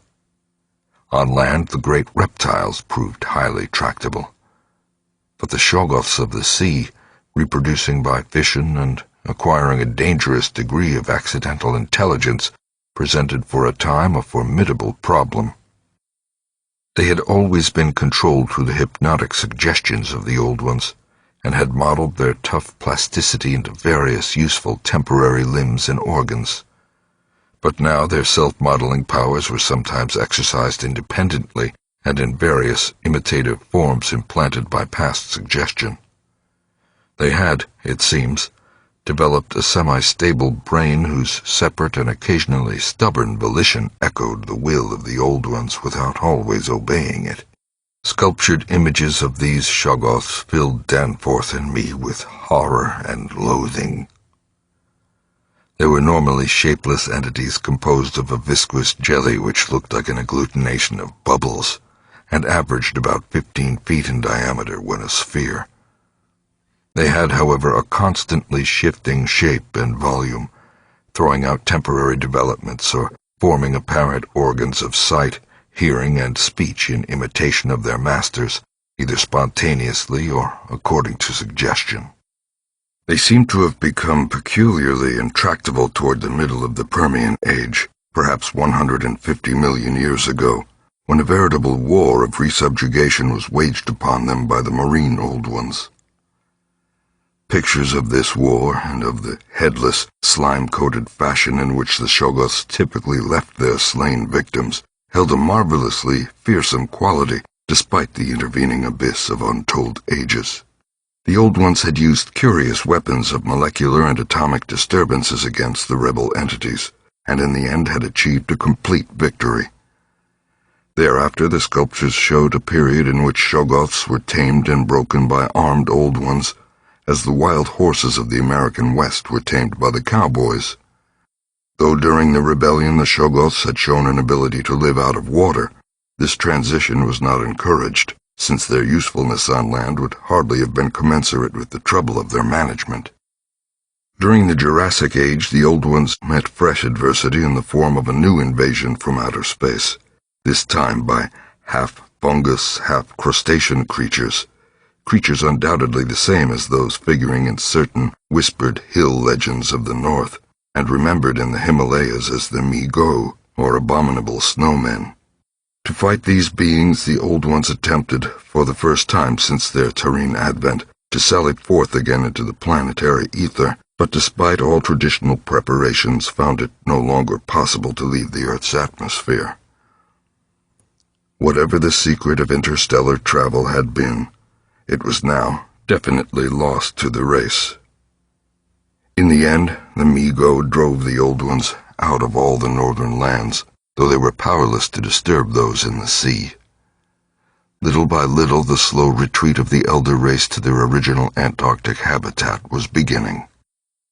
It was curious to note from the pictured battles that both the Cthulhu spawn and the Mi-Go seem to have been composed of matter more widely different from that which we know than was the substance of the Old Ones.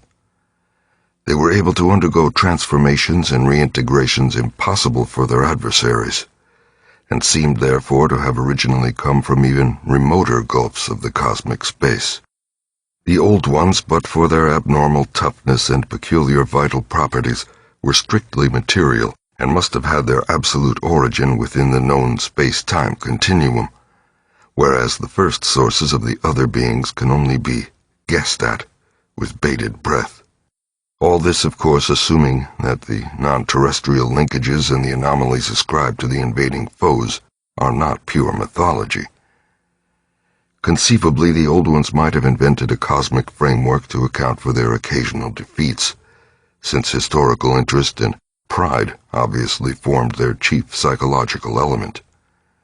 It is significant that their annals failed to mention many advanced and potent races of beings whose mighty cultures and towering cities figure persistently in certain obscure legends. The changing state of the world through long geologic ages appeared with startling vividness in many of the sculptured maps and scenes. In certain cases, existing science will require revision, while in other cases its bold deductions are magnificently confirmed.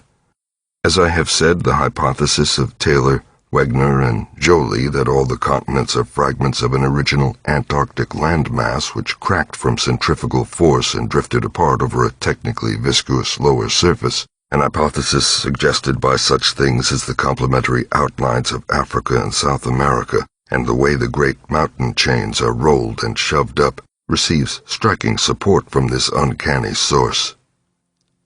Maps evidently showing the Carboniferous world of 100 million or more years ago displayed significant rifts and chasms destined to later separate Africa from the once continuous realms of Europe, then the Volusia of primal legend, Asia, the Americas, and the Antarctic continent.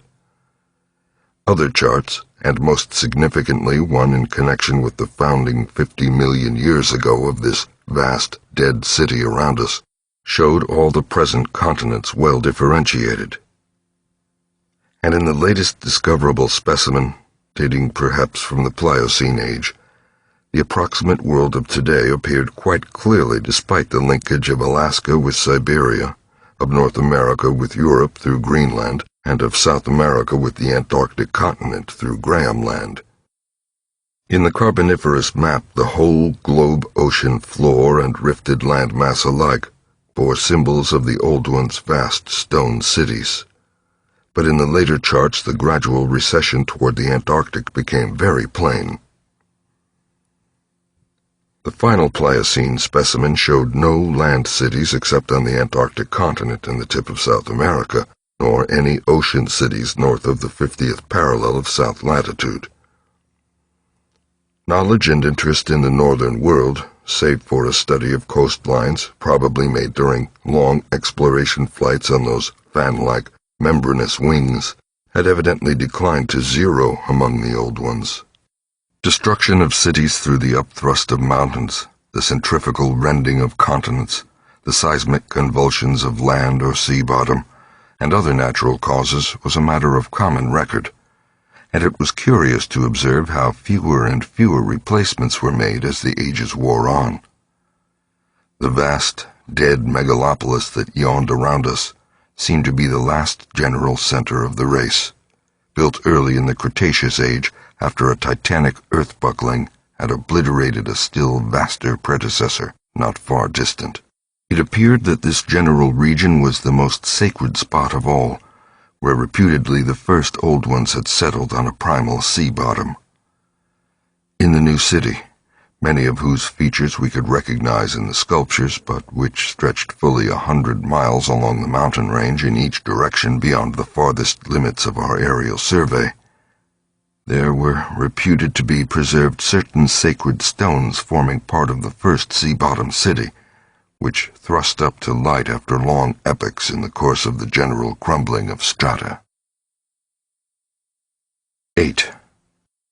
Naturally, Danforth and I studied with especial interest and a peculiarly personal sense of awe everything pertaining to the immediate district in which we were. Of this local material there was naturally a vast abundance, and on the tangled ground level of the city we were lucky enough to find a house of very late date, whose walls, though somewhat damaged by a neighboring rift, contained sculptures of decadent workmanship carrying the story of the region much beyond the period of the Pliocene map whence we derived our last general glimpse of the pre-human world. This was the last place we examined in detail, since what we found there gave us a fresh, immediate objective. Certainly we were in one of the strangest, weirdest, and most terrible of all the corners of Earth's globe. Of all existing lands, it was infinitely the most ancient. The conviction grew upon us that this hideous upland must indeed be the fabled nightmare plateau of Leng, which even the mad author of the Necronomicon was reluctant to discuss. The great mountain chain was tremendously long, starting as a low range at Luitpold Land on the east coast of Weddell Sea, and virtually crossing the entire continent. That really high part stretched in a mighty arc from about latitude 82 degrees, east longitude 60 degrees, to latitude 70 degrees, east longitude 115 degrees, with its concave side toward our camp, and its seaward end in the region of that long, ice-locked coast whose hills were glimpsed by Wilkes and Mawson at the Antarctic Circle. Yet even more monstrous exaggerations of nature seemed disturbingly close at hand. I have said that these peaks are higher than the Himalayas, but the sculptures forbid me to say that they are the Earth's highest. That grim honor is beyond doubt reserved for something which half the sculptures hesitated to record at all, whilst others approached it with obvious repugnance and trepidation. It seems that there was one part of the ancient land, the first part that ever rose from the waters after Earth had flung off the moon and the old ones had seeped down from the stars, which had come to be shunned as vaguely and namelessly evil. Cities built there had crumbled before their time and had been found suddenly deserted. Then, when the first great earth-buckling had convulsed the region in the Comanchean age, a frightful line of peaks had shot suddenly up amidst the most appalling din and chaos, and Earth had received her loftiest and most terrible mountains. If the scale of the carvings was correct, these abhorred things must have been much over 40,000 feet high, radically vaster than even the shocking mountains of madness we had crossed. They extended, it appeared, from about latitude 77 degrees, east longitude 70 degrees, to latitude 70 degrees, east longitude 100 degrees, less than 300 miles away from the dead city, so that we would have spied their dreaded summits in the dim western distance, had it not been for that vague, opalescent haze. Their northern end must likewise be visible from the long Antarctic Circle coastline at Queen Mary Land. Some of the old ones in the decadent days had made strange prayers to those mountains, but none ever went near them or dared to guess what lay beyond. No human eye had ever seen them, and as I studied the emotions conveyed in the carvings, I prayed that none ever might. There are protecting hills along the coast beyond them, Queen Mary and Kaiser Wilhelm lands, and I thank heaven no one has been able to land and climb those hills. I am not as skeptical about old tales and fears as I used to be, and I do not laugh now at the pre-human sculptor's notion that lightning paused meaningfully now and then at each of the brooding crests, and that an unexplained glow shone from one of those terrible pinnacles all through the long polar night. There may be a very real and very monstrous meaning in the old narcotic whispers about Kedarth in the cold waste. But the terrain close at hand was hardly less strange, even if less namelessly accursed. Soon after the founding of the city, the great mountain range became the seat of the principal temples, and many carvings showed what grotesque and fantastic towers had pierced the sky, where now we saw only the curiously clinging cubes and ramparts. In the course of ages, the caves had appeared, and had been shaped into adjuncts of the temples. With the advance of still later epochs, all the limestone veins of the region were hollowed out by groundwaters, so that the mountains, the foothills, and the plains below them were a veritable network of connected caverns and galleries. Many graphic sculptures told of the explorations deep underground, and of the final discovery of the Stygian, sunless sea that lurked at Earth's bowels. This vast, nighted gulf had undoubtedly been worn by the great river which flowed down from the nameless and horrible westward mountains, and which had formerly turned at the base of the Old One's range and flowed beside that chain into the Indian Ocean between Bud and Totten lands on Wilkes coastline. Little by little it had eaten away the limestone hill base at its turning, till at last its sapping currents reached the caverns of the groundwaters and joined with them in digging a deeper abyss. Finally its whole bulk emptied into the hollow hills and left the old bed toward the ocean dry. Much of the later city as we now found it had been built over that former bed. The old ones, understanding what had happened, and exercising their always keen artistic sense, had carved into ornate pylons those headlands of the foothills where the great stream began its descent into eternal darkness. This river, once crossed by scores of noble stone bridges, was plainly the one whose extinct course we had seen in our aeroplane survey. Its position in different carvings of the city helped us to orient ourselves to the scene as it had been at various stages of the region's age-long, eon-dead history, so that we were able to sketch a hasty but careful map of the salient features, squares, important buildings, and the like, for guidance in further explorations. We could soon reconstruct in fancy the whole stupendous thing as it was 1 million or 10 million or 50 million years ago, for the sculptures told us exactly what the buildings and mountains and squares and suburbs and landscape setting and luxuriant tertiary vegetation had looked like. It must have had a marvelous and mystic beauty, and as I thought of it, I almost forgot the clammy sense of sinister oppression with which the city's inhuman age and massiveness and deadness and remoteness and glacial twilight had choked and weighed on my spirit. Yet according to certain carvings, the denizens of that city had themselves known the clutch of oppressive terror. for there was a somber and recurrent type of scene in which the old ones were shown in the act of recoiling affrightedly from some object never allowed to appear in the design, found in the great river, and indicated as having been washed down through the waving, vine-draped cycad forests from those horrible westward mountains. It was only in the one late-built house with the decadent carvings that we obtained any foreshadowing of the final calamity leading to the city's desertion. Undoubtedly there must have been many sculptures of the same age elsewhere, even allowing for the slackened energies and aspirations of a stressful and uncertain period. Indeed, very certain evidence of the existence of others came to us shortly afterward. But this was the first and only set we directly encountered.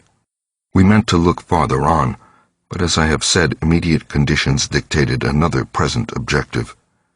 There would, though, have been a limit, for after all hope of a long future occupancy of the place had perished among the old ones, there could not have been but a complete cessation of mural decoration.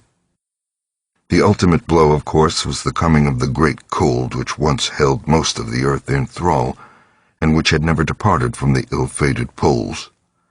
The great cold that, at the world's other extremity, put an end to the fabled lands of Lomar and Hyperborea.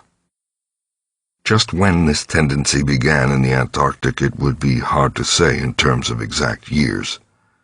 Nowadays we set the beginning of the general glacial periods at a distance of about 500,000 years from the present, but at the poles the terrible scourge must have commenced much earlier. All quantitative estimates are partly guesswork, but it is quite likely that the decadent sculptures were made considerably less than 1,000,000 years ago, and that the actual desertion of the city was complete long before the conventional opening of the Pleistocene, 500,000 years ago, as reckoned in terms of the Earth's whole surface. In the decadent sculptures there were signs of thinner vegetation everywhere, and of a decreased country life on the part of the old ones. Heating devices were shown in the houses, and winter travelers were represented as muffled in protective fabrics. Then we saw a series of cartouches, the continuous band arrangement being frequently interrupted in these late carvings, depicting a constantly growing migration to the nearest refuges of greater warmth, some fleeing to cities under the sea off the faraway coast, and some clambering down through networks of limestone caverns in the hollow hills to the neighboring black abyss of subterrane waters. In the end it seems to have been the neighboring abyss which received the greatest colonization. This was partly due, no doubt, to the traditional sacredness of this special region, but may have been more conclusively determined by the opportunities it gave for continuing the use of the great temples on the honeycombed mountains, and for retaining the vast land city as a place of summer residence and base of communication with various mines. The linkage of old and new abodes was made more effective by means of numerous direct tunnels from the ancient metropolis to the Black Abyss, sharply down-pointing tunnels whose mouths we carefully drew, according to our most thoughtful estimates, on the guide map we were compiling.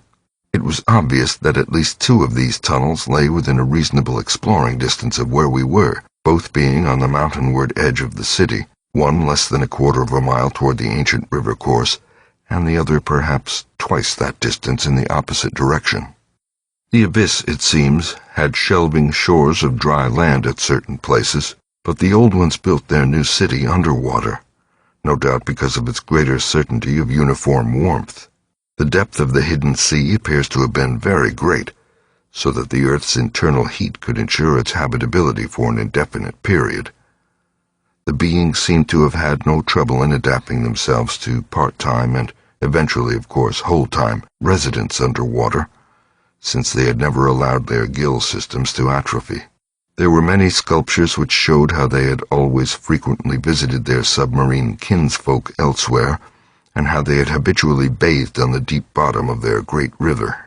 The darkness of inner Earth could likewise have been no deterrent to a race accustomed to long Antarctic nights. Decadent though their style undoubtedly was, these latest carvings had a truly epic quality, where they told of the buildings of the new city in the cavern sea. The old ones had gone about it scientifically, quarrying insoluble rocks from the heart of the honeycombed mountains and employing expert workers from the nearest submarine city to perform the construction according to the best methods. These workers brought with them all that was necessary to establish the new venture: Shoggoth tissue from which to breed stone lifters and subsequent beasts of burden for the cavern city, and other protoplasmic matter to mold into phosphorescent organisms for lighting purposes. At last a mighty metropolis rose on the bottom of that Stygian sea, its architecture much like that of the city above, and its workmanship displaying relatively little decadence because of the precise mathematical element inherent in building operations. The newly bred Shoggoths grew to enormous size and singular intelligence, and were represented as taking and executing orders with marvelous quickness. They seemed to converse with the old ones by mimicking their voices, a sort of musical piping over a wide range, if poor Lake's dissection had indicated aright, and to work more from spoken commands than from hypnotic suggestions as in earlier times. They were, however, kept in admirable control. The phosphorescent organisms supplied light with vast effectiveness, and doubtless atoned for the loss of the familiar polar auroras of the outer world night. Art and decoration were pursued, though of course with a certain decadence. The old ones seemed to realize this falling off themselves, and in many cases anticipated the policy of Constantine the Great, by transplanting especially fine blocks of ancient carving from their land city, just as the emperor, in a similar age of decline, stripped Greece and Asia of their finest art to give his new Byzantine capital greater splendor than its own people could create. That the transfer of sculptured blocks had not been more extensive was doubtless owing to the fact that the land city was not at first wholly abandoned. By the time total abandonment did occur, and it surely must have occurred before the polar Pleistocene was far advanced, the old ones had perhaps become satisfied with their decadent art, or had ceased to recognize the superior merit of the older carvings. At any rate, the eon-silent ruins around us had certainly undergone no wholesale sculptural denudation, though all the best separate statues, like other movables, had been taken away. The decadent cartouches and dados telling this story were, as I have said, the latest we could find in our limited search. They left us with a picture of the old ones shuttling back and forth betwixt the land city in summer and the sea cavern city in winter, and sometimes trading with the sea-bottom cities off the Antarctic coast. By this time, the ultimate doom of the land city must have been recognized, for the sculptures showed many signs of the cold's malign encroachments. Vegetation was declining, and the terrible snows of the winter no longer melted completely, even in midsummer. The sawn and livestock were nearly all dead, and the mammals were standing it none too well. To keep on with the work of the upper world, it had become necessary to adapt some of the amorphous and curiously cold-resistant Shoggoths to land life, a thing the old ones had formerly been reluctant to do. The great river was now lifeless, and the upper sea had lost most of its denizens except the seals and whales. All the birds had flown away, save only the great, grotesque penguins. What had happened afterward, we could only guess. How long had the new sea cavern city survived? Was it still down there, a stony corpse in eternal blackness? Had the subterranean waters frozen at last? To what fate had the ocean-bottom cities of the outer world been delivered? Had any of the old ones shifted north ahead of the creeping ice cap? Existing geology shows no trace of their presence. Had the frightful Mi-Go been still a menace in the outer land world of the north? Could one be sure of what might or might not linger, even to this day, in the lightless and unplumbed abysses of Earth's deepest waters? Those things had seemingly been able to withstand any amount of pressure, and men of the sea have fished up curious objects at times. And has the killer whale theory really explained the savage and mysterious scars on Antarctic seals noticed a generation ago by Borchgrevink? The specimens found by Poor Lake did not enter into these guesses, for their geologic setting proved them to have lived at what must have been a very early date in the land city's history. They were, according to their location, certainly not less than 30 million years old, and we reflected that in their day the sea cavern city, and indeed the cavern itself, had had no existence. They would have remembered an older scene, with lush tertiary vegetation everywhere, a younger land city of flourishing arts around them, and a great river sweeping northward along the base of the mighty mountains toward a faraway tropic ocean. And yet we could not help thinking about these specimens, especially about the 8 perfect ones that were missing from Lake's hideously ravaged camp. There was something abnormal about that whole business, the strange things we had tried so hard to lay to somebody's madness, those frightful graves, the amount and nature of the missing material, Gedney, the unearthly toughness of those archaic monstrosities, and the queer vital freaks the sculptures now showed the race to have. Danforth and I had seen a good deal in the last few hours, and were prepared to believe and keep silent about many appalling and incredible secrets of primal nature. 9. I have said that our study of the decadent sculptures brought about a change in our immediate objective. This, of course, had to do with the chiseled avenues to the black inner world, of whose existence we had not known before, but which we were now eager to find and traverse. From the evident scale of the carvings, we deduced that a steeply descending walk of about a mile through either of the neighboring tunnels would bring us to the brink of the dizzy, sunless cliffs about the great abyss, down whose sides paths, improved by the old ones, led to the rocky shore of the hidden and nighted ocean. To behold this fabulous gulf in stark reality was a lure which seemed impossible of resistance once we knew of the thing. Yet we realized we must begin the quest at once if we expected to include it in our present trip. It was now 8 p.m., and we did not have enough battery replacements to let our torches burn on forever. We had done so much studying and copying below the glacial level that our battery supply had had at least 5 hours of nearly continuous use, and despite the special dry cell formula, would obviously be good for only about 4 more, though by keeping one torch unused, except for especially interesting or difficult places, we might manage to eke out a safe margin beyond that. It would not do to be without a light in these cyclopean catacombs. Hence, in order to make the abyss trip, we must give up all further mural deciphering. Of course, we intended to revisit the place for days and perhaps weeks of intensive study and photography, curiosity having long ago got the better of horror. But just now, we must hasten. Our supply of trailblazing paper was far from unlimited, and we were reluctant to sacrifice spare notebooks or sketching paper to augment it. But we did let one large notebook go.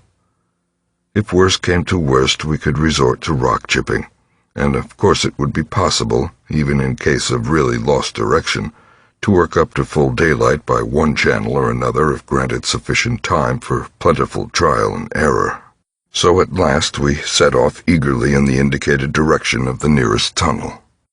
According to the carvings from which we had made our map, the desired tunnel mouth could not be much more than 1/4 of a mile from where we stood, the intervening space showing solid-looking buildings quite likely to be penetrable still at a subglacial level.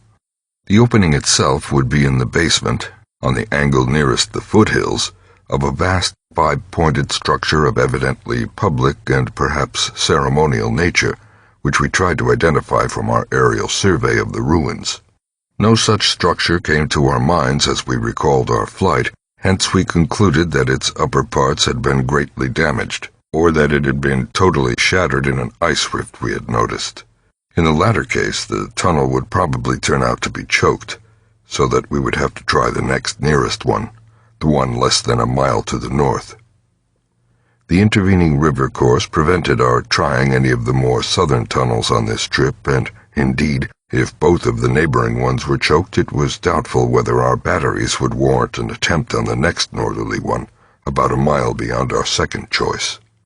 As we threaded our dim way through the labyrinth with the aid of map and compass, traversing rooms and corridors in every stage of ruin or preservation, clambering up ramps, crossing upper floors and bridges, and clambering down again, encountering choked doorways and piles of debris, hastening now and then along finely preserved and uncannily immaculate stretches, taking false leads and retracing our way, in such cases removing the blind paper trail we had left, and once in a while striking the bottom of an open shaft through which daylight poured or trickled down. We were repeatedly tantalized by the sculptured walls along our route. Many must have told tales of immense historical importance, and only the prospect of later visits reconciled to us the need of passing them by. As it was, we slowed down once in a while and turned on our second torch. If we had had more films, we would certainly have paused briefly to photograph certain bas-reliefs, but time-consuming hand-copying was clearly out of the question. I come now once more to a place where the temptation to hesitate or hint rather than state is very strong. It is necessary, however, to reveal the rest in order to justify my course in discouraging further exploration. We had wormed our way very close to the computed site of the tunnel's mouth, having crossed a second-story bridge to what seemed plainly the tip of a pointed wall, and descended to a ruinous corridor especially rich in decadently elaborate and apparently ritualistic sculptures of late workmanship, when, shortly before 8:30 p.m., Danforth's keen young nostrils gave us the first hint of something unusual. If we had had a dog with us, I suppose we would have been warned before. At first we could not precisely say what was wrong with the formerly crystal-pure air, but after a few seconds our memories reacted only too definitely. Let me try to state the thing without flinching. There was an odor, and that odor was vaguely, subtly, and unmistakably akin to what had nauseated us upon opening the insane grave of the horror poor Lake had dissected. Of course, the revelation was not as clearly cut at the time as it sounds now.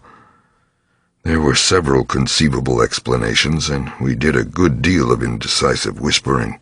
Most important of all, we did not retreat without further investigation, for having come this far, we were loath to be balked by anything short of certain disaster.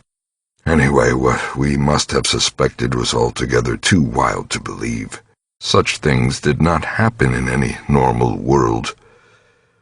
It was probably sheer irrational instinct which made us dim our single torch, tempted no longer by the decadent and sinister sculptures that leered menacingly from the oppressive walls, and which softened our progress to a cautious tiptoeing and crawling over the increasingly littered floor and heaps of debris. Danforth's eyes as well as nose proved better than mine, for it was likewise he who first noticed the queer aspect of the debris after we had passed many half-choked arches leading to chambers and corridors on the ground level. It did not look quite as it ought after countless thousands of years of desertion, and when we cautiously turned on more light, we saw that a kind of swath seemed to have been lately tracked through it. The irregular nature of the litter precluded any definite marks, but in the smoother places there were suggestions of the dragging of heavy objects. Once we thought there was a hint of parallel tracks, as if of runners. This was what made us pause again. It was during that pause that we caught, simultaneously this time, the other odor ahead. Paradoxically, it was both a less frightful and more frightful odor. Less frightful intrinsically, but infinitely appalling in this place under the known circumstances, for the odor was the plain and familiar one of common petrol, everyday gasoline. Our motivation after that is something I will leave to psychologists. We knew now that some terrible extension of the camp horrors must have crawled into this nighted burial place of the eons, hence could not doubt any longer the existence of nameless conditions, present or at least recent, just ahead. Yet in the end we did let sheer burning curiosity, or anxiety, or auto-hypnotism, or vague thoughts of responsibility toward Gedney, or whatnot, drove us on. Danforth whispered again of the print he thought he had seen at the alley turning in the ruins above, and of the faint musical piping, potentially of tremendous significance in light of Lake's dissection report, despite its close resemblance to the cave-mouth echoes of the windy peaks, which he thought he had shortly afterward heard from unknown depths below. I, in my turn, whispered of how the camp was left, of what had disappeared, and of how the madness of a lone survivor might have conceived the inconceivable. A wild trip across the monstrous mountains and a descent into the unknown primal masonry. But we could not convince each other, or even ourselves, of anything definite. We had turned off all light as we stood still and vaguely noticed that a trace of deeply filtered upper day kept the blackness from being absolute. Having automatically begun to move ahead, we guided ourselves by occasional flashes from our torch. The disturbed debris formed an impression we could not shake off, and the smell of gasoline grew stronger. More and more ruin met our eyes and hampered our feet, until very soon we saw that the forward way was about to cease. We had been all too correct in our pessimistic guess about that rift glimpsed from the air. Our tunnel quest was a blind one, and we were not even going to be able to reach the basement out of which the abyssward aperture opened. The torch, flashing over the grotesquely carved walls of the blocked corridor on which we stood, showed several doorways in various states of obstruction, and from one of them the gasoline odor, quite submerging that other hint of odor, came with a special distinctness.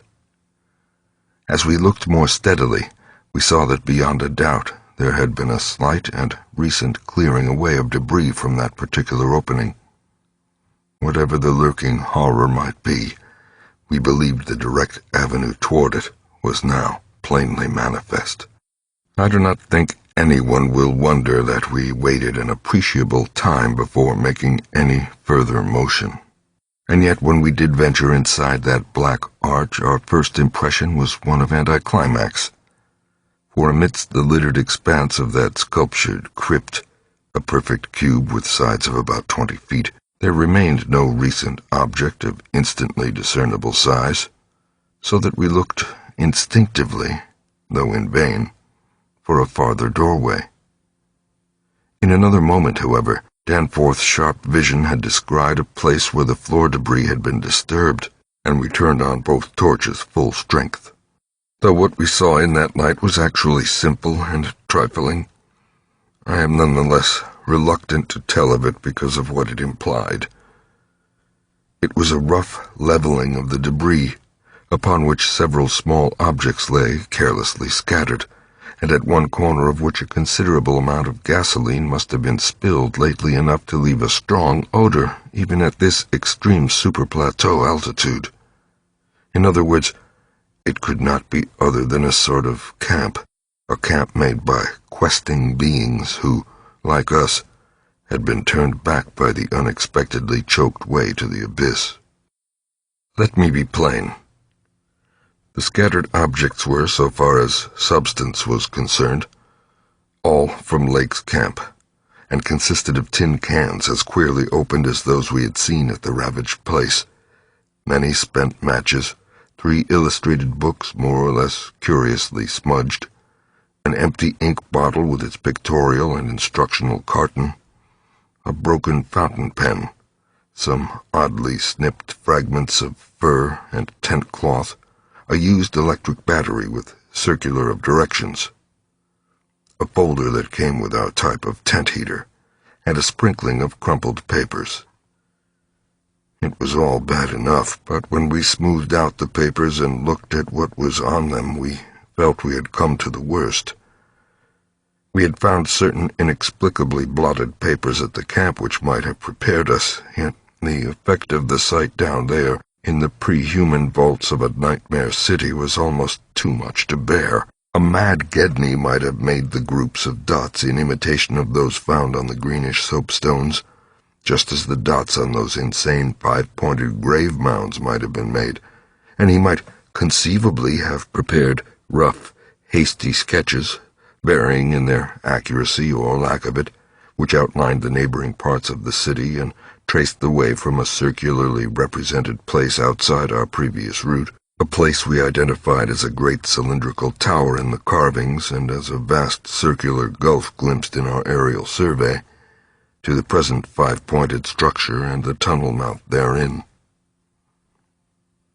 He might, I repeat, have prepared such sketches, for those before us were quite obviously compiled, as our own had been, from late sculptures somewhere in the glacial labyrinth, though not from the ones which we had seen and used. But what the art-blind bungler could never have done was to execute those sketches in a strange and assured technique, perhaps superior, despite haste and carelessness, to any of the decadent carvings from which they were taken. The characteristic and unmistakable technique of the old ones themselves in the dead city's heyday.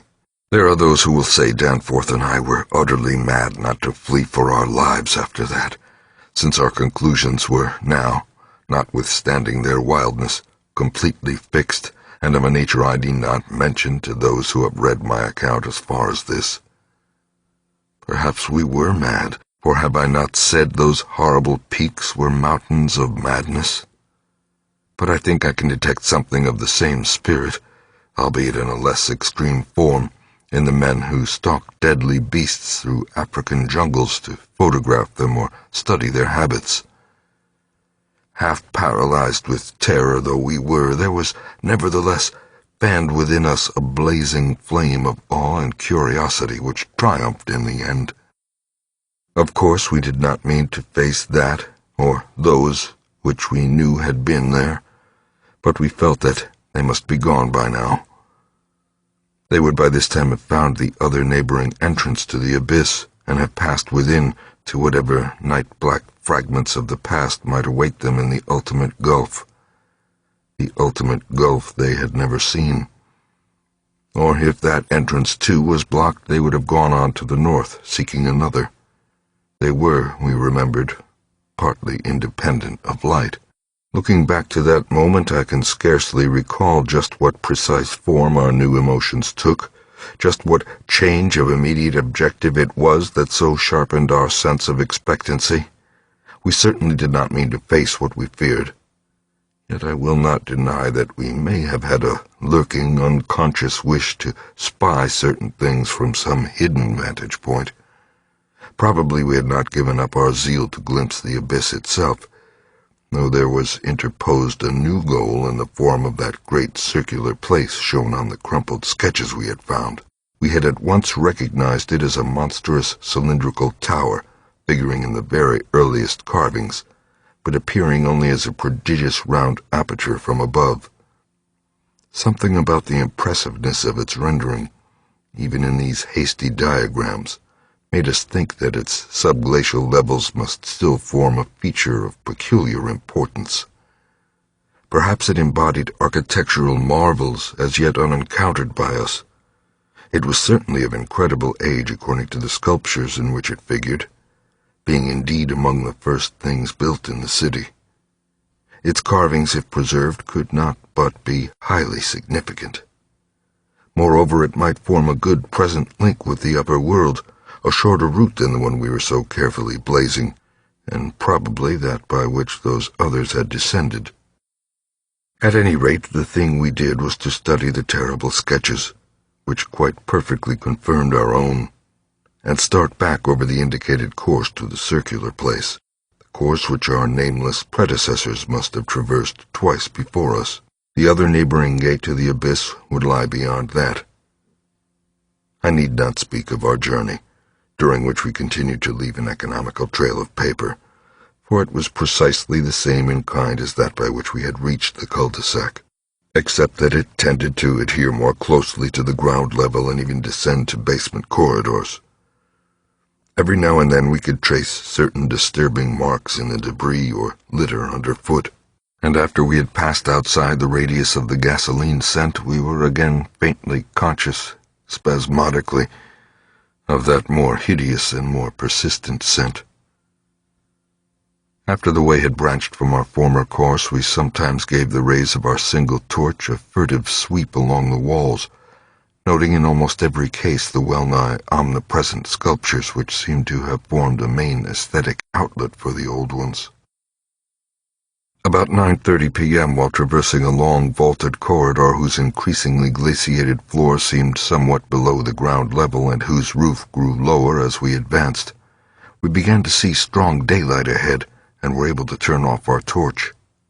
It appeared that we were coming to the vast circular place, and that our distance from the upper air could not be very great. The corridor ended in an arch surprisingly low for these megalithic ruins, but we could see much through it even before we emerged. Beyond there stretched a prodigious round space, fully 200 feet in diameter, strewn with debris and containing many choked archways corresponding to the one we were about to cross. The walls were, in available spaces, boldly sculptured into a spiral band of heroic proportions, and displayed, despite the destructive weathering caused by the openness of the spot, an artistic splendor far beyond anything we had encountered before. The littered floor was quite heavily glaciated, and we fancied that the true bottom lay at a considerably lower depth. But the salient object of the place was the titanic stone ramp which, eluding the archways by a sharp turn outward into the open floor, wound spirally up the stupendous cylindrical wall like an inside counterpart of those once climbing outside the monstrous towers or ziggurats of ancient Babylon. Only the rapidity of our flight, and the perspective which confounded the descent with the tower's inner wall, had prevented our noticing this feature from the air, and thus caused us to seek another avenue to the subglacial level. Pavity might have been able to tell what sort of engineering held it in place, but Danforth and I could merely admire and marvel. We could see mighty stone corbels and pillars here and there, but what we saw seemed inadequate to the function performed. The thing was excellently preserved up to the present top of the tower, a highly remarkable circumstance in view of its exposure, and its shelter had done much to protect the bizarre and disturbing cosmic sculptures on the walls. As we stepped out into the awesome half-daylight of this monstrous cylinder bottom, 50 million years old, and without doubt the most primally ancient structure ever to meet our eyes, we saw that the ramp-traversed sides stretched dizzily up to a height of fully 60 feet.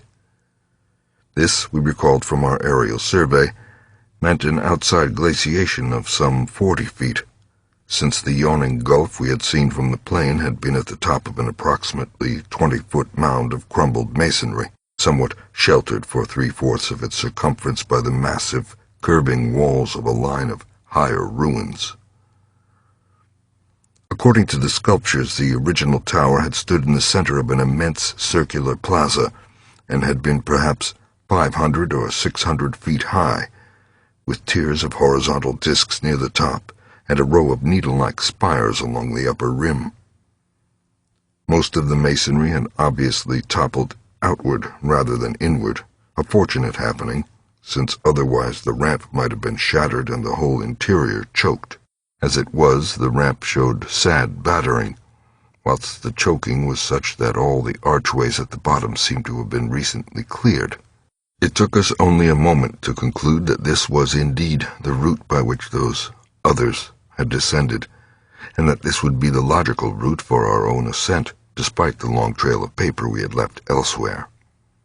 The tower's mouth was no farther from the foothills and our waiting plain than was the great terraced building we had entered, and any further subglacial exploration we might make on this trip would lie in this general region. Oddly, we were still thinking about possible later trips, even after all we had seen and guessed. Then, as we picked our way cautiously over the debris of the great floor, there came a sight which, for the time, excluded all other matters. It was the neatly huddled array of 3 sledges in the far angle of the ramp's lower and outward projecting course which had hitherto been screened from our view. There they were, the 3 sledges missing from Lake's camp, shaken by a hard usage which must have included forcible dragging along great reaches of snowless masonry and debris, as well as much hand portage over utterly unnavigable places. They were carefully and intelligently packed and strapped, and contained things memorably familiar enough: the gasoline stove, fuel cans, instrument cases, provision tins, tarpaulins obviously bulging with books, and some bulging with less obvious contents. Everything derived from Lake's equipment. After what we had found in that other room, we were in a measure prepared for this encounter. The really great shock came when we stepped over and undid one tarpaulin whose outlines had peculiarly disquieted us. It seems that others as well as Lake had been interested in collecting typical specimens, for there were 2 here, both stiffly frozen, perfectly preserved, patched with adhesive plaster where some wounds around the neck had occurred, and wrapped with care to prevent further damage. They were the bodies of young Gedney and the missing dog. 10. Many people will probably judge us callous as well as mad for thinking about the northward tunnel and the abyss so soon after our somber discovery, but I am not prepared to say that we would have immediately revived such thoughts but for a specific circumstance which broke in upon us and set up a whole new train of speculations. We had replaced the tarpaulin over poor Gedney and were standing in a kind of mute bewilderment when the sounds finally reached our consciousness. The first sounds we had heard since descending out of the open, where the mountain wind whined faintly from its unearthly heights. Well known and mundane though they were, their presence in this remote world of death was more unexpected and unnerving than any grotesque or fabulous tones could possibly have been, since they gave a fresh upsetting to all our notions of cosmic harmony.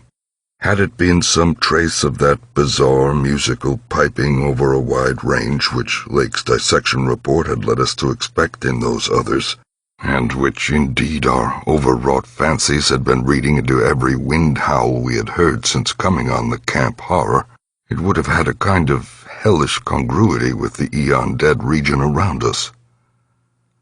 A voice from other epochs belongs in a graveyard of other epochs. As it was, however, the noise shattered all our profoundly seated adjustments, all our tacit acceptance of the inner Antarctic as a waste utterly and irrevocably void of every vestige of normal life. What we had heard was not the fabulous note of any buried blasphemy of Elder Earth from whose supernal toughness and age-denied polar sun had evoked a monstrous response. Instead, it was a thing so mockingly normal and so unerringly familiarized by our sea days off Victoria Land and our camp days at McMurdo Sound that we shuddered to think of it here, where such things ought not to be. To be brief, it was simply the raucous squawking of a penguin. The muffled sound floated from subglacial recesses nearly opposite to the corridor whence we had come, regions manifestly in the direction of that other tunnel to the vast abyss. The presence of a living water bird in such a direction, in a world whose surface was one of age-long and uniform lifelessness, could lead to only one conclusion. Hence our first thought was to verify the objective reality of the sound. It was indeed repeated, and seemed at times to come from more than one throat. Seeking its source, we entered an archway from which much debris had been cleared, resuming our trailblazing with an added paper supply taken with curious repugnance from one of the tarpaulin bundles on the sledges when we left daylight behind. As the glaciated floor gave place to a litter of detritus, we plainly discerned some curious, dragging tracks, and once Danforth found a distinct print of a sort whose description would be only too superfluous. The course indicated by the penguin cries was precisely what our map and compass prescribed as an approach to the more northerly tunnel mouth, and we were glad to find that a bridgeless thoroughfare on the ground and basement level seemed open. The tunnel, according to the chart, ought to start from the basement of a large pyramidal structure which we seemed vaguely to recall from our aerial survey as remarkably well preserved. Along our path, the single torch showed a customary profusion of carvings, but we did not pause to examine any of these. Suddenly a bulky white shape loomed up ahead of us, and we flashed on the second torch. It is odd how wholly this new quest had turned our minds from earlier fears of what might lurk near. Those other ones, having left their supplies in the great circular place, must have planned to return after their scouting trip toward or into the abyss, yet we had now discarded all caution concerning them as completely as if they had never existed. This white, waddling thing was fully 6 feet high, and yet we seemed to realize at once that it was not one of those others. They were larger and dark, and according to the sculptures, their motion over land surfaces was a swift, assured matter, despite the queerness of their sea-borne tentacle equipment. But to say that the white thing did not profoundly frighten us would be vain. We were indeed clutched for an instant by a primitive dread almost sharper than the worst of our reasoned fears regarding those others. Then came a flash of anticlimax as the white shape sidled into a lateral archway to our left to join 2 others of its kind which had summoned it in raucous tones. For it was only a penguin, albeit of a huge, unknown species, larger than the greatest of the known king penguins, and monstrous in its combined albinism and virtual eyelessness. When we had followed the thing into the archway and turned both our torches on the indifferent and unheeding group of 3, we saw that they were all eyeless albinos of the same unknown and gigantic species. Their size reminded us of some of the archaic penguins depicted in the Old One's sculptures, and it did not take us long to conclude that they were descended from the same stock, undoubtedly surviving through a retreat to some warmer inner region whose perpetual blackness had destroyed their pigmentation and atrophied their eyes to mere useless slits. That their present habitat was the vast abyss we sought was not for a moment to be doubted, and this evidence of the gulf's continued warmth and habitability filled us with the most curious and subtly perturbing fancies. We wondered, too, what had caused these 3 birds to venture out of their usual domain. The state and silence of the great dead city made it clear that it had at no time been an habitual seasonal rookery, whilst the manifest indifference of the trio to our presence made it seem odd that any passing party of those others should have startled them. Was it possible that those others had taken some aggressive action or tried to increase their meat supply? We doubted whether that pungent odor which the dogs had hated could cause an equal antipathy in these penguins, since their ancestors had obviously lived on excellent terms with the Old Ones, an amicable relationship which must have survived in the abyss below as long as any of the Old Ones remained. Regretting, in a flare-up of the old spirit of pure science, that we could not photograph these anomalous creatures, we shortly left them to their squawking and pushed on toward the abyss whose openness was now so positively proved to us, and whose exact direction occasional penguin tracks made clear. Not long afterward, a steep descent in a long, low, doorless, and peculiarly sculptureless corridor led us to believe that we were approaching the tunnel mouth at last. We had passed 2 more penguins, and heard others immediately ahead. The corridor ended in a prodigious open space which made us gasp involuntarily, a perfect inverted hemisphere, obviously deep underground, fully 100 feet in diameter and 50 feet high, with low archways opening around all parts of the circumference but one, and that one yawning cavernously with a black, arched aperture which broke the symmetry of the vault to a height of nearly 15 feet. It was the entrance to the great abyss. In this vast hemisphere, whose concave roof was impressively though decadently carved to a likeness of the primordial celestial dome, a few albino penguins waddled. Aliens there, but indifferent and unseeing. The black tunnel yawned indefinitely off at a steep, descending grade, its aperture adorned with grotesquely chiseled jambs and lintel. From that cryptical mouth we fancied a current of slightly warmer air, and perhaps even a suspicion of vapor proceeded. And we wondered what living entities other than penguins the limitless void below and the contiguous honeycombings of the land and the Titan mountains might conceal. We wondered, too, whether the trace of mountaintop smoke at first suspected by Poor Lake, as well as the odd haze we had ourselves perceived around the rampart-crowned peak, might not be caused by the tortuous channeled rising of some such vapor from the unfathomed regions of Earth's core. Entering the tunnel, we saw that its outline was, at least at the start, about 15 feet each way. Sides, floor, and arched roof composed of the usual megalithic masonry. The sides were sparsely decorated with cartouches of conventional designs in a late, decadent style, and all the construction and carving were marvelously well preserved. The floor was quite clear, except for a slight detritus bearing outgoing penguin tracks and the inward tracks of these others. The farther one advanced, the warmer it became, so that we were soon unbuttoning our heavy garments. We wondered whether there were any actual igneous manifestations below, and whether the waters of that sunless sea were hot. After a short distance, the masonry gave place to solid rock, though the tunnel kept the same proportions and presented the same aspect of carved regularity. Occasionally its varying grade became so steep that grooves were cut in the floor. Several times we noted the mouths of small lateral galleries not recorded in our diagrams, them such as to complicate the problem of our return, and all of them welcome as possible refuges in case we met unwelcome entities on their way back from the abyss. The nameless scent of such things was very distinct. Doubtless it was suicidally foolish to venture into that tunnel under the known conditions, but the lure of the unplumbed is stronger in certain persons than most suspect.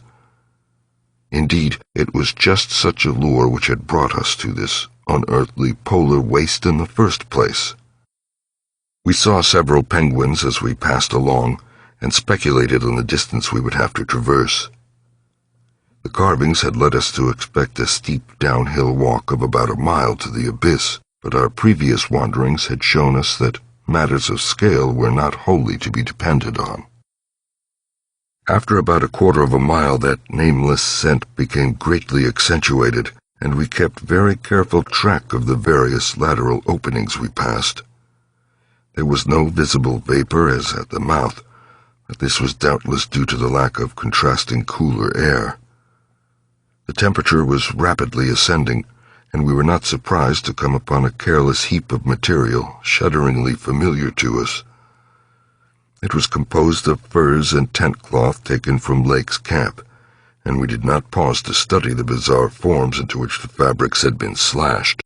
Slightly beyond this point we noticed a decided increase in the size and number of the side galleries, and concluded that the densely honeycombed region beneath the higher foothills must now have been reached.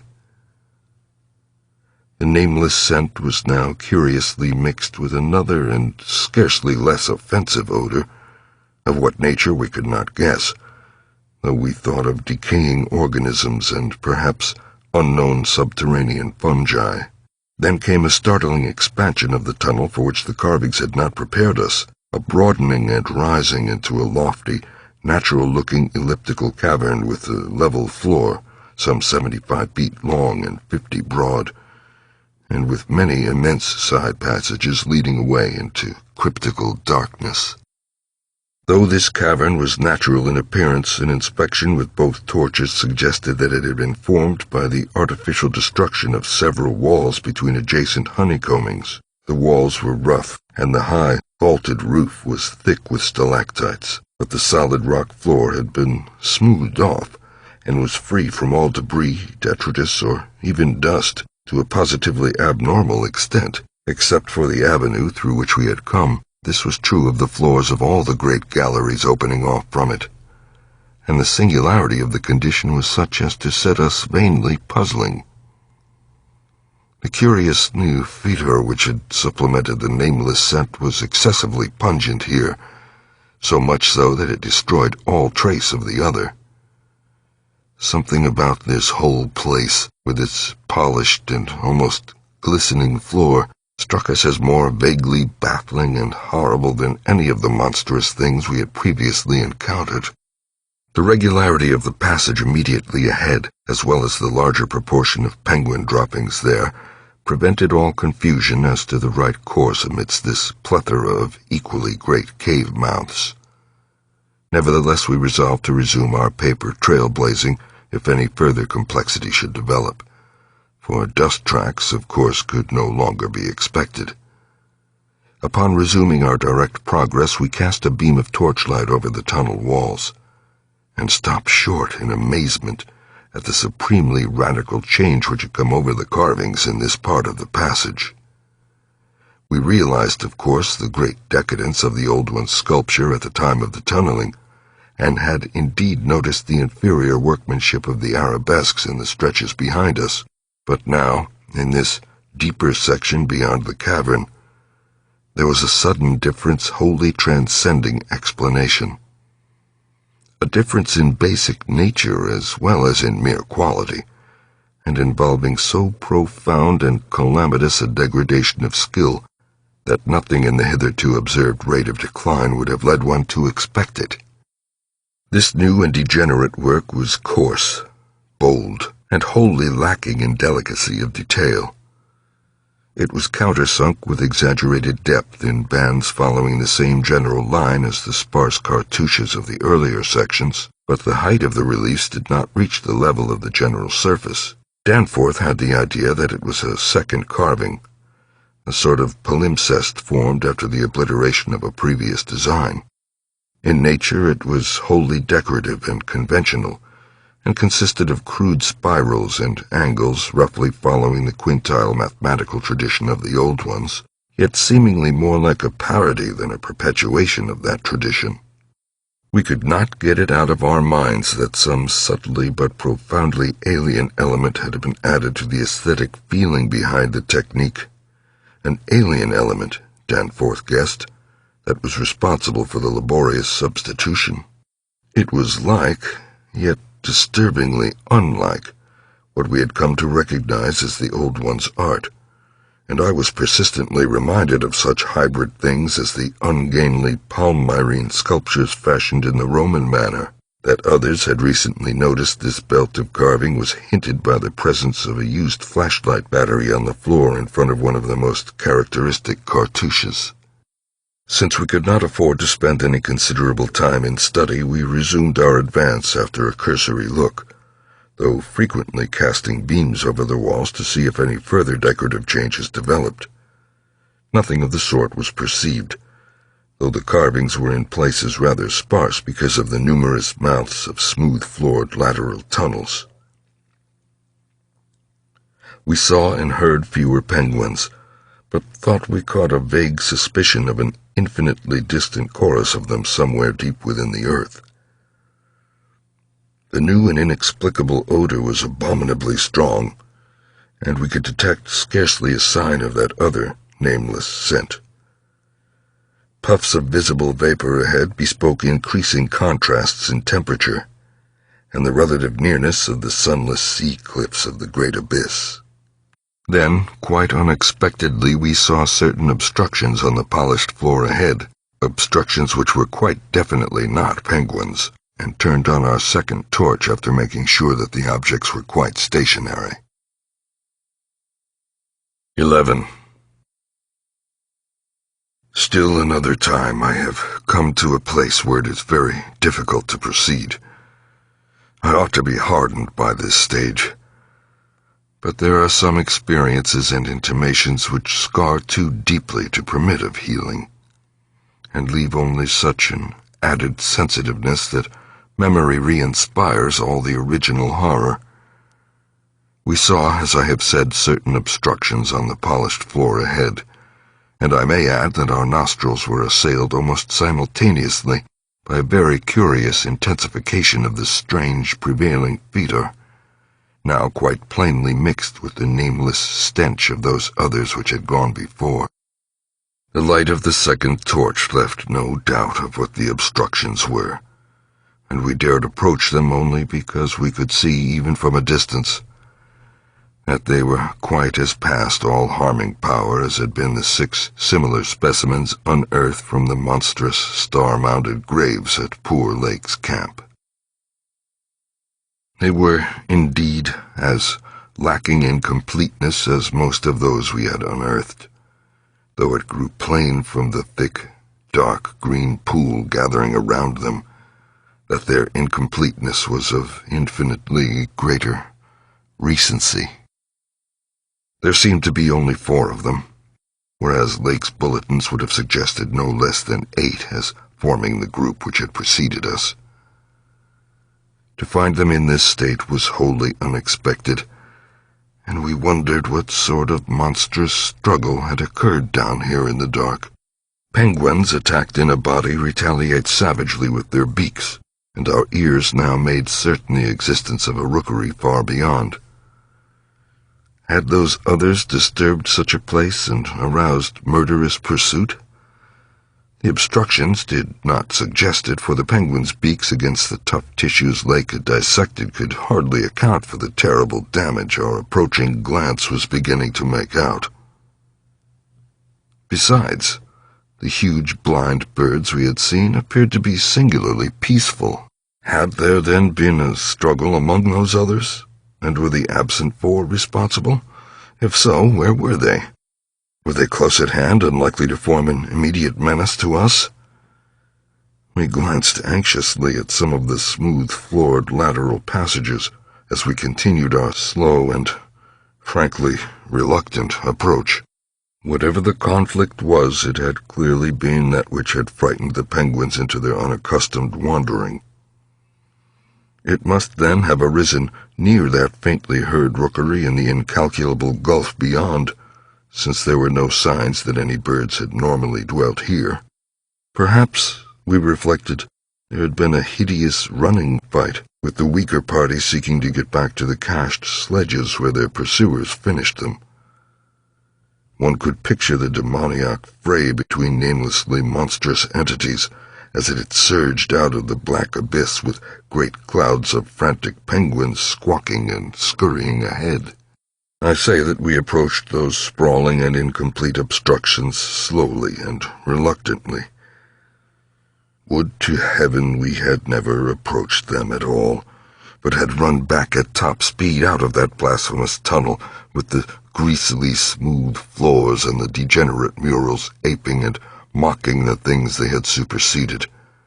Run back before we had seen what we did see, and before our minds were burned with something which will never let us breathe easily again. Both of our torches were turned on the prostrate objects, so that we soon realized the dominant factor in their incompleteness. Mauled, compressed, twisted, and ruptured as they were, their chief common injury was total decapitation. From each one the tentacled starfish head had been removed, and as we drew near, we saw that the manner of removal looked more like some hellish tearing or suction than any ordinary form of cleavage. Their noisome dark green ichor formed a large, spreading pool, but its stench was half overshadowed by the newer and stranger stench, here more pungent than at any other point along our route. Only when we had come very close to the sprawling obstructions could we trace that second, unexplainable fetor to any immediate source. And the instant we did so, Danforth remembering certain very vivid sculptures of the Old One's history in the Permian Age 150 million years ago, gave vent to a nerve-tortured cry which echoed hysterically through that vaulted and archaic passage with the evil palimpsest carvings. I came only just short of echoing his cry myself, for I had seen those primal sculptures too, and had shudderingly admired the way the nameless artist had suggested that hideous slime coating found on certain incomplete and prostrate Old Ones, those whom the frightful Shoggoths had characteristically slain and sucked to a ghastly headlessness in the Great War of Resubjugation. They were infamous nightmare sculptures even when telling of age-old, bygone things, for Shoggoths and their work ought not to be seen by human beings, or portrayed by any beings.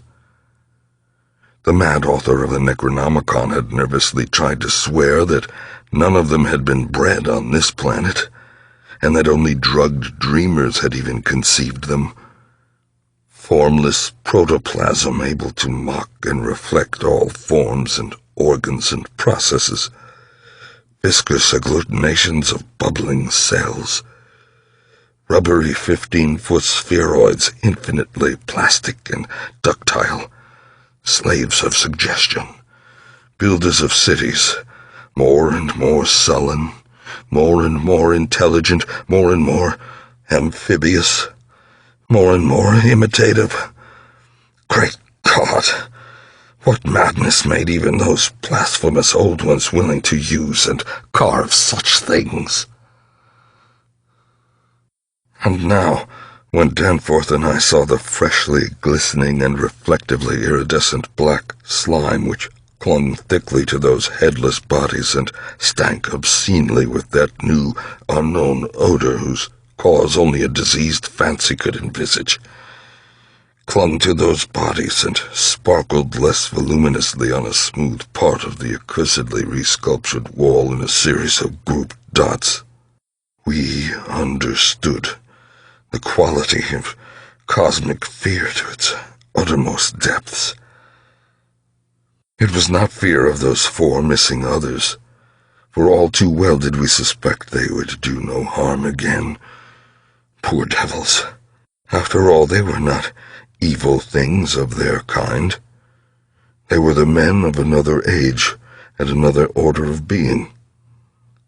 Nature had played a hellish jest on them, as it will on any others that human madness, callousness, or cruelty may hereafter dig up in that hideously dead or sleeping polar waste.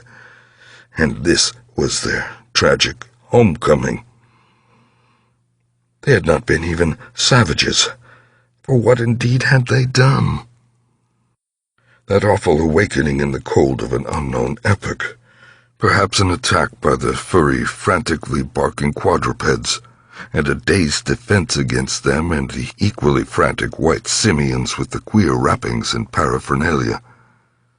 Poor Lake, poor Gedney, and poor Old Ones, scientists to the last. What had they done that we would not have done in their place? God, what intelligence and persistence! What a facing of the incredible! Just as those carven kinsmen and forebears had faced things only a little less incredible. Radiates, vegetables, monstrosities, star spawn, whatever they had been, they were men. They had crossed the icy peaks on whose templed slopes they had once worshipped and roamed among the tree ferns. They had found their dead city brooding under its curse, and had read its carven latter days as we had done. They had tried to reach their living fellows in fabled depths of blackness they had never seen, and what had they found? All this flashed in unison through the thoughts of Danforth and me as we looked from those headless, slime-coated shapes to the loathsome palimpsest sculptures and the diabolical dot groups of fresh slime on the wall beside them. Looked and understood. What must have triumphed and survived down there in the cyclopean water city of that nighted, penguin-fringed abyss, whence even now a sinister curling mist had begun to belch pallidly as if in answer to Danforth's hysterical scream. The shock of recognizing that monstrous slime and headlessness had frozen us into mute, motionless statues, and it is only through later conversations that we have learned of the complete identity of our thoughts at that moment. It seemed eons that we stood there, but actually it could not have been more than 10 or 15 seconds. That hateful, pallid mist curled forward as if veritably driven by some remote or advancing bulk, and then came a sound which upset much of what we had just decided, and in doing so broke the spell and enabled us to run like mad past squawking, confused penguins over our former trail back to the city, along ice-sunken megalithic corridors to the great open circle, and up the archaic spiral ramp in a frenzied automatic plunge for the saner outer air and light of day.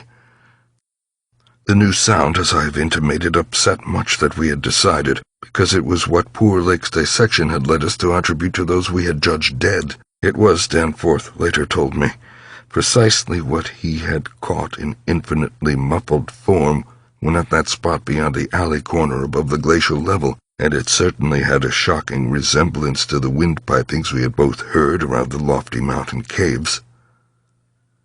At the risk of seeming puerile, I will add another thing, too, if only because of the surprising way Danforth's impressions chimed with mine. Of course, common reading is what prepared us both to make the interpretation, though Danforth has hinted at queer notions about unsuspected and forbidden sources to which Poe may have had access when writing his Arthur Gordon Pym a century ago. It will be remembered that in that fantastic tale there is a word of unknown but terrible and prodigious significance connected with the Antarctic, and screamed eternally by the gigantic, spectrally snowy birds of that malign region's core. Tekeli-Lee! Tekeli-Lee! That, I may admit, is exactly what we thought we had heard conveyed by that sudden sound behind the advancing white mist, that insidious musical piping over a singularly wide range. We were in full flight before 3 notes or syllables had been uttered, though we knew that the swiftness of the old ones would enable any scream-roused and pursuing survivor of the slaughter to overtake us in a moment if it really wished to do so. We had a vague hope, however, that non-aggressive conduct and a display of kindred reason might cause such a being to spare us in case of capture, if only from scientific curiosity. After all, if such an one had nothing to fear for itself, it would have no motive in harming us. Concealment being futile at this juncture, we used our torch for a running glance behind, and perceived that the mist was thinning. Would we see, at last, a complete and living specimen of those others? Again came that insidious musical piping. Tekeli-Lee! Tekeli-Lee! Then, noting that we were actually gaining on our pursuer, it occurred to us that the entity might be wounded. We could take no chances, however, since it was very obviously approaching in answer to Danforth's scream, rather than in flight from any other entity. The timing was too close to admit of doubt. Of the whereabouts of that less conceivable and less mentionable nightmare, that fetid, unglimpsed mountain of slime-spewing protoplasm whose race had conquered the abyss and sent land pioneers to recarve and squirm through the burrows of the hills, we could form no guess, and it cost us a genuine pang to leave this probably crippled old one, perhaps a lone survivor, to the peril of recapture and a nameless fate. Thank heaven we did not slacken our run. The curling mist had thickened again and was driving ahead with increased speed, whilst the straying penguins in our rear were squawking and screaming and displaying signs of a panic really surprising in view of their relatively minor confusion when we had passed them. Once more came that sinister, wide-ranged piping, Tekeli-li, Tekeli-li. We had been wrong. The thing was not wounded, but had merely paused on encountering the bodies of its falling kindred and the hellish slime inscription above them. We could never know what that demon message was, but those burials at Lake's camp had shown us how much importance the beings attached to their dead. Our recklessly used torch now revealed ahead of us the large open cavern where various ways converged, and we were glad to be leaving those morbid palimpsest sculptures, almost felt even when scarcely seen, behind. Another thought which the advent of the cave inspired was the possibility of losing our pursuer at this bewildering focus of large galleries. There were several of the blind albino penguins in the open space, and it seemed clear that their fear of the oncoming entity was extreme to the point of unaccountability. If at that point we dimmed our torch to the very lowest limit of traveling need, keeping it strictly in front of us, the frightened, squawking motions of the huge birds in the mist might muffle our footfalls, screen our true course, and somehow set up a false lead. Amidst the churning, spiraling fog, the littered and unglistening floor of the main tunnel beyond this point, as differing from the other morbidly polished burrows, could hardly form a highly distinguishing feature, even so far as we could conjecture, for those indicated special senses which made the old ones partly though imperfectly independent of light in emergencies. In fact, we were somewhat apprehensive lest we go astray ourselves in our haste, for we had, of course, decided to keep straight on toward the dead city, since the consequences of loss in those unknown foothill honeycombings would be unthinkable. The fact that we had survived and emerged is sufficient proof that the thing did take a wrong gallery whilst we providentially hit on the right one. The penguins alone could not have saved us, but in conjunction with the mist they seemed to have done so.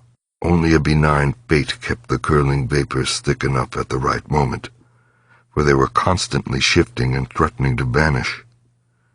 Indeed, they did lift for a second just before we emerged from the nauseously resculptured tunnel into the cave, so that we actually caught one first and only half-glimpse of the oncoming entity as we cast a final, desperately fearful glance backward before dimming the torch and mixing with the penguins in hope of dodging pursuit.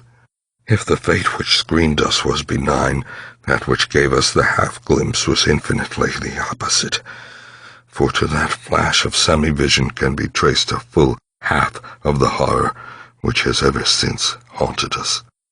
Our exact motive in looking back again was perhaps no more than the immemorial instinct of the pursued to gauge the nature and course of its pursuer, or perhaps it was an automatic attempt to answer a subconscious question raised by one of our senses. In the midst of our flight, with all our faculties centered on the problem of escape, we were in no condition to observe and analyze details, yet even so our latent brain cells must have wondered at the message brought them by our nostrils. Afterward we realized what it was, that our retreat from the fetid slime coating on those headless obstructions and the coincident approach of the pursuing entity had not brought us the exchange of stenches which logic called for. In the neighborhood of the prostrate things, that new and lately unexplainable fetor had been wholly dominant, but by this time it ought to have largely given place to the nameless stench associated with those others. This it had not done, for instead, the newer and less bearable smell was now virtually undiluted and growing more and more poisonously insistent each second. So we glanced back simultaneously, it would appear, though no doubt the incipient motion of one prompted the imitation of the other. As we did so, we flashed both torches full strength at the momentarily thinned mist, either from sheer primitive anxiety to see all we could or in a less primitive but equally unconscious effort to dazzle the entity before we dimmed our light and dodged among the penguins of the labyrinth center ahead. Unhappy act. Not Orpheus himself or Lot's wife paid much more dearly for a backward glance. And again came that shocking wide-ranged piping. Tekeli-li, Tekeli-li. I might as well be frank, even if I cannot bear to be quite direct. in stating what we saw, though at the time we felt that it was not to be admitted even to each other. The words reaching the reader can never even suggest the awfulness of the sight itself. It crippled our consciousness so completely that I wonder we had the residual sense to dim our torches as planned, and to strike the right tunnel toward the dead city. Instinct alone must have carried us through, perhaps better than reason could have done, though if that was what saved us, we paid a high price. Of reason we certainly had little enough left. Danforth was totally unstrung, and the first thing I remember of the rest of the journey was hearing him lightheadedly chant an hysterical formula in which I alone of mankind could have found anything but insane irrelevance. It reverberated in falsetto echoes among the squawks of the penguins, reverberated through the vaultings ahead, and, thank God, through the now empty vaultings behind. He could not have begun it at once, else we would not have been alive and blindly racing. I shudder to think of what a shade of difference in his nervous reactions might have brought. South Station under, Washington under, Park Street under Kendall, Central Harvard. The poor fellow was chanting the familiar stations of the Boston-Cambridge tunnel that burrowed through our peaceful native soil thousands of miles away in New England. Yet to me the ritual had neither irrelevance nor home feeling. It had only horror, because I knew unerringly the monstrous, nefandous analogy that had suggested it. We had expected upon looking back to see a terrible and incredible moving entity if the mists were thin enough, but of that entity we had formed a clear idea. What we did see, for the mists were indeed all too malignly thinned, was something altogether different, and immeasurably more hideous and detestable. It was the utter, objective embodiment of the fantastic novelist's thing that should not be, and its nearest comprehensible analogue is a vast, onrushing subway train as one sees it from a station platform, the great black front looming colossally out of the infinite subterranean distance, constellated with strangely colored lights and filling the prodigious burrow as a piston fills a cylinder. But we were not on a station platform. We were on the track ahead as the nightmare plastic column of beaded black iridescence oozed tightly onward through its 15-foot sinus, gathering unholy speed and driving before it a spirally thickening cloud of the pallid abyss vapor.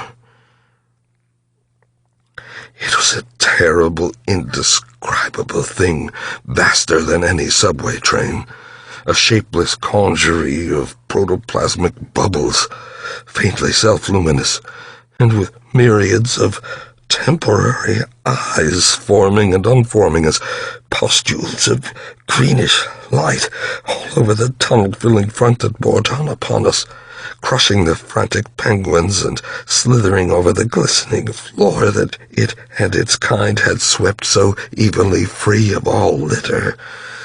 Still came that eldritch, mocking cry, "Tekeli-li, Tekeli-li," and at last we remembered that the demoniac Shoggoths, given life, thought, and plastic organ patterned solely by the old ones, and having no language save that which the dark groups expressed, had likewise no voice save the imitated accents of their bygone masters. 12. Danforth and I have recollections of emerging into the great sculptured hemisphere and of threading our back trail through the cyclopean rooms and corridors of the dead city. Yet these are purely dream fragments, involving no memory of volition, details, or physical exertion. It was as if we floated in a nebulous world or dimension without time, causation, or orientation. The gray half-daylight of the vast circular space sobered us somewhat, but we did not go near those cached sledges or look again at poor Gedney and the dog. They have a strange and titanic mausoleum, and I hope the end of this planet will find them still undisturbed. It was while struggling up the colossal spiral incline that we first felt the terrible fatigue and short breath which our race through the thin plateau air had produced. But not even fear of collapse could make us pause before reaching the normal outer realm of sun and sky. There was something vaguely appropriate about our departure from those buried epochs. For as we wound our way panting up the 60-foot cylinder of primal masonry, we glimpsed beside us a continuous procession of heroic sculptures in the dead race's early and undecayed technique. A farewell from the old ones, written 50 million years ago. Finally scrambling out at the top, we found ourselves on a great mound of tumbled blocks, with the curved walls of higher stonework rising westward, and the brooding peaks of the great mountains showing beyond the more crumbled structures toward the east. The low Antarctic sun of midnight peered redly from the southern horizon through rifts in the jagged ruins, and the terrible age and deadness of the nightmare city seemed all the starker by contrast with such relatively known and accustomed things as the features of the polar landscape. The sky above was a churning and opalescent mass of tenuous ice vapors, and the cold clutched at our vitals. Wearily resting the outfit bags to which we had instinctively clung throughout our desperate flight, we rebuttoned our heavy garments for the stumbling climb down the mound and the walk through the eon-old stone maze to the foothills where our aeroplane waited. Of what had set us fleeing from that darkness of Earth's secret and archaic gulfs, we said nothing at all.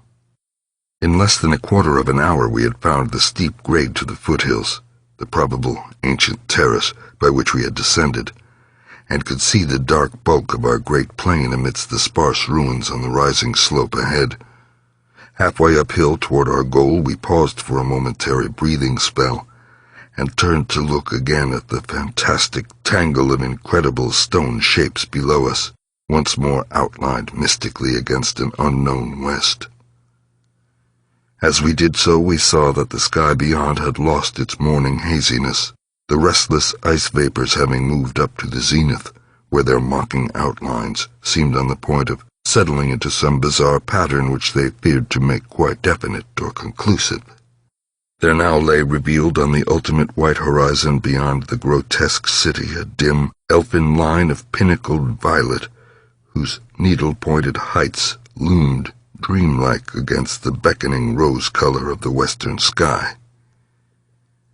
Up toward this shimmering rim sloped the ancient tableland, the depressed course of the bygone river traversing it as an irregular ribbon of shadow. For a second we gasped in admiration of the scene's unearthly, cosmic beauty. And then vague horror began to creep into our souls.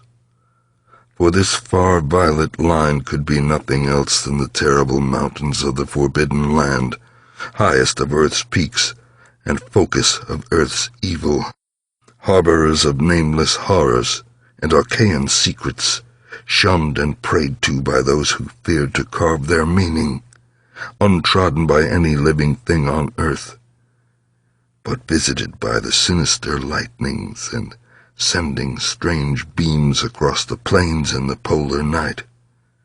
Beyond doubt, the unknown archetype of that dreaded Kadath in the cold waste, beyond abhorrent Leng, whereof primal legends hint evasively.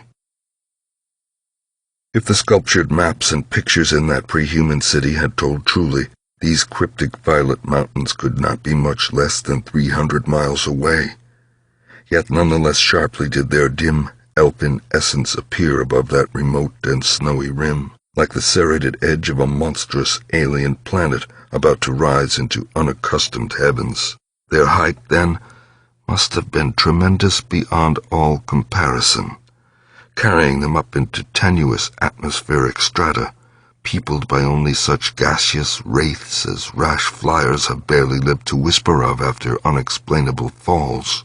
Looking at them, I thought nervously of certain sculptured hints of what the great bygone river had washed down into the city from their accursed slopes, and wondered how much sense and how much folly had lain in the fears of those old ones who carved them so reticently.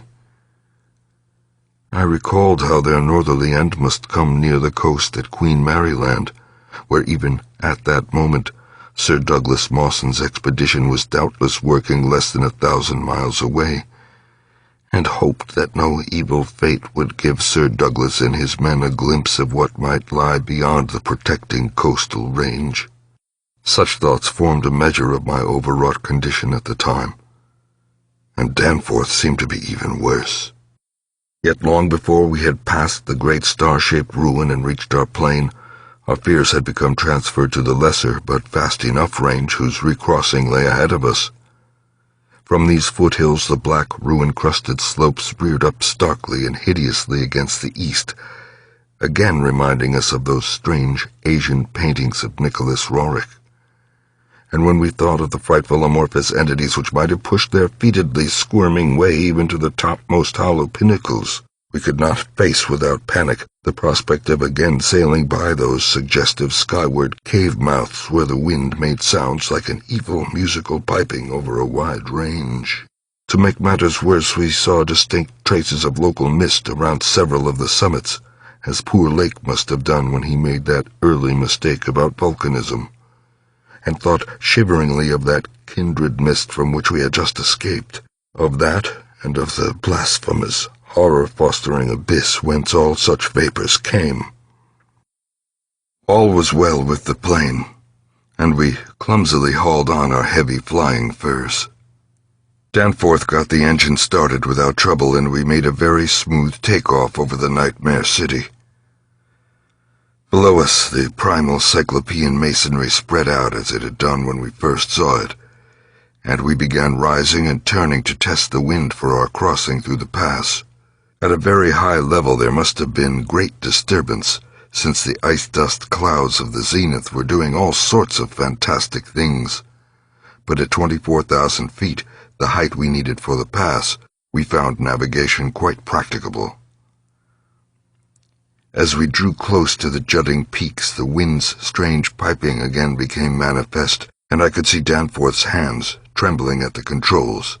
Rank amateur that I was, I thought at that moment that I might be a better navigator than he in effecting the dangerous crossing between pinnacles, and when I made motions to change seats and take over his duties, he did not protest. I tried to keep all my skill and self-possession about me, and stared at the sector of reddish farther sky betwixt the walls of the pass, resolutely refusing to pay attention to the puffs of mountaintop vapor, and wishing that I had wax-stopped ears like Ulysses' men off the Siren's coast to keep that disturbing windpiping from my consciousness. But Danforth, released from his piloting and keyed up to a dangerous nervous pitch, could not keep quiet.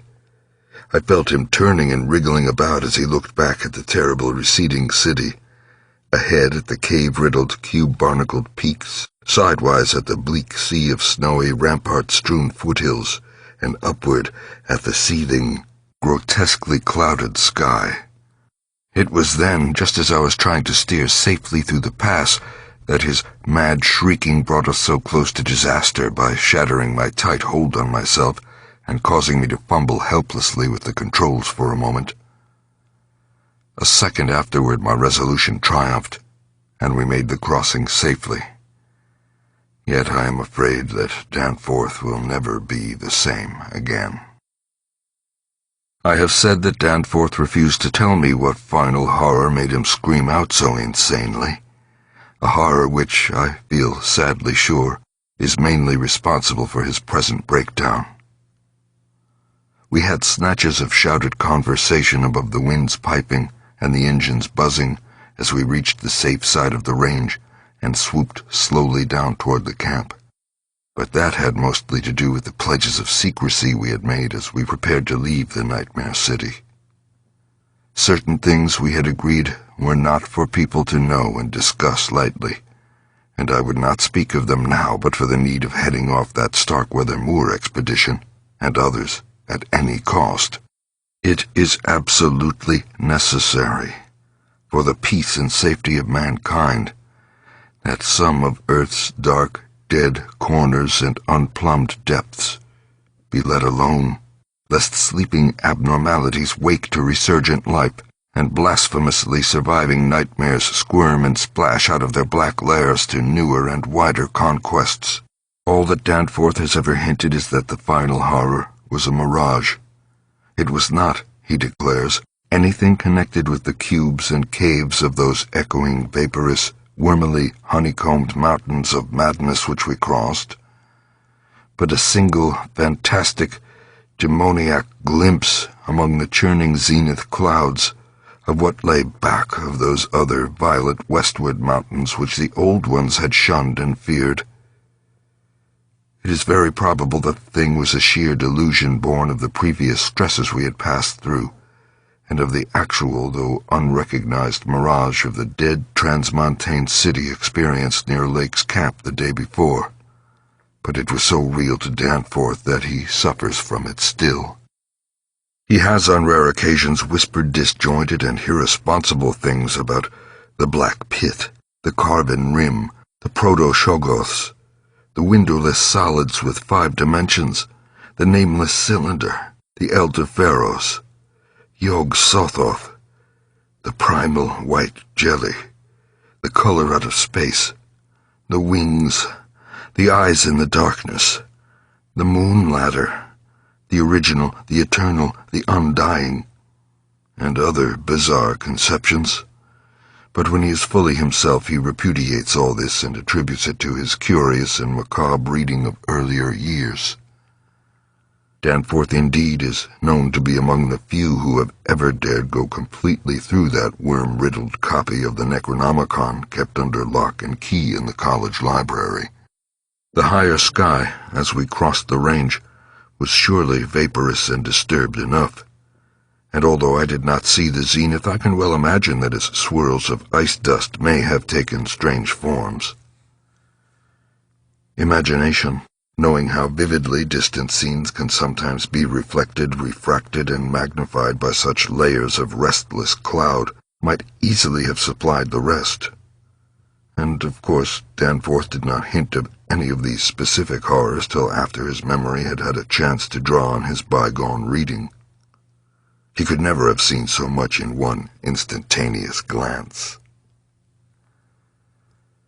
At the time, his shrieks were confined to the repetition of a single, mad word, of all too obvious source.